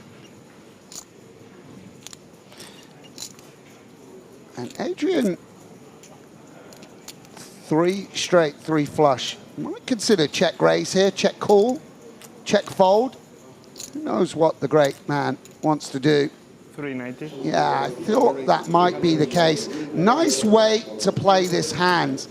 If he just comes out betting, gets floated a lot, doesn't achieve much, and continuing through check raise, giving him some optionality on 3s, 7s, 8s, a whole host of turn cards. Optionality, nice. That's a completely made up word. I love it. You just add a syllable and it sounds very grandiose. Yeah, it's great, yeah. But Artur, you know, when we bet the 4, not exciting to get check raised. No backdoor flush, sort of punishing Artur's frequency. If he stabs too much with, let's say, a 10-6, we fold him off it. And we do have the 2 overs to the 4 when we're Adrian. This isn't really the turn card we're looking for out of position. We've obviously defined Artur's range a bit more now to flush draws, queens, 4s, and the like. And we didn't turn additional equity. So if he has a queen, we are drawing dead with the 6-5. We kind of want to be able to, you know, beat queen 10 by making a straight. Yeah, or a little flush. eight of spades, or Yes. even an offsuit too. Just give us something to keep firing. Yeah. You know, out of position, you obviously do have to sort of be equity driven. Can't be just purely polarized in the majority of spots. 280. Yeah, and Artur seizing on it to protect his 4. Once again, things not going the way of the Spaniard. I do really like that check raise, working it in with the 6-5, keeping your opponent on their toes. Martirosian up to nearly 5.3 million. Mateos has dropped below the 3 million mark. Yeah. Yeah, and sometimes, I mean, almost all the time, you have to kind of work in flow with how the cards are responding too. I mean, Adrian, you know, like we mentioned, didn't get the turn card he was looking for to continue his story. You're going to be tough to hold on with a hand like 8-4, but you know, sometimes you just don't get the run out you need, and you got to give up. Of course. I mean, it's another form of variance. Variance isn't just beating ace king with queens. It's, you know, when they're playing an intricate strategy, you know, the run-outs are and who they favor. And they're important. Yeah. And Mateos here with the beautiful hand on the button. Poker legend Rick Dacey is watching on YouTube. He says, love the new term optionality to justify spewy play. Pretty sure Sam played with a whole lot of optionality back at the gut shot. Yeah, absolutely. Absolutely. Glad that's been noted. Finally, all that optionality I did at UK IPT Coventry is justified by the performance of Adrian. Almost unfortunate there that Mateos' button open, you know, didn't find an ace 9 in the big blind to shove for the 40 big blinds. I mean, that's really the danger, which could end up happening. for the way Basketball has been playing. Yeah, and these guys know they're in for a long haul. You obviously get a little bit of a buzz. So it's also three-handed. I mean, again, you really are involved in every other hand. Comes round so fast. You get a little break, as hands play out when you're six-handed. That's why the chit-chat diminishes a little bit. Button raise from Artur Martirosyan. And a big blind defend from Adrian Mateos, who is hoping that the board does not all come strawberries.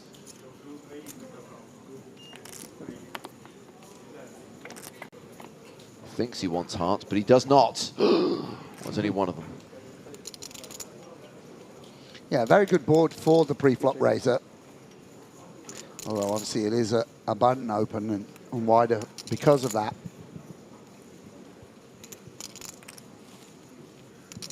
Artur deciding whether he just c-bets range on this board. 110. Which potentially is the case. Quarter pot here. Very hard, to defend against. We just keep our range wide. And again, Mateos considering check raise here with the 3 flush and overcard. 650. Yes, and he's looking for spots to regain the momentum. Always pushing. Yeah, I'd and love to see it. does leverage Artur off the best hand. Nice. And Mateos reclaimed second place on the leaderboard with 3 remaining in the super high roller. Let's take another look at the tables in the 5K main event. Players competing on day 1B. So who's a former champion and who isn't?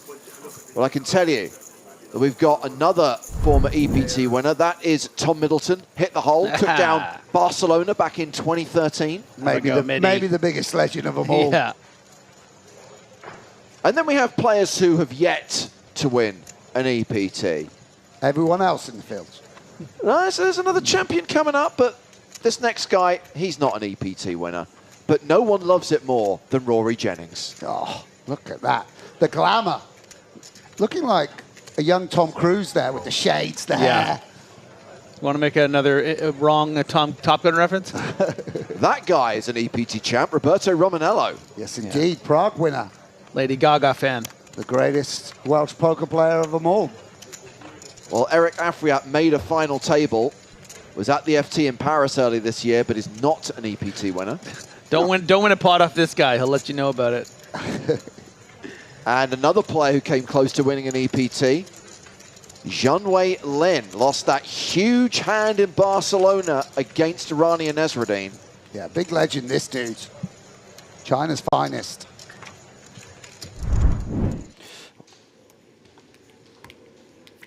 So we will start covering the main event tomorrow, day 2, when the players who survived day 1A unite with the players who survived today, and they will play into the money tomorrow. We're live at 12:30 local time. You're saying that with such confidence. Is this a sort of, it's almost a guarantee you feel? What, the money? Yeah. Yeah. Nice. I'll be stalling from level 1 then. No shot clock. I'll be sitting on my hands, mate. What an ambassador. Hashtag my ambassador.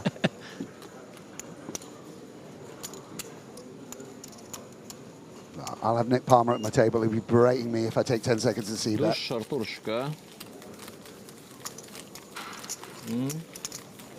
I was saying earlier to Joe Griff, how fun must it be to play a super high roller where your sort of career doesn't depend on it. You are, I know Mikolaj is super competitive and wants to win, but also just knowing, okay, the rent's paid, how I do, it's not going to affect my ability to play in the future or whatever. Must be such a joyful experience. Yeah, it's always the best to cover the events where it doesn't mean anything to the players and there's no excitement and you're not. No, but no, I mean, I don't. I'm teasing, obviously. No, like that's not the case at all. Yeah. But you know. Yeah. No, but yeah, it's to be in their shoes. You know, to be in a super high roller and playing for just an enormous amount of money and it not being a huge difference is pretty remarkable. Mikolaj with a must VPIP hand in some fashion. Now, he has, at least he's kind of changed gear. I was a little bit worried that he was going to rip, which seemed to be his MO, and he would definitely get called by Martirosian's queens, but he's just 3-bet to 525,000. Yeah, and it's difficult for Martirosian. Queen's not a hand that we necessarily can slow play, just because of the overcards that come, and the choice of hands that Mikolaj might elect. We also want to just make sure we cooler pocket tens and such like. So Arthur deciding how he wants to proceed with the queens, and he's actually clicking it here to try and induce. You do actually get some 4-bet folds, and I wonder whether Mikolaj might bite, either in the form of a call or a shove. It's got to be tempting. We can imagine the bluffs here. A hand like ace-5 off would click it here some of the time, I'm sure of that. And he's got a sort of middle of the range hand. Ooh. And for that reason, he's going to hood flat. A lot of players wouldn't play flats here, and we got a very bloated pot here now. 2.3 million in the middle, pot back. Exactly. Vaskobojnikov, the effective stack here, with only 2 million behind. Yeah, plenty of boards that he'll be prepared to go in on. You know, even a 7-8-9, for instance, with 2 million out there, you're getting it in. And the king comes! Yeah. Wow. Spikes the king and immediately checks to Martirosian. Yeah, and the queen's particularly tricky to play here. It's kind of easy to play the ace-5 off and just put money out there. Easy to play the aces or ace-king. Does queens sort of shielded by the top of range, aces and ace-king. And Martirosian will check back. And I wonder if he's concerned by that king. Mikolaj might just reaching for chips. How does he want to play his range and his hands? So I guess you're really considering all the, I mean, of course you do block something like king-queen here with the queens, Sam, but you know, if you think about the kind of hands that might 3-bet and call here, I guess a lot of these kind of suited king X's would be a part of that range. I mean, you're dealing with a specific opponent. Yeah. So it's really dialed into him, his sizing, the speed with which he acts. But we are calling 525 to win 2.8 million. So this is not the street where we're going to see Arthur make a big fold. That's for certain. He will call. An ace here, of course, would potentially slow everyone down. A queen for a get-out for Marta.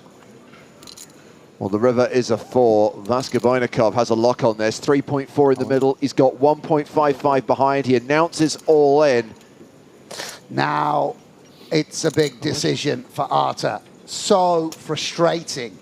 Yeah, and what a price too. 3.4 out there before the shove. Just, you know, about a 40% pot all in. Clubs, of course, have missed. How many club combos sort of come along for this 4-bet pre-flop? How many pure bluffs? What does Mikolaj do with ace-jack? I mean, another thing is that could there be aces, right, you know, in the range? Kings in the range. Would they have just called the 4-bet? So there's actually some hands that had us beat all along. What does ace-king do? We imagine Mikolaj doesn't call the 4-bet. Martirosian really going through what he knows about this opponent. Yeah, and less likely, but some ace-7 suited combos, too, that are going to somehow be here. Yeah. And what does his range look like when he checks back the flop? He would obviously check back kings full on king 7-7. Where is he in his clicking range, etc.? Oh, and he does call. Martirosian makes the call and gives Vaskobojnikov a huge double-up. Wow. That changes everything. Wow. We have a new chip leader at this three-handed final table. 1.540. Mikolaj Vaskobojnikov now playing 6.5 million, more than 80 big blinds. Artur Martirosian down to 24 bigs. Scratch that, the blinds are going up. We just hit the 5,100 level. Vaskobojnikov may be a bit shallower, but it's still the monster chip leader. Martirosian's now going to be, dare I say it, a short stack. Yeah, remarkable turn of events. Incredible flop. Big call on the river by Arta, getting a good price. And you see Mikolaj, you know, he's been so chirpy, but understanding the gravity of the moment.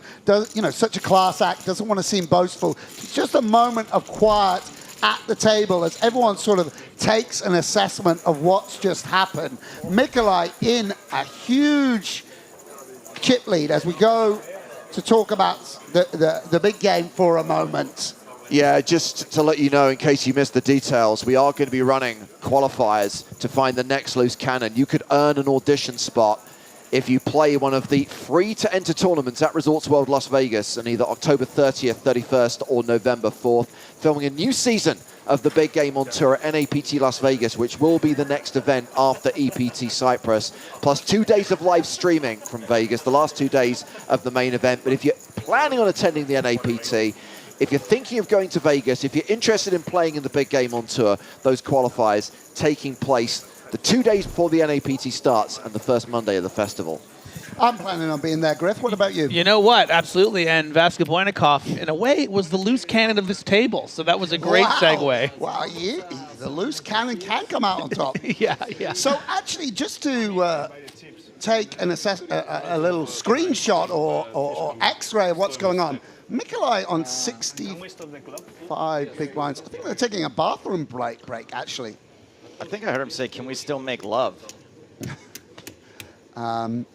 You know, but Mikolai on 65 bigs. Arta down to 17 big blinds. What did you make of that, Griff? You think, you know, obviously speaking with humility, obviously, when we're speaking about these great players, but you think he could get away from that handle? Do you think the sort of loose cannon factor means that he just sort of has to pay it off, having checked back the flop, sort of check back in order to like keep your opponent's range wide and hopefully they find those bluffs? Yeah, I mean, it's a heck of a price, right? It feels like he should never really be bluffing there, but it's also like, you know, imagine that you just fold there and you just feel like he's the kind of guy that could maybe just turn over 10-9 of spades and smirk at you or something like that. You know, it's just like, and there's a lot of money out there. And I mean, we did see him give up there with the ace-8, you know, albeit a hand which had a little bit of showdown, right? And we did see him fire a couple of shells against Mateus and give up, you know, check down jack high and let Mateus win with king high on one occasion. So I don't know whether he's emptying the clip all the time. And also, he's got to 3-bet and call a 4-bet in the first place, which just means that some of the goof around hands are missing from the range. I really don't know. Ooh. It's also people don't like, Numbers. Is that? Laptop out. Toby, he looks like an Undertaker, like he's taking someone's measurements for the... It's a good tie. Very interesting, by the way, that this moment of all moments where, as the equity really shifts in Mikolai's favor, that they opt to look at numbers. I'm a little surprised at this, I got to say. I think Mikolai might, again, I don't want to speak out of line. I did hear maybe Mikolai say that he would give something up. I don't know whether that's still... I mean, I think that would be the only way to get a deal done, I would imagine. Yeah, I don't want, again, we don't want to be presumptuous. Right. But you can kind of... I like being presumptuous, though. It's kind of nice. Just Sure.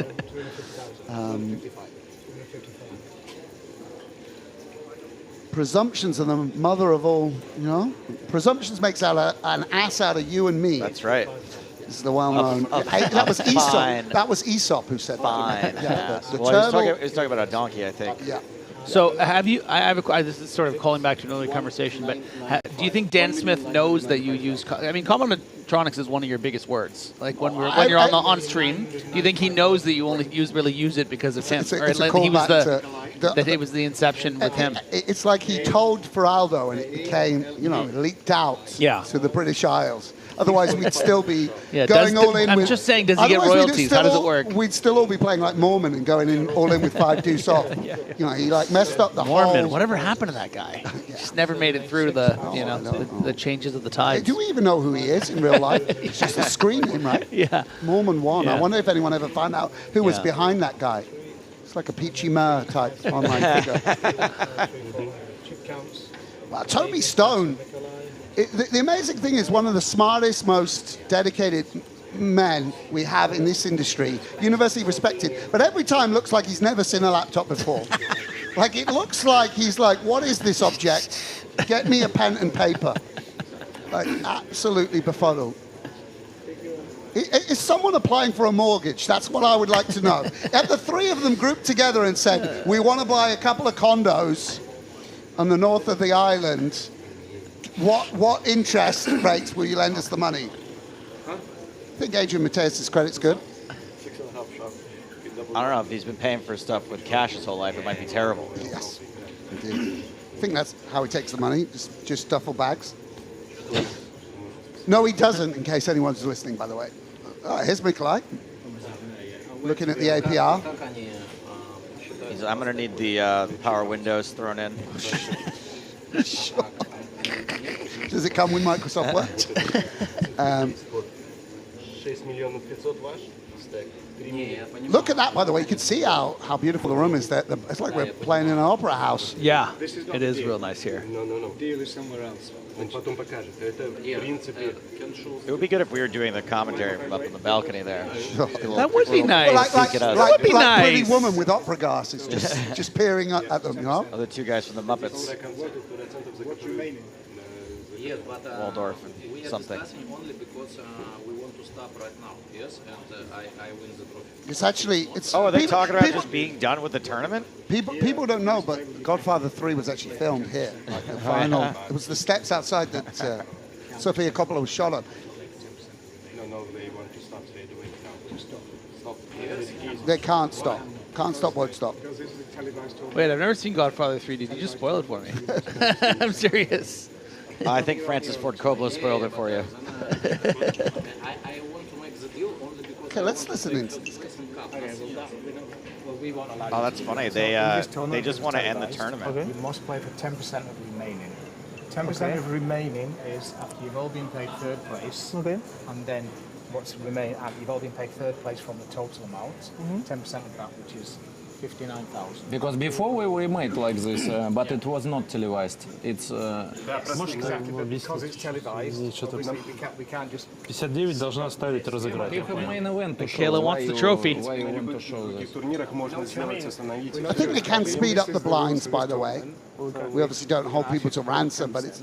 Марис, That's a deal breaker. Это единственный турнир. я понимаю. We can give you a trophy, but after, I mean, the photos and everything for the winner. If one of us win, and then you keep the trophy to hold your home. Okay. That's fine for me. Yes. Nikolai wants the trophy. Love that. He wants the glory. Okay. But we're going to continue like.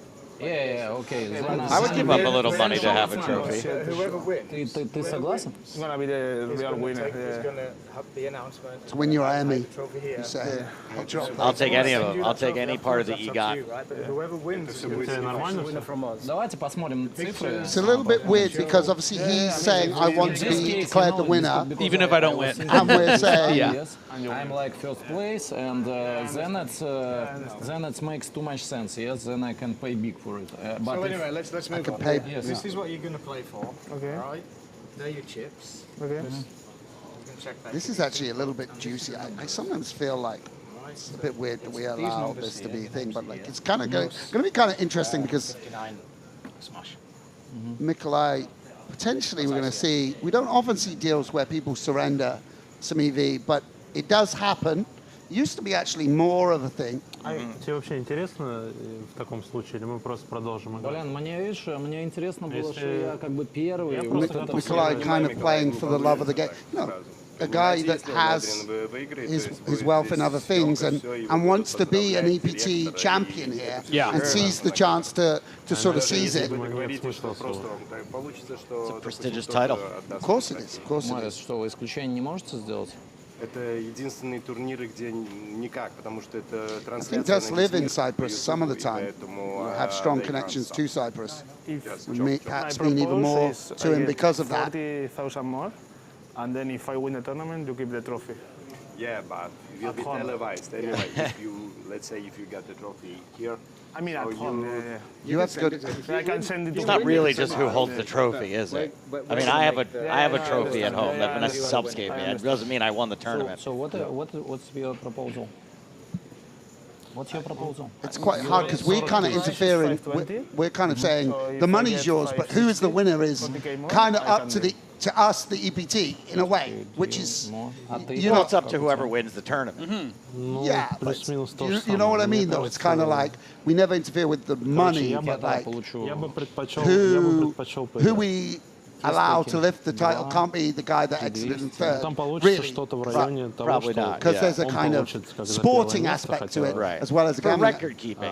Yeah, it's a very, very interesting. Did you win the tournament if you busted third? Yes or no? Is winner just a sort of What's your label? opinion? As a non-player, I try to stay out of these things. I know the same happened with Bryn Kenny at the Aussie Millions, where they did a deal, and he was third in chips or whatever, but he said, I'll only do a deal if I get to be named the winner. And they did name him the winner.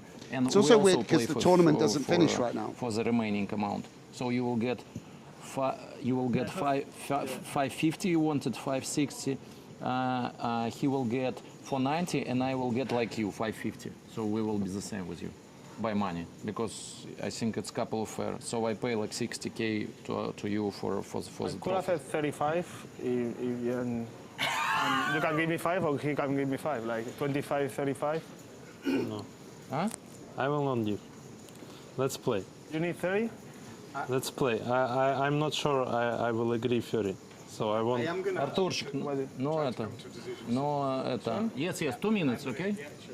Артур, ну сделай мне приятно. Ну что тебе? Ну сколько у тебя еще этих трофеев будет? Сделай, я детям привезу трофеи, но мне Russian language course, so you can give us a précis of what they say. You don't want to know. Но Yeah, я считаю, что у него хуже положение, чем у меня. У него средний чек, у меня короткий. Ну, то есть у меня нет давления на меня. А он хочет попросить больше, чем я. Я типа... I just want to say, and I think I can talk over this because most of us don't understand what they're saying, but it's pretty remarkable he's offering an even chop with Mateos. Yes. I mean, he has a 2-to-1 chip, more than 2-to-1 chip edge, and so like this is a deal that Adrian, I mean, no matter how good he is, he needs to find a way to get it done. And Martirosyan is saying, you know what, no And bet. also, by the way, sometimes people say, does the money matter to these guys? Hold on, guys. I give him 35 from this amount. Okay, and then we play for 10%. Whoever wins from you, I And take this numbers without 60K that we play. Yeah, and we have to play 59 more. 59 more. 59. So what's the? Do you need a decision? Need an answer from you? Yes. I will give 35K each. I give 35K each, so I stay Wow. with 540. 540. So Mikhail takes. Nikolai. I mean, it does make for good TV, by the way. Yeah, absolutely. Even but though he's saying right now that I love it. I only want 540 when first is 786, and he has Sure, more than half the chips in play. Although he can win 60 more, but yeah, which he has a bigger share of. But Yeah. I mean, we know it's serious. Adrian's untucked his shirt for the first time since the first CPT. Hey, a good deal's a good deal. I mean, Photo with my phone, or you can make a photo. Yeah. So we're going to take 35 from Nikolai, 7 from Nikolai. And just to put this into some context, again, it's a little difficult for us. You know, I can speak very confidently about, or at least somewhat confidently, about the technical aspects of poker. Hard a bit to speak about people's personal aspects. But Nikolai is someone where 25K doesn't really matter to him in the grand scheme of things. I'm sure he would love 25K extra in his pocket. But he is someone that's playing, as many of these non-professionals, strictly speaking, do for the love of the game, the will he wants to win. to go to in his office and have that trophy there, and it's an Absolutely. important part of his experience. Yes, exactly. And whereas for Arthur and Adrian, Yeah, it's very nice trophy. I bring for my kids, Yeah, there you go. For me, it's bigger, than. Exactly. You That's make adorable. good negotiation. I maybe give more. He just spent. If you make better negotiations, maybe I give more. He just spent $70,000 on maybe getting the trophy. No, he has it. Win, you take more than me. He has it. That's the deal. He Even has if the the others trophy. win, they're giving him the trophy. No. That's the thing. Yeah.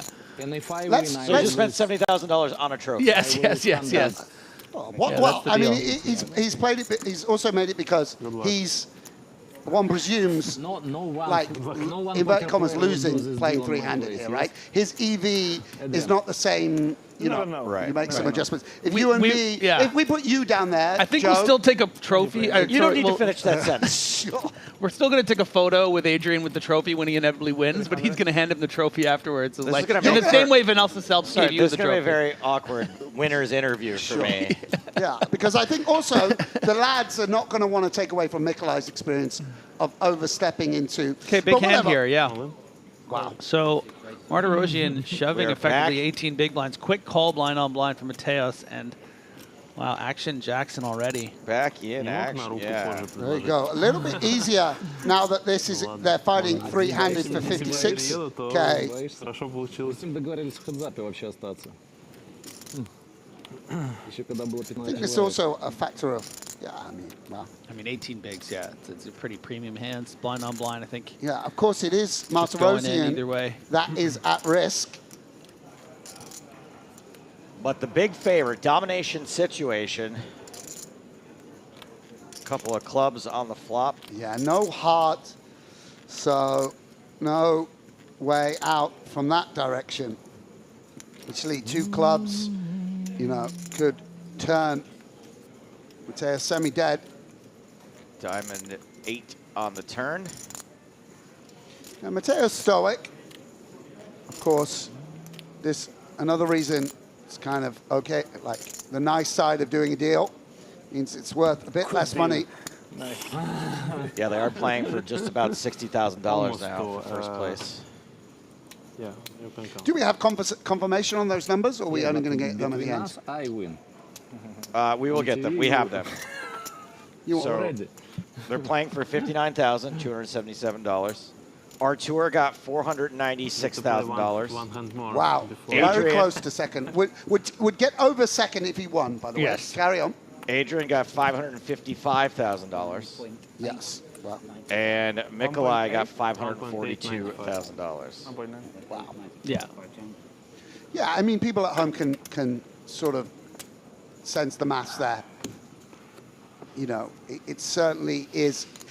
Basically, as the inverted commas weaker player, you know, perhaps in his own estimation, he feels a little outmatched. You sort of pay a premium in order for a deal to done. If you're three equally matched players, you take the ICM numbers. If you feel like... Yeah, I mean, he's in a very unique position in that he has a huge leverage, which you normally would not have deal-making wise because of the big chip lead three-handed. He's like, you know what? This might be my only opportunity to get one of those big gold statues. And speaking as someone who has one himself, it's one of my favorites in my limited but beautiful collection. You know, I can appreciate the position he's in. Who is wearing a Shambhala bracelet. No, my ex-girlfriend took that one away. The Shambhala bracelet's been sold 4 times on eBay. Sure. Yeah. Nice that Shambhala bracelets are still getting, you know, this is what happens if you endorse the EPT. We'll talk about it for 10 years later. Yeah. Dear. So we're playing some poker here to crown an EPT super high roller champion. And look at Mikolai's smile, by the way. That's another, you know, that's worth a lot. Obviously, very, very happy to have, in his mind, locked up the win and the trophy. And flops very well here with the 7-6. And the sort of splashy approach he's taken might get him some action here, because Martirosyan with the king of diamonds, again, could think about check raising in a similar way. Just actually lets it go. Really nice with spade and diamond in hand. Top pair good. How much pressure I took from you, you know? Now we play without pressure, everybody. The way it's supposed to be played, without pressure. That's how I like it. 60K. 60K, yeah. 60K free roll on Poker Stars.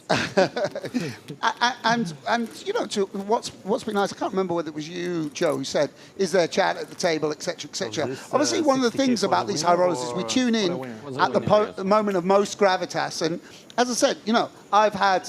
Mikolai's got no reason to chat with me, but has always been super friendly and warm. And we see now that the pressure is eased, a little bit more of that personality shining through.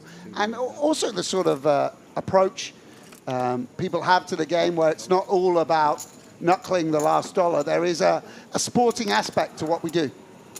Yeah, I mean, look, they're not making decisions for $750,000 anymore, so that's gonna lighten things up a little. Maybe the next time England's playing Spain in the Euros or the World Cup, we can offer them a way out. Listen, guys, you just give us the trophy. I have a question. You all the money. Yeah, I have a question. It's a two-part question. The first question is, do you think that he would buy my EPT High Roller trophy for around $15K? And two, is it inappropriate that I ask? Mateos turns top pair and has a diamond to go with it. How much for the Iron Man toys, though? Are they for sale? Oh, no, that's we're not having that. That's sacred. That's very sacred. His Goku versus Superman is the last thing to go. Yeah, that's a good one. Martirosian using the king, a card favorable for his range, to protect his ace-10. But when he gets a check call, it does... If he gets a check call, and I assume he will, it is going to diminish the value of the ace-10. Betting 35% of Mateos' stack here, so just going to put the rest in. Yeah. Oh, I thought he said all in, but no, I see you said call. Yeah, makes sense with the diamond in hand as well and the worst king. And Arta going to know now this ace-10 in trouble. Very weird to ever bluff with this exact combo in general, having opened the button. Yeah, and he checks down. It's a problem. And shielded on that turn card by having stronger hands. I hope he never stops wearing that hat. It's just, it's a part of his. Wow.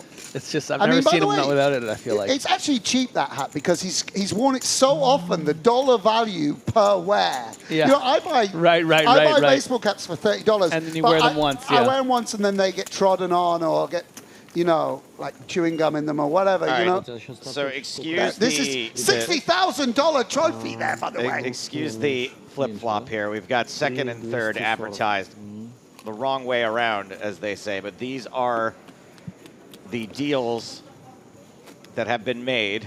Yes. And they are playing for the additional $59,277. I feel like it's a bit of needle just to put the advertised up there. But anyway, whatever.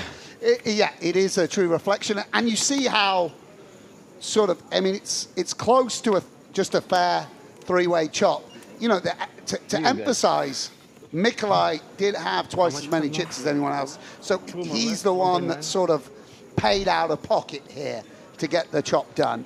And as I say, no shame in that. People play poker for different reasons. And Adrian and Arta, like me, play to make our living. And other people play for the glory and the fame. Yeah, and it's interesting to see something you've never really seen before. I mean, he had 60% of the chips in play or something, or maybe over 50 at least. Because so some might say that ICM doesn't even account for the fact that as big stack you get to leverage, like bounce the two of each other off each other. Martirosian turns a gut shot draw. Yeah, and we see ace high still good. Yeah, we see once again this sort of technical blind on blind, king high not wanting to bet, ace high not needing to bluff, as Martirosian realizes a pair on the river.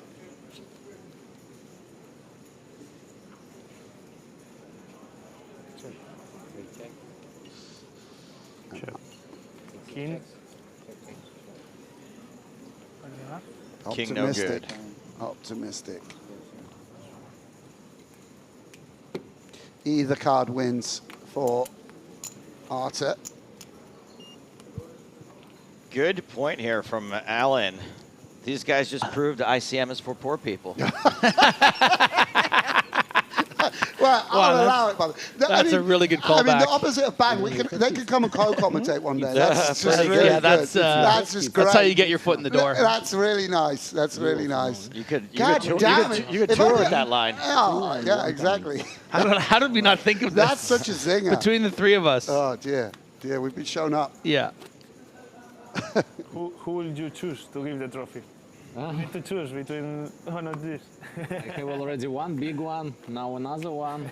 So one for each?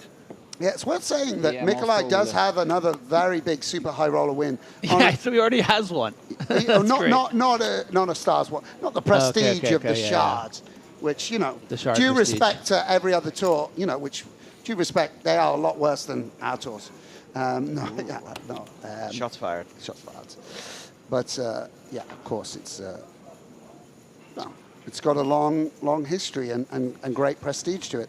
I got to say, I mean, I have a second, and at the time I didn't care at all. I was overjoyed to get second, and now I have a little like, ooh, I remember the all-in that I lost where I could have closed, and I think like, oh, I wish I'd got that win. Even this long afterwards. Yeah, exactly. Got a board pair on the turn. This was a limped pot, blind on blind. Running diamonds. The jack of diamonds. Yeah, Here and on this- 5th Street. Some chance that hits Nikolai. You imagine the 6-7, 6-8 on occasions will bet. Ah, it's king 6. Oh no, okay. Just checks down. A 10 high, I guess, potentially. Хорошая перспектива была на флопе, но не пошла. Бэкдорчики. 8-6 червей было. Хорошие.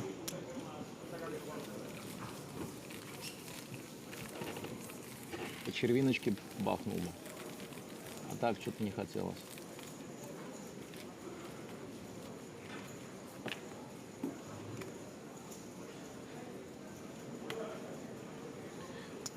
Just over 16 minutes left in this level. We are doing 30-minute levels now, so we'll have one more after this I before wonder the if break. those shorten them even more.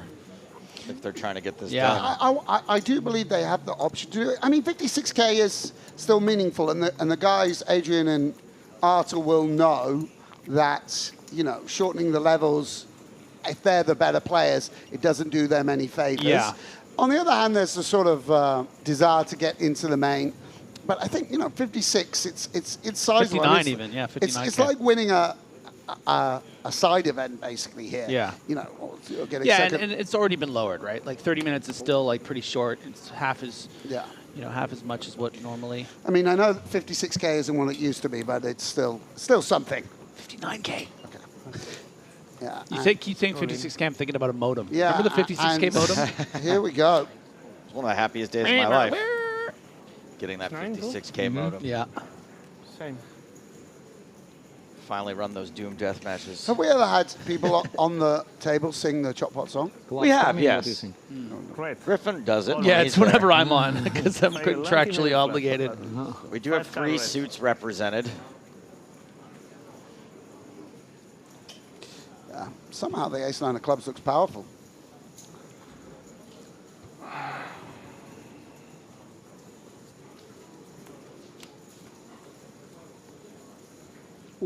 Couple of clubs. Red. Couple of clubs. Nikolai Adrian may wants just to get bust his and, wish the natural feel way. that Sweaty, and you see those equities shift. How do you kill a god? No? You prefer 60K more. A club on the turn. Or River and Mateos. Well, he won't be lifting the trophy either way, but won't be winning the extra. 9? No club on the turn. No. 9, right? This color. Can Mateos fade? Yeah, make it black on the river. There's the color sweat I like. The I like that bad idea. beat. It was black. Way. Chop it up. This You hand give me so ends in a big chop, and you know what they say. Everyone loves a chop pot. He does it on purpose, I'm telling Yeah, you. but we slowed down to match him. No, that was good. You started early again. Oh, did I? You got to look at him and see when he okay. starts. That's Okay. all. You know, Okay. look at me next time. Okay. Okay. Yeah, Adrian, a how chop you which you didn't so have to pay lucky now? 60,000 for. So lucky always. Yeah. Nice one. Nice. That's good. Put that in the edit. I had 50% to catch. Adrian looks like, I don't know, 25% on he's each just, card, he's just finished a long day at the, Yeah. maybe he's a Whatever supply you want. teacher. He's untucked his shirt, gonna grab a beer. Some fun with math there from Michaela saying I had 50% Okay. there, 25% on the for the turn and 25% on the river.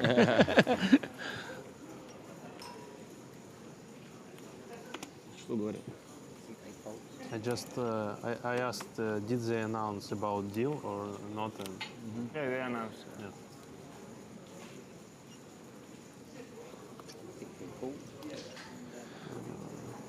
Dali. Yeah, Dolly P. Adrian short. One of the things to say, of course, is that, you know, maybe it's self-evident, but ICM, of course, completely different in a winner-takes-all scenario. It's the exact opposite of ICM. There is, you know, you don't get anything by outlasting someone else. Yeah. You're just playing pure, in the purest sense. For chips. Yes. More clubs on this flop. Wow, Martirosyan this time with the club draw. Yeah, and Mateus, with bottom pair, forced to continue. Can't know what bad shape he's in. Check. And that is a flush on the turn. Now Martirosyan's 7 was already good. Yeah, and I wonder if Martirosyan with the pair ever checks. I don't know. We want to try and get the whole stack in the middle with this hand, so maybe not. Yeah, interesting, right? Because it doesn't feel very kingy, Mateus's line either, right? So you're just going to be folding out a lot of 5Xs. Yeah, I mean, he obviously can't know that Adrian doesn't have the 7 of clubs. No, sorry, he does know that Adrian doesn't have the 7 of clubs. So yeah, I mean, yeah. No, but it was interesting what you said. I feel like it's easier in the booth here to see like, oh, this would make for a really interesting check. Yeah. But maybe in practice, sure. You know, you want to maybe. Yeah, I mean, Adrian might just check call Queen 8 with the Queen of clubs. Yeah. You get but running out of chips is Adrian too, so that's like murky water. But I guess in particular the Queen of clubs. Adrian down to 16 big blinds, 37 for Martirosyan, 61 for Vaskebonnikov. Просто 3 крести флоп надо было положить. Я не знаю, что он на 2 положил только. I want to know what this dude's business is now. I know some quite cool stuff, but I don't want to say it. Just can you just write it down for me? Yeah, we can say. I know that he has one business which is super cool and Cypriot related. And what related? CYPRUS related. Wow. Okay. You know, this is when, like, you know, when someone says, "I'm not saying what hand I had." Did you have queens? No, a bit lower. Nines? No, I wouldn't get in nines. I'm not telling you. Yeah. You just, yeah. Mateus opening King 8 on the button. King Jack suited for Martirosyan. Yeah, a very powerful hand. And it's tough for Mateus. Would join. I mean, I don't know even whether we could say he's a winner if he wins to be a 2-time champion, but whatever. If he had claimed this, would join a very small and elite group of 2-time EPT Super High Roller Championships. That's right. Having good trip, huh? You know, you hand out the trophy, so you're the guy. But Dude, Makita, I couldn't tell you who won 5 minutes after the tournament ends. Okay. Makita definitely with 2. You know. Many Between others, us, we I know don't who think. is first. How it will happen, it's another. Dragon Burst asking, why is Mateus getting so much off the chop when he is so low on chips? That's the whole thing about this deal is that the 2 shorter stacks got more money than they typically would. Because of a skill edge. Because of a skill edge. And we're able to say that because that's what Mikolai's saying to some extent. And he just ripped Rooney's the 3s. And Mateus wakes up. Crab people. Martirosyan opened this pot. Mateus reshoving. Yeah, and I think Archer is going to fold this with a bit of a smile because he's got look, he's going to even show it. Pretty strong hand, but not when this is the action. Yeah, and when you get snap called cold, this is absolutely best case scenario for the 3s. And ace dead as well, so a little equity bump because of that. And we would be heads up if the 3s hold here. Somehow I want it all to align and Mikolai to actually win. And then it just saves a kind of cleaner, rhetorical headache. But we shall see. Hard to root against the Spanish king of Adrian Mateus. Oh, boy. What a flop. 3 is coming, Adrian. 3 kings for Mateus. Ace in the river. Vaskebonnikov still hopeful about his chances to knock Mateus out here. Oof. Oh, it was little. Hard for it to be a black 3, though.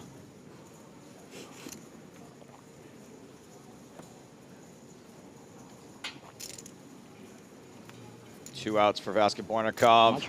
Mateus fades them and doubles up. Not too much. Yeah, and for poker fans everywhere, it's nice to see the man of the moment double up and continue to fight It's nice to see Ace King hold up for once. Yes. Poker fans, that's what they're really thinking. Why does my Ace King never hit? Already. Next all-in, no chance. Two? Of course. Stacks relatively even after that double up. Артур, сколько у меня сейчас? Relatively. 1,5, 3,500. Yeah, I mean, again, I don't know whether to call it the title, but this 59K, certainly anybody's. Я думаю, да, ты же можешь легко посчитать. Отдели зелененькие вот эти сверху, да. Ну. Ну, посчитай, сколько вот этих соток. Yeah, I mean, would have been a commanding chip lead, heads up. I know it's all academic now. Смотри, 2 800, 4 300, 4 500, 4 600, 4 700. А, нет, 5, да, где-то 5. То есть еще нормально, еще не плачевное состояние. Нет. Нормально сейчас пуш был или нет?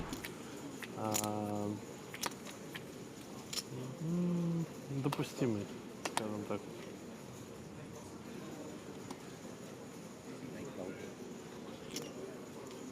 Moskopounikov out. Mateos in the small blind with Jack-9. He's going to limp in.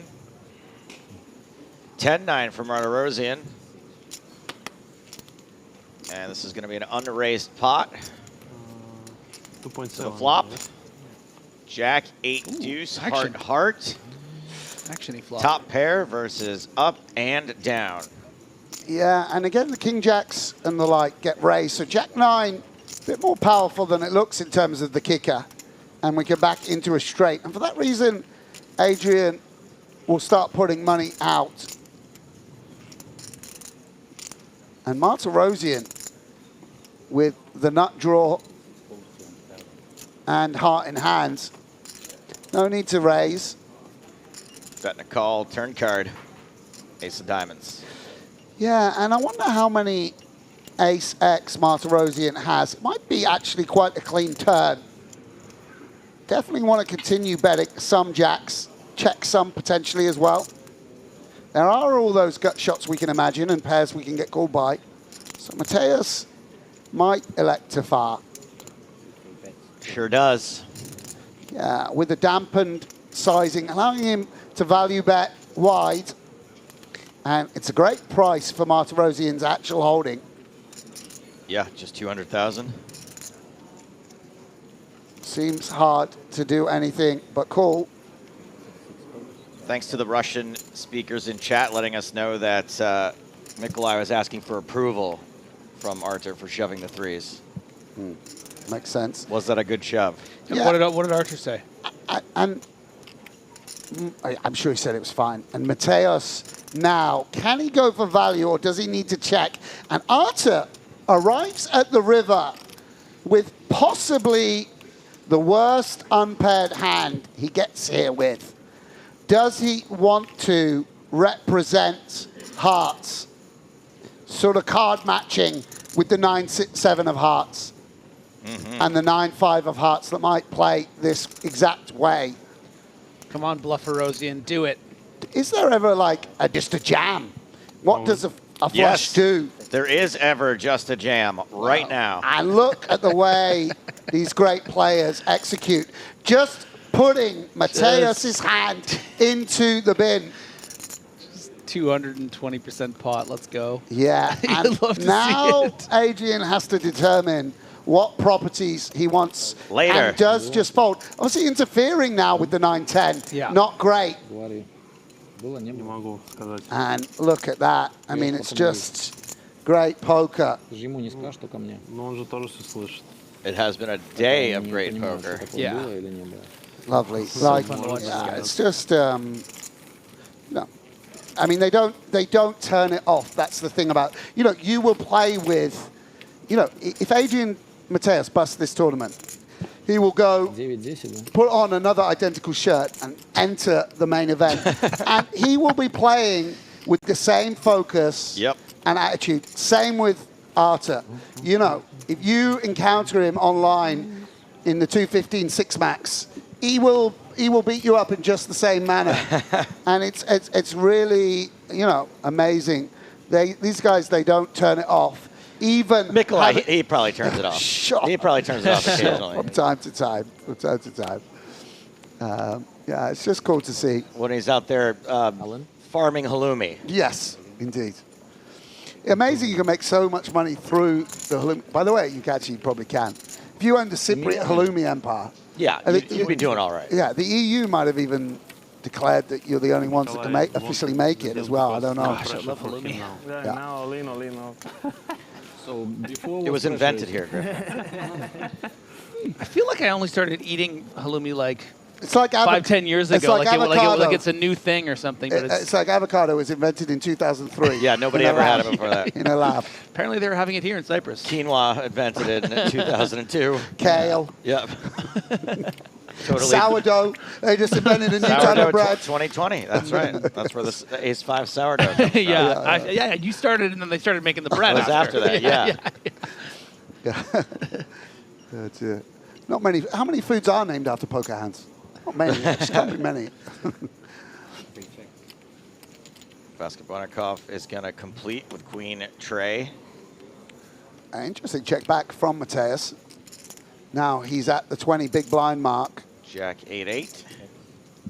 And I wonder, he might consider betting the ace. This is just a subtle technical thing, just betting the ace for protection on the paired board. Getting value from the queen high with the Yeah, backdoor it's a flush really draw. nice. Wow. And somewhat deceptive. What a turn card there. All of the backdoors. Yeah. Knock. And now, I don't think we want to bluff with it. We'll check back. And can Mikolaj get there? And now who? Oh, no, he doesn't. He doesn't. I was going to say, he might even rep the ace. Didn't even give time for Sam to jump out of his chair. No, he doesn't like it. I mean, it's kind of interesting. I wonder where he feels he is in his range. Mateus is going to go for value here with the ace now. And it's kind of interesting because the amount of aces he has pre are very limited. Snap fold. Yeah. Yeah, it's interesting. Obviously, a lot of camaraderie between Mikolaj and Artur. No, it's a pretty common thing, you know, with players that are more in the amateur camp to have pros that they can sort of turn to for advice, you know. And there's a pretty collegiate spirit amongst the high rollers that if someone who's less experienced asks you a question and they're not a professional, that you sort of give them a truthful answer. Yeah. Something we see. Like when Griff asks me a hand history, I just will give him my thoughts on it. I've been there as well. Take time out of my day for you, mate. I actually do ask him questions.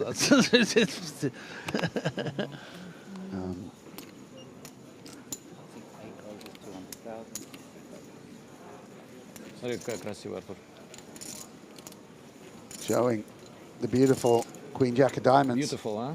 Yes. I agree. I agree. Mikolaj. All right. Lights up now. 60, 120, 120. And you're going to get additional 10 banks out. That's correct. Марица, как в туалет сходить? Через 29 минут. Не, ну если Lines are up можно, now так, to 120,000. можно. So Mateos just playing 19, Martirosyan 35, and our chip leader Mikolaj, but not by much. Sitting at 40 big blinds. Yeah, and the money could go in here, Griff, right? Because especially with Mikolaj playing like an aggressive four-bet, an aggressive pre-flop strategy with big shoves and reluctance to fold to four-bets, etc. Maybe spot you go on the flop together a bit time, yes? I go to toilet. Okay. You know, he's demanding chops. He's demanding mid-hand toilet breaks. Mikolaj really taking control. 240. Raise 240. And in comes the button raise. Pretty standard with the Queen 9. Alan. And there is the Did you shove. see the cards or no? Good one. And Adrian despite that double up with the ace-king, can't get much going. Struggled to remember him winning 3 hands in a row, or even 2. You know, sometimes it's not your day. Still playing in good spirits. Of course, I mean, understandably so when you've locked up 550 already. Get another payday for the man of the moment. Cool tower defense there from Michaela. Nice little structure. Yeah, it's like you want them in 20s.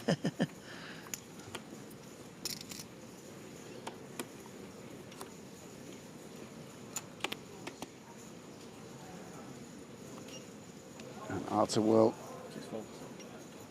fold the 10-7.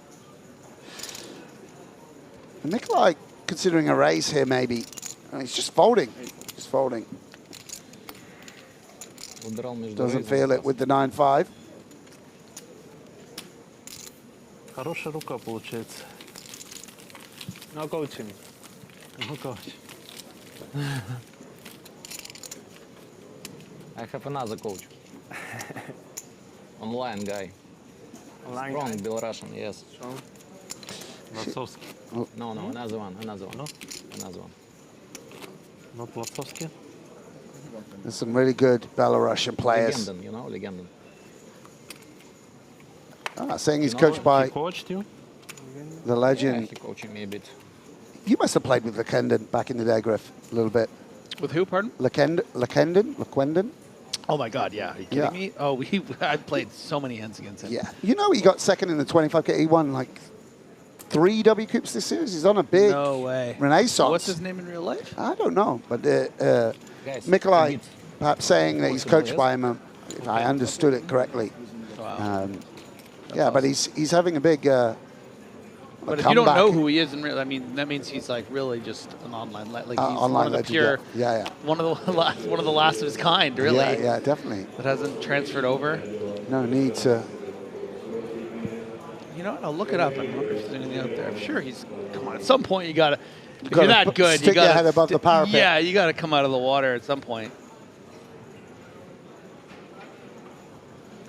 Yeah. And Mateus, a little stutter step here, considering betting, I think, to actually target. Check. No, it doesn't. Checks. Maybe just feels it's too weak, the low end gut shot. Such a connected board. And now Martirosian might stab to give himself bluffs on 9 or 10x turns. Again, just a little bit of deliberation on this hand for some reason from both players. Oh, they're taking their time because he's gone to the restroom. Okay. So this is one of those things where the commentator's off in the... Just trying to figure out, like, ooh, what's this such a... delicate spot, but actually it's because a sort of another player's lurching across the room. Free ball on the turn. Doesn't change much here. Yeah. How long does he need? He's got to dry his hands. He's got to... It's so funny, even how it looks like they're intensely waiting. Yeah. 450. Yeah, but he's still going to bet here and actually plays it as an overbet. And yeah, and Arthur will tank to try and allow Mikolai to return. I think he sees him. I saw some recognition there. It's so funny doing live broadcasts, what we have to navigate. I mean, let's be honest, our job is pretty cushy. We're not going to pretend otherwise, but we certainly have to deal with some interesting situations. I'm in the bathroom right now. I have one of those new portable headphones. I don't think there's many other sports where we have to consider what these NBA players are doing and they're actually waiting for someone to relieve themselves. Look at the empty water bottles. You see why? Yeah. I got good news, and it's not just that Mikolai's back. Free roll starting in 2 minutes. No way. My babies. How much does it cost to enter them? It is a free roll. Ah. So what, you get like a pair of dice, and then if you roll and you roll well, you get You're into in. the tournament? That's right. Okay. Russian is hard to learn. It's a not free. Spanish. That's probably where it originates, Griff. If you break it down. Actually, yeah, So the you're right. registration opens in 2 minutes, not starting in 2 minutes. Starts in 32 minutes. I know Did I tell you I who went and saw learn Guys and Spanish Dolls, for and I had 1 no year. idea what it was going to be about? It's about gambling. and they know. No, it's just about like the entire thing's about gamblers. Of course Huh. not. I didn't know that either. Yeah, it's like amazing to watch. Password, by the way, for the free I roll. think Spanish is one Mockery. of the most easiest languages. No way. As in, don't mess with the Kai hand. That's good, I guess. Really? By the way, Yes. fantastic podcast guest. Oh, Kai yeah? Mockery was really good. Nice. Yeah. I can imagine. Great guest. It's better to be Vivacious easy so more people character. speak it. Yeah. Very open. Happy to Second tell language, stories. yes, Sometimes, involved. sometimes I'm pulling teeth a little bit, right? Second language Yeah, of course. in the world. Poker Second. players are not. We're not the most naturally yes, gregarious. Kayan's one of a kind. You know, he'd stand out if he was, you know, in a circus. Be like the most outgoing guy. Portuguese is very different Him and the from Spanish. ringmaster. Similar? Yeah. So you can understand. What job would you have in the They circus speak if you were going to slowly, have? more or less, yeah. Bearded lady, perhaps? No. What would you do, Joe? I mean, I think I'd probably be the ringmaster. Oh, I like to That's bark, what you bark think to the yourself. crowd. Some people have that ringmaster I'm a energy. natural showman. Yeah. Oh, wow. Back in the day, this was your Tinder open. If I was in a circus, I'd be the ringmaster. I wish there was a better way to say that. Yeah. Okay. What would you do, Griff? Oh gosh. Well, whatever job the ringmaster would give me, really. The geek. The geek? Bring out the geek. You guys remember that from No. Nightmare Alley? I didn't watch Nightmare Alley. I didn't watch it either. There's some directors I've just missed. You know, I've barely seen any. This is embarrassing to me. I'm not going to say. That's Guillermo, right? Nightmare Yeah, Alley? yeah. I mean, I've never seen any of his films. You've never seen Pan's Labyrinth? No, I don't. You should be beaten about the head and shoulders There's for just that. some guys I've just never got into. It's crazy.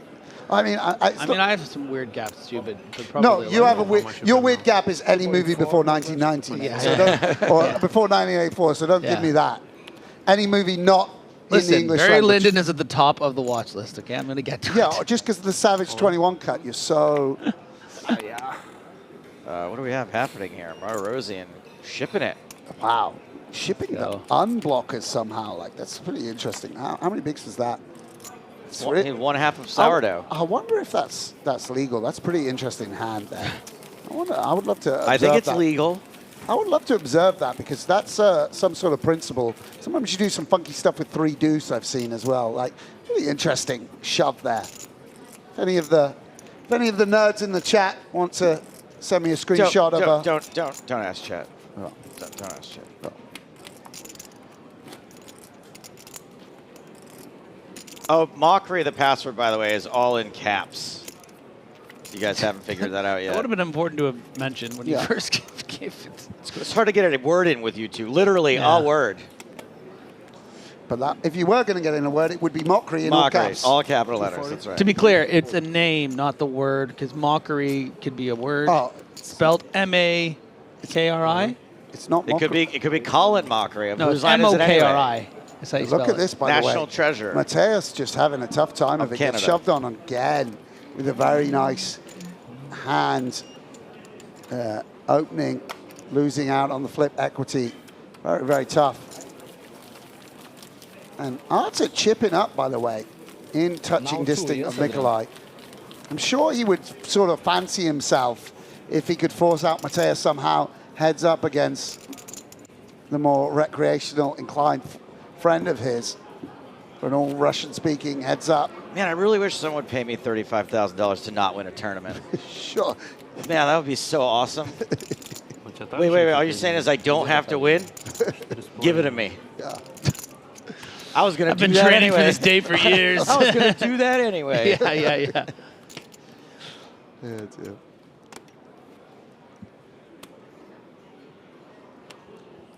Queen 7 on the button for Artur. Nikolai. Ace 8. All in. Yeah, and Душишь, да? AYCE. Приятно, да, Mateus душите? Да. folds. Очень. Он же нас поддушивает, а теперь мы его.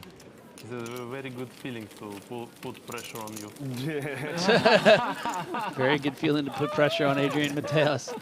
I bet. that's nice. What a jerk. Like every EPT when I message him to ask him to hang out, you know, put a lot of pressure on him. It's nice. It's nice one through the guys.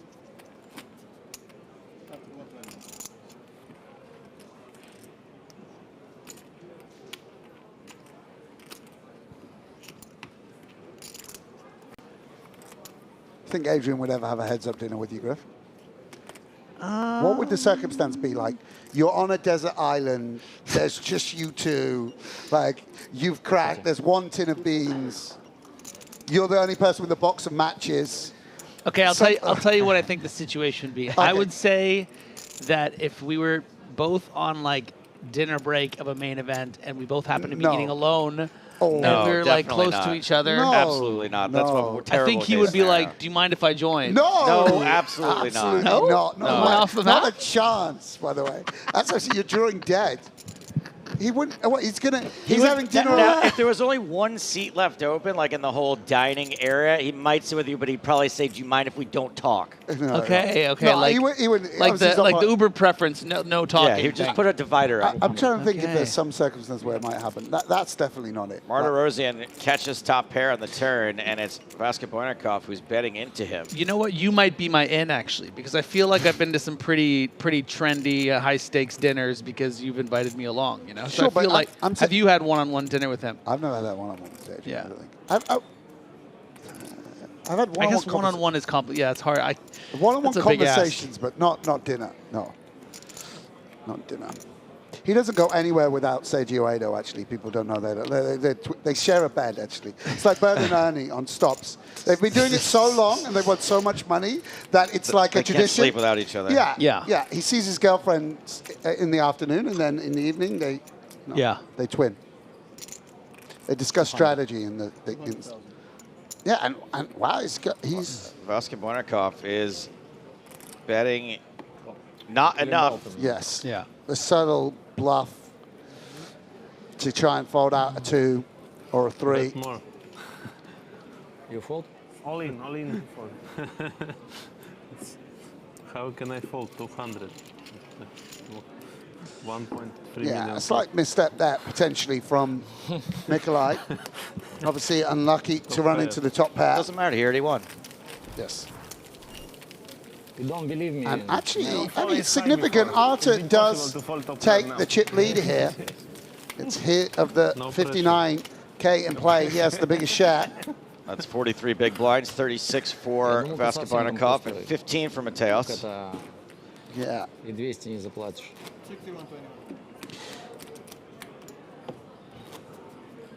And you know, it's worth saying it's quite a comeback. When this deal was done, Artur was actually on 17 big blinds, making that somewhat heroic call with pocket queens in a 4-bet pot.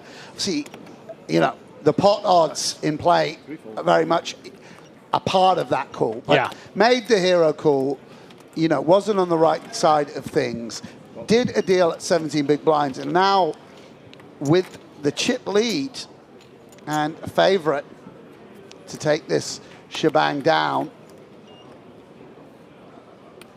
10-6 tray, top pair for Martirosyan. The run good continues. 180. Yeah, and that's half pot. Diamond as well. Backdoor flush draw. It's a nice spot to put some money in.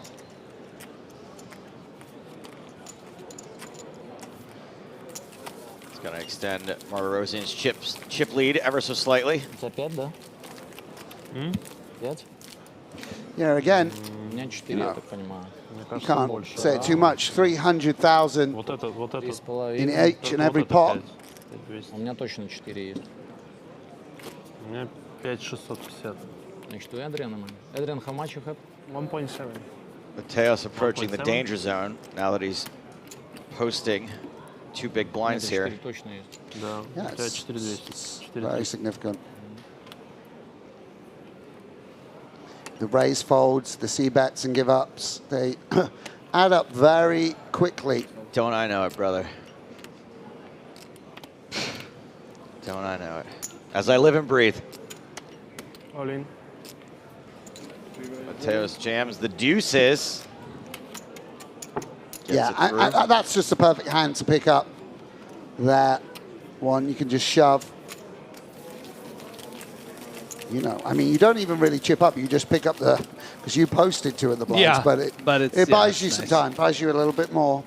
I'm actually a little, I'm curious to talk out a little bit more with this like fantasy dinner between Griffin and Adrian Mateos. Would you be your typical goober self, or would you like be cool? I mean, if he could be cool, surely he would be cool more often. Yeah, if I could be But cool. you would like, would you pick up the salsa here and be like, don't be so salty, Adrian, and kind of do this the stuff that you usually do? You wouldn't mention comics as much, right? No, definitely not. Well, I mean, the thing about... What would you talk Well, that's the thing is that, like, listen, obviously, Adrian Mateos is like one of my poker heroes, but I don't know if we're going to have a lot in common. I mean, he is... He's really good at poker. Oh, man, I don't know if you were there the one time someone asked him, it's just like, so they're just at a final table, and he's like, so what do you do when you don't play poker? We may have a showdown here. Wow. Yeah. All in a call. All in and a call, and for once, Mateos is at risk and behind. Potentially free for lunch or dinner, though. Oh, so wow. there is an That is a upside good point. if there's no crab. Nikolai, obviously, with a snap call. And Adrian looking a bit worried. It's a very close one with the three and no suited properties. As to whether he's jamming in, and I think that's a bit of an annoyance to him. But does, can chop, can get out of jail.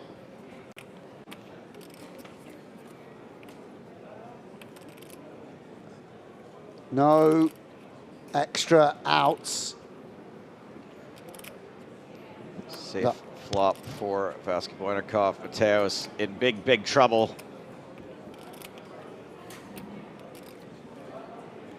Wow. Well, that's a little helpful. Not good card, huh? Yeah, definitely a good card. Opportunities. Adrian may just survive this. I don't think it's coming somehow. And Adios, Adrian. GG. See you at dinner, buddy. Yeah, and again, just worth emphasizing that, we're witnessing the exit here of really the top player in the world right now, someone putting together result after result. Just a phenomenon. Has been since his youth. Very happy to book 40K over second place, finishing third, booking another extra 200,000. Yeah, that's pretty amazing. And good news now for Nikolai Vasquez-Boynikov, who really wants to win this tournament. Yes. He has just got one more opponent to get through, and he's got the chip lead. You know what? And just in the general scheme of things, I think it is lovely to sort of see very demonstrably how much these titles mean to people. Let me tell you, doing a winner's interview for Super High Roller is a huge pain in my butt. Okay, because usually they're like, can we move this along? We want to get in the main event. Yeah, another win. Him, I'm actually looking forward to interviewing him because this means something to him. Yeah, definitely. We don't need 15. I think 10 is enough. We'll be 15 anyway. 15 anyway? Okay.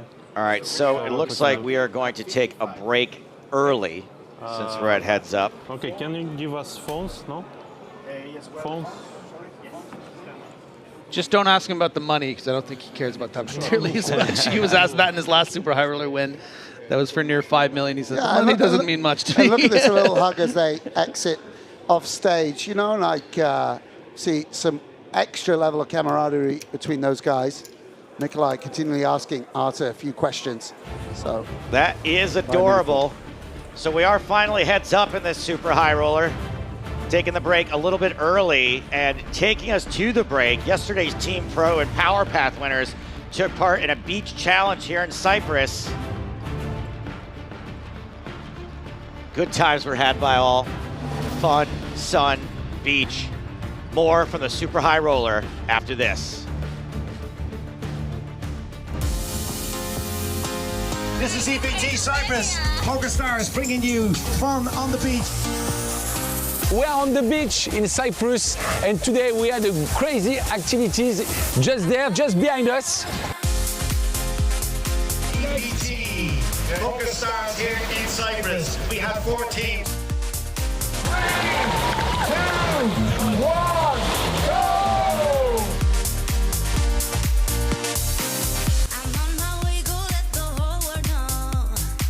Come on, Felix, finish. With 4 teams, I was on Team Blue. I managed to get, as the team leader, my first run in. These team activities, they're just the best. They're so much fun. I enjoy them so much. Yes, we have a winner! We were head-to-head on this one, and I beat him like very easily. We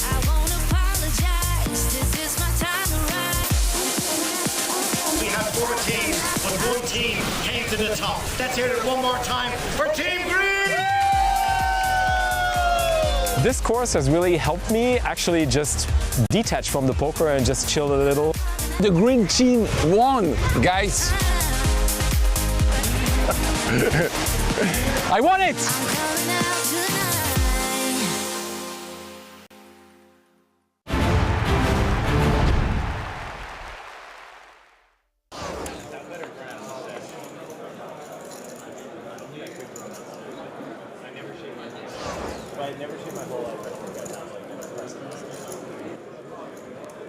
Queen Jack offsuit for Talal Shakurchi. That goes in the muck. Who says old guys are tight? Ace-5 for JC Alvarado also gets folded. Mike McDonald's out. Seidel passes. Junk for Mike Watson on the button. Still thinking about it. Nah. So Dan Smith with the chip lead in the small blind. That's your chips, please. Dan should be raising him here 100% of the time and then just calling the shove. Or... Yep, he bets enough to put McCrink all in. Snap call. Snap call. Snap call. Snap call. Good luck. McCrink eventually makes the call. Nice call. Jim won't need luck. He'll just need some non-unluck. Hearts are my favorite suit, just so you're warned. And I'm a flush specialist. And he's been running super hot in this tournament so far. And he's dressed like a plumber, one of the Mario brothers. That's the wrong color. That's the proper color. Oh, yeah. Specialist, more like a shaman. 9 of hearts would be pretty great. Well, that's sporting. There's Jim's wife on the rail. She doesn't want to see a heart. There it is. That'll do it for McCrink. I'm just playing with you. You are a flush specialist, aren't you? You should see him work the urinal. Jim McCrink, first man out of the EPT Barcelona Super High Roller. Good luck, Talal. Good luck, Larry. The amazing thing, Mike Watson came in with 10 big blinds, and he wasn't the first guy out. All right, Mike. Eric, good luck. Mike, you bet. JC. So Dan Smith extends his chip lead. Jim McCrink got McCrunked. He'll walk away with nearly 123,000 euros. Ah, that trophy is a thing of beauty. Action has been folded to Mike Watson in the cutoff. He's been the beneficiary of another double up, so he starts the hand with 1.9 million. He's got ace-4 suited, and he is raising to 110,000. Now, while Mike was short, he's been playing super tight. Ace-queen for Dan Smith. You had 935 with that hand? 890 I had. I have a 1.9 now. Thanks. Dan might be realizing that Mike could be opening things up a bit now that he's not super short anymore. There's the 3-bet from Smith to 255,000. Jacks for Ilari Samias. I think with a relative short stack raising and the biggest stack re-raising in position, you're usually pretty happy to go crazy here. He 4-bets to 575,000. Or in Ziegman's case, passionately emotionless. Alvarado with 5s in the big blind. 5s. Come on with your 5s. Come on. Yeah, he folds. Watson will give up the ace-4. I'm assuming Dan will want to take a flop in position.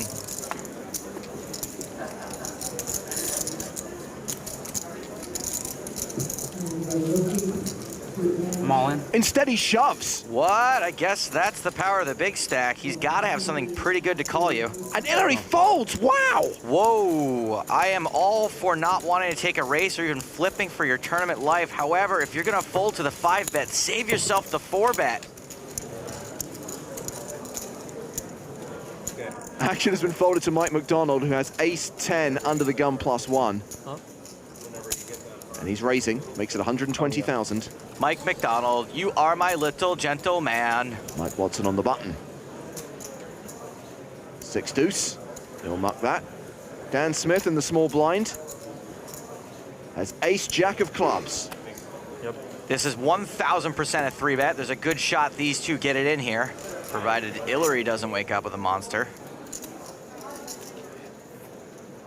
Smith will re-raise. Makes it 295,000. Hillary does not have a hand. It's back on Mike McDonald. Well, Mike McDonald, win in Rome. Everyone, shh, it's girlfriend Cam. This is Dan's girlfriend, Monica. Hi, Monica. He shoves. I call. And Dan Smith calls. Sweet Lincoln's mullet. It's Domination Nation for Mike McDonald and his Ron Burgundy shirt. Mike McDonald's kind of a big deal, but unfortunately Dan Smith has many leather-bound books. That is a horrible flop for McDonald. Mike, only 7% to survive this hand now. It's science. Looking for a 10. Now looking for a jack. Well, he didn't lose any equity there. It's so damn hot. Milk was a bad choice. 3 outs for Timex. No jack on the river. He's eliminated in 5th place. Boy, that escalated quickly. I mean, it really got out of hand fast. Brick killed a guy. Nice playing with you. Handshakes all around. Stay classy, Waterloo, Ontario, Canada. A disappointing finish for Mike McDonald. He started the day as one of the big stacks, second in chips, and not that far behind Dan Smith. So he was probably expecting a better return than 215,000 euros. So we're now four-handed. All the remaining players guaranteed at least 300,000 euros. Action's on Mike Watson. He has Queen-Jack offsuit under the gun, and he raises to 130,000. Dan Smith still stacking Mike McDonald's chips. Well, it takes a while when you have 7.5 million of them. Lines are still 30-60, Dan. Ace-10 of clubs. Well, he's certainly not folding. Question is, will he call, play a flop in position, or re-raise? He calls. He calls, not wanting to let Mike get away, but now it's him. He's gonna have to get away. Hillary Samias with ace-queen suited in the small blind, 3 bets to 400,000. JC Alvarado has king-queen in the big blind. What in the heck is going on here? Are we playing with a pinochle deck? JC folds, as does Mike Watson. Action's back on Dan Smith. Hillary had every single hand dominated somehow. Smith probably can't fold this in position, and if he calls, he's got to pretty much call any bet on the flop as well. I'm all in. He shoves. I call. And Hillary calls. And despite the fact that he's behind, this was a great pressure shove from the big stack. He knows Hillary is going to be 3-betting a pretty wide range, some of which he could fold, and now that he's gotten in bad, he can still lose without it hurting much. Hillary is ahead, but he is the player at risk. Kymppi tulee aina. Mulla on fiilis, mä tiedän. Siikattaa kymppi tulee aina. Hillary says he always gets stung by a 10 and he can feel it's coming. Well, Dan Smith hasn't lost many of these confrontations, no matter what he's held. I don't know if he's lost any. Here comes the flop, which has a 10 on it. Hillary's feeling was correct. Dan sucked out more often than the world's worst rattlesnake handler. Hillary Samias has 1 out because JC Alvarado and Mike Watson both folded queens. Peter Jetton on the right. He busted out just before the final table. Hillary with just 11% equity. Make that 3%. One last card in the deck that can save him. One chance to hit it. Dan Smith about to be an absolute beast. The river is not the case, queen. We lose Hillary Samias in 4th place. I hate cliches like this, but this is Dan Smith's tournament to win right now. Hillary Samias will collect just shy of 292,000 euros.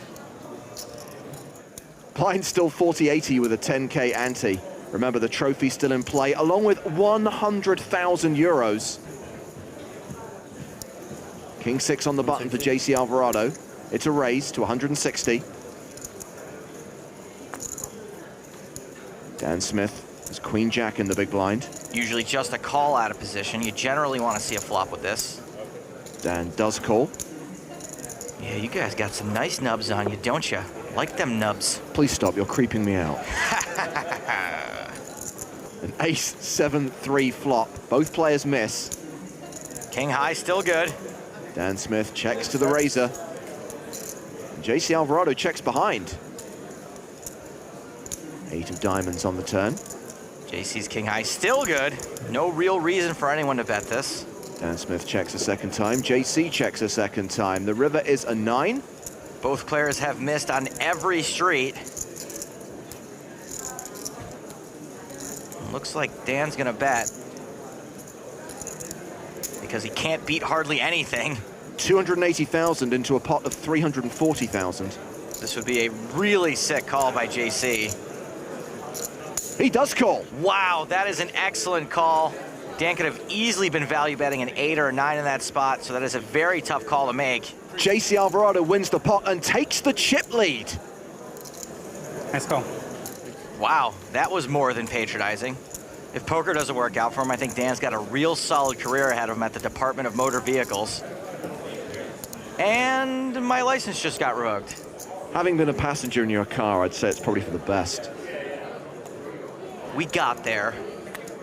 9-10 for Dan Smith on the button in the small blind.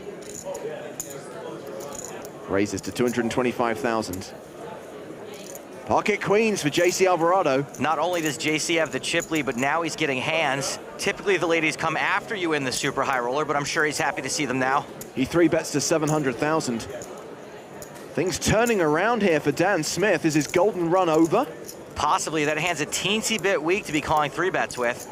Smith flops bottom pair and a straight draw. JC's holding 2 outs to his gut shot, though, and his implied odds aren't great if he hits it. He goes check, check on the flop, and it's a 9 on the turn. I spoke too soon. Dan Smith's run is by no means over. And unfortunately for JC, that's going to look like a very safe card for him.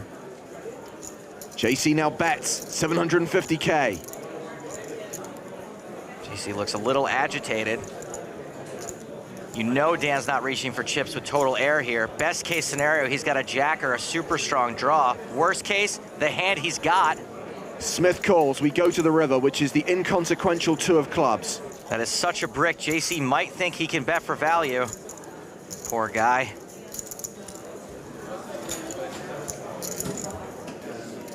He is betting 1.4 million. Dan most likely should be raising this river. It's really easy for JC to be value betting worse, which he is, and he's just not going to be beat very often. Also, it's such a polarizing spot that he's going to get paid off a fair amount of the time. That is a big raise. 4.8 million total. And we had to cut away because JC just threw up in his mouth a little. Shoots him a look. It's a very polarizing bet. Dan's either got a 9 or he doesn't. JC's put so many chips in this pot and was probably so sure he had the best hand. This spot is grosser than the piece of carpet the dog sleeps on.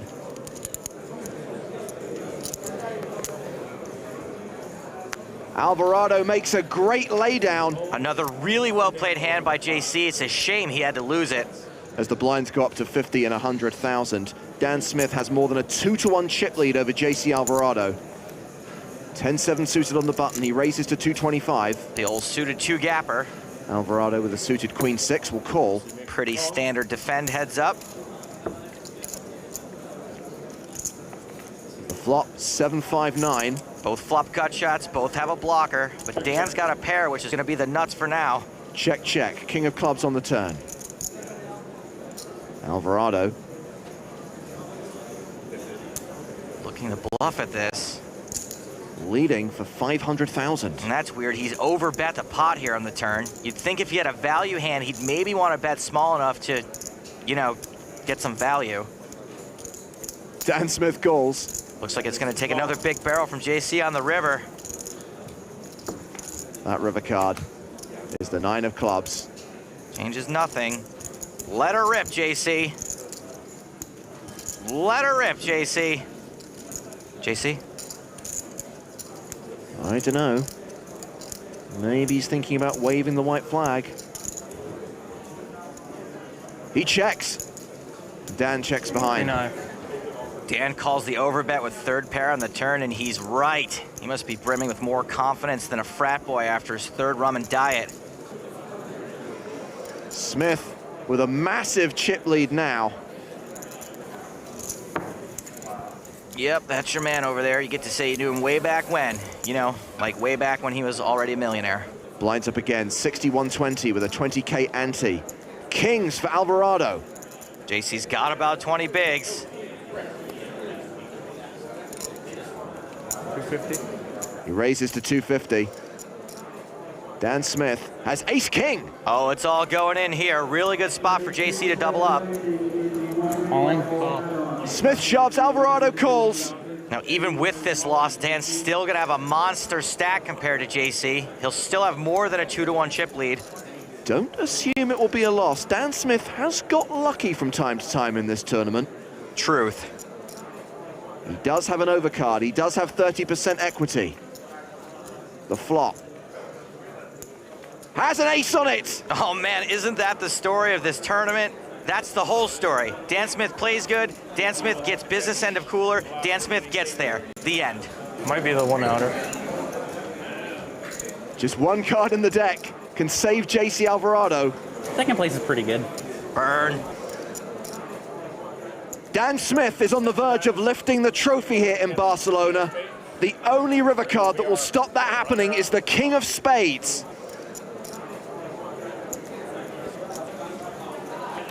It's a 3. Dan Smith has done it.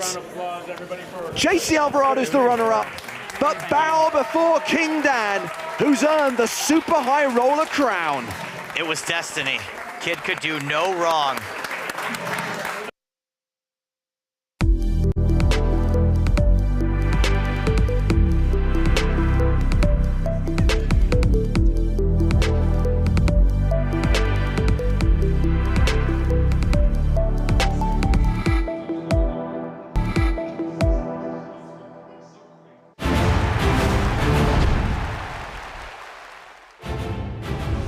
Welcome back to Cyprus and the PokerStars European Poker Tour. It's the Super High Roller final table, and we are heads up. Just before the break, here at the Merit Royal Diamond Hotel, Casino and Spa, we saw start of day chip leader Adrian Mateos eliminated in third place. So it's Mikolai Vaskobojnikov from Belarus heads up against Artem Martirosyan from Russia. Vaskobojnikov with the slight chip advantage as we pick up the action with 10 minutes left on the clock at the 60,000, 120,000 blind level. James Hartigan rejoined by Sam Grafton. Hey, boys and girls. And for the first time today, we say hello to Nick Walsh. Hello, hello. Thank you for having me. Short-handed play, Nick, your favorite. I mean, you guys brought in the expert. Yeah, what can I say? Heads up poker, it's my favorite. Let's go. Let's see what they got for us. Yeah, you could play these super high rollers. If you got three-handed, you'd be the best player. It's just the early stages. Eight-handed, you'd be under the gun. You'd be like, I have no idea what to do. Do I still raise 6-8? Sam, you're just describing my entire life, mate. Yes, exactly. That's correct. You're absolutely right. Don't worry, though. Spin and Go Championships coming up pretty soon in Prague. Oh, love that. So if I don't win that now, I'm going to look really silly. But there we go. We're going to give it a go. Yeah, that would be fun. So Martirosyan, first hand a heads up, raises from the button from the small blind with 9-6 of diamonds. King-Queen for Vaskobojnikov. Yeah, and you could go either way here with the King-Queen. And he's playing high variance, by the way. This is something we saw short-handed as well. I mean, I think Mikolai very attuned to the fact that down the streets, Art are going to be more experienced, more technically gifted. Well, that would be my question, Sam, and I guess this was also applicable when we still have Mateos at the table as well. If I feel that I am outclassed and outmatched, isn't playing high variance the correct strategy? I mean, just to give you an old school reference, I really remember my first World Series or second World Series, Taylor Paul was heads up against an amateur, and Taylor Paul was bashing him up. The guy went away on dinner break, came back and just started open shoving 38 bigs, each and every hand, and Taylor had to just find a Queen 8 to call with, hope it was best, and then hope it held. And he was really distraught. He'd been winning every hand heads up. And, I'm not saying, by the way, that's what Mikolai's employing, but, he feels like taking the big shoves, taking the, big jams is just the way to go. And you know, it's very hard to combat, by the way. Yeah, Very, you know, 9-6 suited versus King Queen's a decent matchup. And actually, I know we went into this kind of making a spin and go reference. That's something we encounter a lot. People are like, okay, this is my last $50. I'm just going to be all in every hand. That kind of play. How do you combat that? And you're right. You just have to find the hands at that point. You need showdown. Sure. And if you don't have it, it's very difficult to combat. 9-6 is not it. So we have Queen 3 against 8-4 here. Yeah, and the thing I was going to say, James, is obviously we've seen over the course of this final table a lot of chat between Artur and Mikolaj. See, there's a very collegiate atmosphere in general amongst the high rollers, but these two certainly seem to have a sort of fraternal bond, both from the language aspects and Mikolaj leaning on Artur a little bit when he was unsure about decisions. So, you know, these guys, although they'll be taking it deadly serious in the battle, you know, to be triumphant here at the CYPRUS Super High Roller, obviously sort of a bit of camaraderie away from the tables. So Vaska Boynikov playing 56 big blinds, Artur Martirosyan playing 38 big blinds. Those blinds will be going up in 7 minutes' time. Is this Artur's lucky hat, by the way? I feel like he's always wearing this. I mean, I was going to say, you know what Mikolaj should have done in the deal is he should have said, I want the trophy and your hat. and, you know, we would have seen if Artur has a price for which he will relinquish the 2 tigers. He's a tiger. Grrr. I wonder what he initially won in this. It does feel like it does have a sort of lucky feel to it to him. I'm sure Maybe it was the Sochi hat. I'm sure he can afford a second baseball cap. Maybe we should offer him one. Maybe he'd wear an EPT CYPRUS one for us for the next 4 years. Roman Hrabek style. So Martirosyan's raise, flattered by Vaska Boynikov, and a Queen 8 deuce flop. So top pair for Martirosyan. Significant advantage here. Yeah, super strong top pair at the best of times, even more so heads up. And Artur going to immediately want to put some money in with this strong a holding.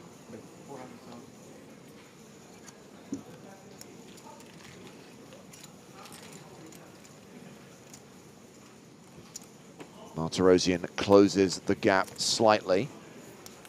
Vaska Boynikov still with the advantage in this heads-up battle. 47 total entries in the Super High Roller here in CYPRUS. A 50k bind, so a prize pool of nearly 2.3 mil. Pretty darn respectable, by the way. Decent turnout, decent field, decent prize pool. And yes, a deal was agreed, so they're no longer playing for the advertised payouts of 500k, 786k.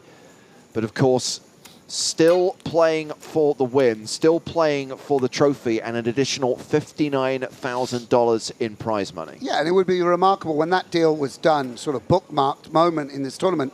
Artur just on 17 big blinds at an extreme disadvantage, and here he is still very much competing for the victories. Only a few chips behind his adversary.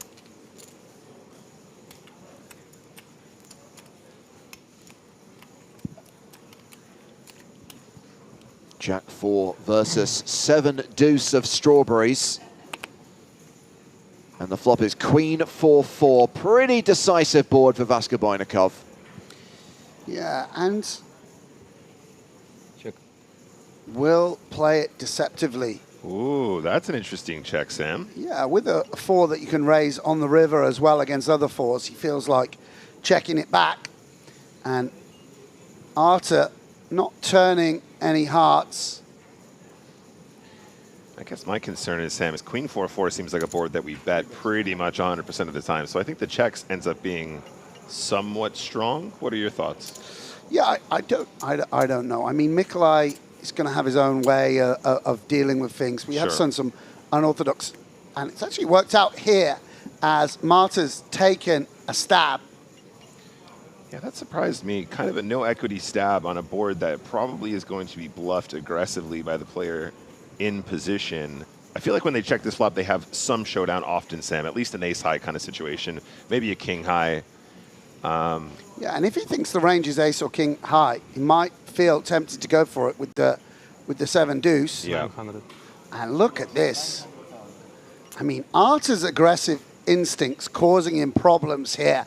And, you know, in a way, it seems Mikolaj really knew his customer, you know, with, as you say, a potentially unorthodox check back, and is going to be the recipient of over 1 million chips. Oh, he just, I didn't see him announce all in. I guess he just put the triangle forward. Goes all in. Заманила меня, And one thing that's been really nice about this, even before the deal was done, but Mikolai's been in a great mood, seeing how much it means to him to be at, and by the way, it's not like he's some rank amateur. He's had huge scores online and live before, but really playing with joy in his heart, which is something you love to see. Obviously the tour can make you a little bit jaded. You go to every stop, you're going to be playing tomorrow, you're going to be playing the day after, but he's someone that really plays with a smile on his face. Obviously, the 500,000 score, puts a smile on your face. But I don't want to say he's... What you're saying is it's not just chirpy chips. He's a guy that enjoys the game. Yeah, he does. I got you. No, I feel that. I think that's nice. It's nice to see people enjoy themselves playing poker. It is a hard game to play. Got to put in a lot of study to be good at it. You got to be focused. You got to be serious, but you got to remember we're going to have fun out here too. And as you say, a big score on the way as well, guaranteed. Yeah, I mean, if you're privileged enough to be able to play a tournament like this in the most luxurious of surroundings, then you've got to feel bit of gratitude. Gratitude, as the podcasters say. Hashtag gratitude. Yes. Grateful. Hashtag grateful. Sure, exactly. Always. So nothing going on for either player here, but the player in position might be tempted to make some bets here. As we see Martirosyan gonna fire. Yeah, and we do have spade diamond in hand as the out of position player, and we can consider check raising here. 420. Yeah, I think this is kind of nice, especially if we ever feel like our opponent is c-betting too much. It's not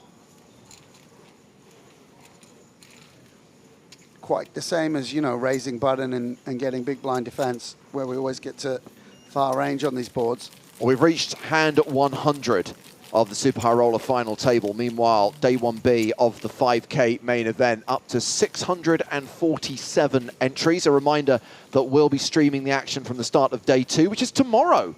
The survivors from days 1A and 1B, plus anyone who late regs at the start of day 2, will take to the tables at 12:30 local time, and you can watch it, including world-famous bubble coverage on the PokerStars Twitch and YouTube channels. I'm going to be there for bubble coverage. Playing. I know. Shocker. I'm calling it. Calling my shot. You're manifesting. I believe they say manifesting. I don't know what. I don't really know American references. But like Babe Ruth, I'm calling the min cash. I presume he did similarly. Sam points to the trophy. Yeah, and says, maybe not, but I'd like to double my money. That's what I'm... Not really double my money, because I'm in for 2 bullets, but I would like to break even. Is that what Babe Ruth did? It's similar, right? He sort of pointed to the left field or whatever it was and called the home run that won the World Series or something like that. Am I right, Joe? Something like that? Yeah. Hold on, we've got action here. We have got an all-in. Vaska Boynikov shoves on Martirosyan with Jack-10, and Martirosyan calls it off with Ace-Jack. Yeah, and I didn't expect this. We were sort of goofing around there, but a huge clash. And Arta on the right side of things here with a dominating Ace-Jack.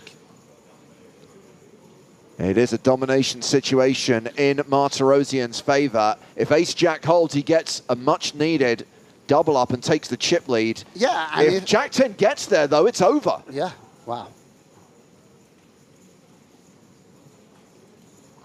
A low flop, Ace-Jack holding right now. Yeah, no straight possibilities for the Jack-10, which is frustrating. Mikolai willing a 10 into existence. And there is... I think he's saying, I'll take a 7, maybe. Opportunities have emerged. Or 10 for the win. No 10. Wow. And that is going to be a double up for Arta Martirosyan. Well, that changes the dynamic of this heads-up battle. Almost even, but Martirosyan with the advantage. 6.46 million playing 5.29 million. Yeah, absolutely. Reversal of fortune as Arta takes They're not insignificant chip lead, 53 to 42 big blinds when the dust settles. We've reached the end of that level. Blinds are about to go up to 8160. So the big blind numbers not strictly accurate right now. Yeah, but we see the magnitude of the double. Yes. As Mikolai loses the chip lead for, I believe, the first time since the deal was done. You know, at that point, Arta was down to 17 big blinds. So an amazing 4-bet pot. Perhaps you saw Arta clicking the queens, getting the extra value from the king 10, but cruelly outdrawn. Sometimes you've got to be careful what you wish for. Meanwhile, we get to see the tables in action on day 1B of the main.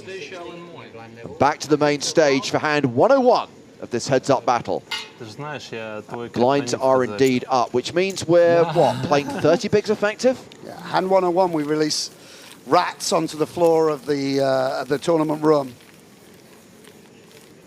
80.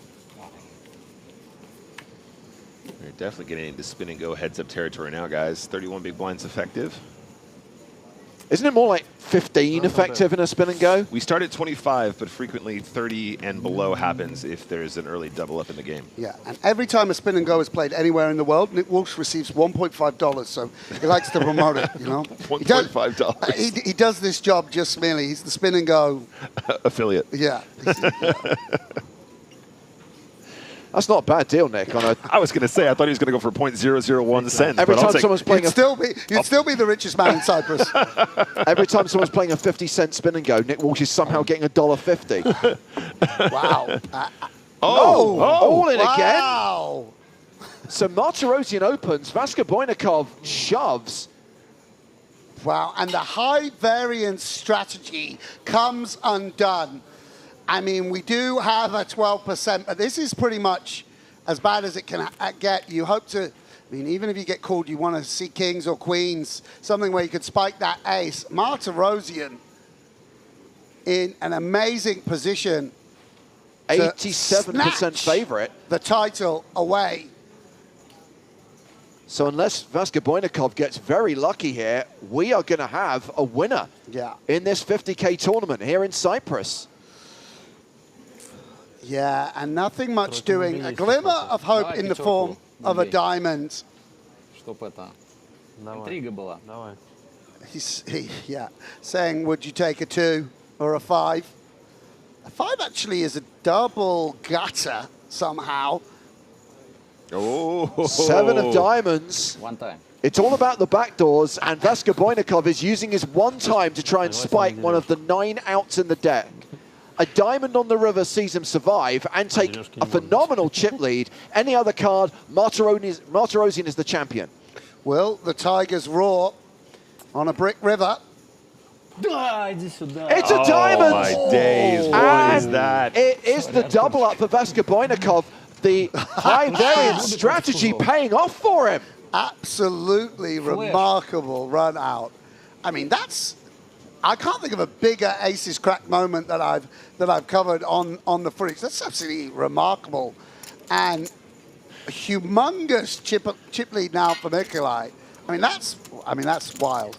That is brutal. It's absolutely brutal, Sam. So I mean the dynamic now is 10 million plays 1 million. That is what 65 bigs playing 6 big blinds. Yeah, and I mean Mikolai's almost a little sheepish here as they count it down, because, I mean, that's as bad a beat as you could get. But in terms of the moment, and you know, a decent amount of money, let's not forget, 60, 65,000, 59,000 on the line, you know, in terms of direct payout. You got to feel for Arta. I mean, he takes it well against his friend. You know, and he'll regroup and play these 8 big blinds as optimally as he can. But that was just an amazing spot to claim the win. I'll tell you one thing, guys. You never see that stuff online. Yeah, pretty brutal stuff. And, you know, as you say, Sam, a little bit sheepish. He knows that was a pretty significant moment. He knows that was a little bit lucky. However, very reasonable spot as well. I think 3-bet jamming that hand is okay. Probably not the line I would necessarily take, but still a very reasonable pre-flop decision. So well, blocking aces, right? Yeah, That's what if Joe Stapleton were here, he would tell you that there's a significant blocker there. You know, so I just because he's not with us, I want to cover for his. Well, obviously, we know Vaska Boynikov really, really wanted the win. He really wants that trophy, and he's on the verge now of winning it legitimately. He's got his opponent right on the ropes. Yeah, absolutely. I mean, it's tough to come back from 10-1. I mean, certainly Mikolai's not going to small ball him to death now that he's got down to 6, I don't think. James, sometimes it's just about who wants it more, and I feel like he wanted it more there. That's a very valid point. Yeah. Arthur was too relaxed about the aces versus ace-4. You should be calling cards. Never call for cards when you're ahead, by the way. That is guaranteed bad juju. Yeah, that's true. That's true. Oh, wow. He's been shoved on. I mean, I guess this is just going to happen every hand, right? Yeah. I mean, Nikolai not going to take his foot off the pedal now. He's so within touching distance now for the amateur of, you know, as we say, we see very literally in sort of dollar value what a title means to these guys. And you know, that's the same for the pros as well. Maybe you don't see it in terms of them giving up EV because of swaps and and pride and a whole host of other things. But, you know, it's very meaningful if you're in the poker world, you know, either as an amateur or a pro or somewhere in between. Then these titles are sort of bookmarks and benchmarks and things you're known about in that journey you're on. So Artem Martirosyan starts this hand with fewer than 6 big blinds, nice shoves hand with Queen 10, and Vaska Boynikov does not really have a hand he can call with. I mean, it's only 4 bigs, right? Yeah, it's close actually. With the big blind ante as well. Don't forget about that. A lot of extra dead money. It's 3 to win 6, right? Oh, I don't know the exact. Well, he decides to fold the Jack Deuce. 4 to win 8, maybe.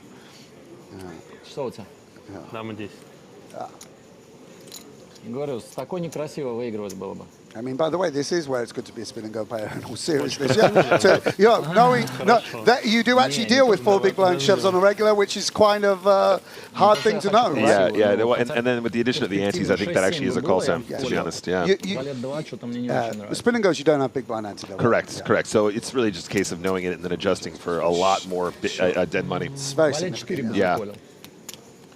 Does change the strategy I mean, it's quite sweet as well. Like, I think Mikolai's, again, I don't know, but I think he's even asking, should I have called there or whatever? You know, there's a great, you know, because of Arthur, one of the more stoic guys, but you see in his own language, the personality emerging. It's lovely to see. Yeah. I think if we were to look it up, though, that would have been a call, just because there's so many other hands that you beat, and of course lots of equity in a pot where there's a lot of dead money already, so that makes a big difference too. Yeah, I mean, if Arthur had 8-9, he would have shoved. Yeah. Technically had 6-5 suited, 5-4 suited, 8-9, 9-10. Well, that hand was a walk for Artem Martirosyan, who is still hovering around the 10 big blind mark. Actually, a sub 10 big blind stack, close to 8 big blinds right now. Yeah, and we're just in a hand-finding contest at this stack depth, particularly with the way Mikolai is approaching things. We've done too many limps. It's just a case of finding a shoving hand and finding a calling hand. We certainly won't have to wait long now for another all-in confrontation, you feel. You know, because also as a top pro, if you're playing someone you're better than, you want to find a way to lower variance. But, you know, Mikolai not going to allow that to happen and hasn't done so at any stack depth, really. Martirosyan shoves with ace-deuce. Pocket 4s for Vaska Boynikov, and he is calling. And that's a hand to win a title with, a pocket pair versus the overcard. And I mean, look at this. Arthur almost looks a little bit resigned to it. Both standing up. I mean, he can get out of it. I would like to highlight, it was one of Martirosian's fellow countrymen who said there is always an ace on the desk, and that's what he needs right now, looking for that ace to get the double up to survive. I mean, it's easier to beat pocket fours with ace deuce than it was to beat aces, yeah. So... Martirosian counting his time bank cards like, man, I'm fast. Well, there's a deuce. That does give Martirosian additional outs. As things stand, though, Nikolai Vaskoboinikov is an 82% favorite to win the super high roller on this hand. Yeah, and he would love to claim that title, Nikolai. Of course, he has the four of spades, so that reduces Martirosian's outs to 3 cards. 2 aces, 1 deuce, or we have our winner. There it is. A blank on the river, 4s hold, and Nikolai Vaskoboinikov has taken down the EPT Cyprus 50K super high roller. Where is Fire Show? Where is Fire Show? Guys, come on. Absolutely wonderful. And amazing, by the way, in an absolutely stacked field of killers, the top pros in the world, an amateur triumphant here, somewhat on home soil. A really big win for Nikolai, and a great run by Artur, who fought hard until the end. Look at that, running for the trophy. Vaskoboinikov wants that trophy so bad, he's not prepared to wait for the official presentation. He's going to nab it off the podium now. Sure. And of course, he does get the most prize money. He locked up 542K in the deal. Add 59,000 to that, plus the trophy, plus the title, an official recognized win for Vaskoboinikov, and a total of more than 600K in prize money. Yeah, great to see. I mean, he's got online titles on other tours, but the EPT Super High Roller title, particularly the sort of jewel in the crown 50K event, is something that will be top of the poker resume, I'm sure, for a long, long time to come. So we started this final table with 6 players. We started with 3 short stacks, and no real surprise that those short stacks, well, 2 of them were the first 2 players to go. Jamil Wakil, the first player out in 6th place, followed shortly by Alexander Zubov. We then started to see the ascent of Vaskoboinikov. Roman Hrabek had that great hand against Adrian Mateos, the start of day chip leader, pulled off that amazing bluff, but then just ran card dead and eventually exited in 4th place. 3-handed, we continued to see the ascent of Vaskoboinikov, and that's where Adrian Mateos' descent began, eventually going out in 3rd place after agreeing that 3-way deal, which saw him secure $555,000, not bad. Martirosian then gets heads up against Vaskoboinikov, had that big advantage, had the win against Vaskoboinikov, but then had aces cracked to become a massive underdog, and then Vaskoboinikov closed out the deal. Is the official winner, 601,000, but again, interesting to see, Sam, Mateos get more prize money than Martirosian for that 3rd place finish. Yeah, of course, the deal sort of anchors the amount of money distributed, but it's, for me, quite a beautiful thing to see the deal and the actual win sort of dovetail for someone that clearly wanted this title so much, but to happen all the ducks in the row, so to speak, the actual physical win as well as locking up the money, and the biggest amount cashed for. Lovely to see, and something he'll remember for years to come, I'm sure. Yeah, and obviously we'll present Nikolai Vaskoboinikov with his trophy in just a moment. And then tomorrow, you see the other tables playing right now. That's day 1B of the main event. We're going to switch our attention to the main event tomorrow, pick up the action with players like Sam Grafton, who will be competing on day 2. Maybe pick out some of our Power Path winners, some of the players who are here courtesy of a gold Power Pass. And one thing I would highlight again is that our daily free rolls, we're going to have 5 more of them. Wednesday through Sunday, we'll be awarding $2,000 in Power Path tickets, including $55 Step 4 tickets for the 9 finalists. And Nick, that's the message we've got to get out there, is that is the key change to Power Path now. Step 4, $55. And a reminder, if people still have those 109 tickets, for a limited time only, I believe, you can redeem them for 2 $55 tickets. Yeah, absolutely. I had a conversation with somebody just yesterday about how the Power Path is designed. I think this is a positive change, but also don't forget, guys, The staff are there to help you. If you do win yourself a power path and you want to use it in a unique way, have a conversation with Stars and see if they can make whatever you win work for you. That might mean that you just have the regular silver pass, the regular gold pass, or whatever. But if you ever want to do something online or live, have a conversation with the staff and they'll try and make it work for you. It's meant to empower the players, not restrict them.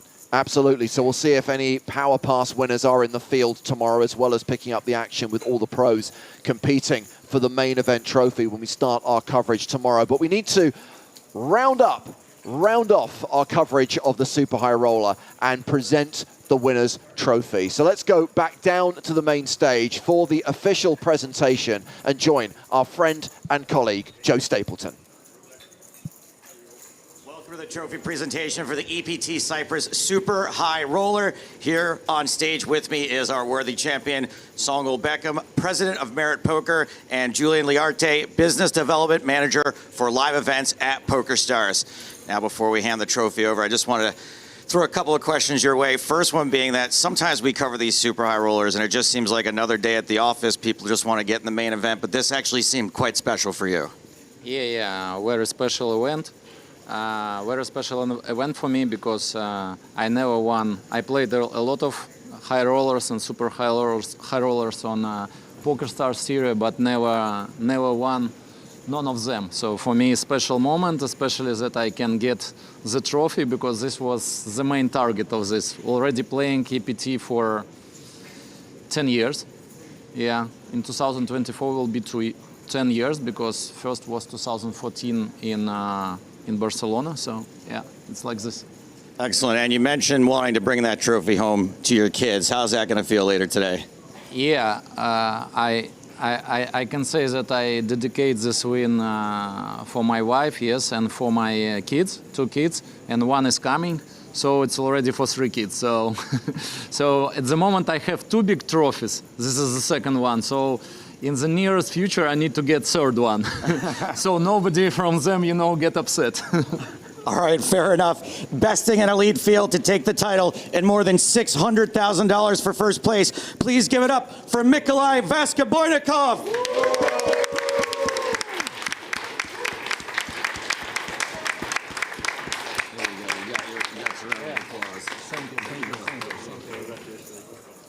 Congratulations to our winner. And a reminder that you can get live updates from the European Poker Tour on Poker News, and of course the team from the PokerStars blog also covering all the major stories and all the major tournaments here in Cyprus. So check out the PokerStars blog for the latest news. And a reminder that we will be back tomorrow. We're here for 5 more days on the PokerStars Twitch and YouTube channels, and tomorrow world famous bubble coverage is on the agenda. We will bring you day 2 of the 5K main event. Join us at 12:30 local time, which is 11:30 Central European Summer Time. Thanks for watching the Super High Roller. We'll see you tomorrow from the main event. For now, from Joe Stapleton, Sam Grafton, Griffin Benjer, Nick Walsh, and me, James Hartigan, it's good night from Cyprus.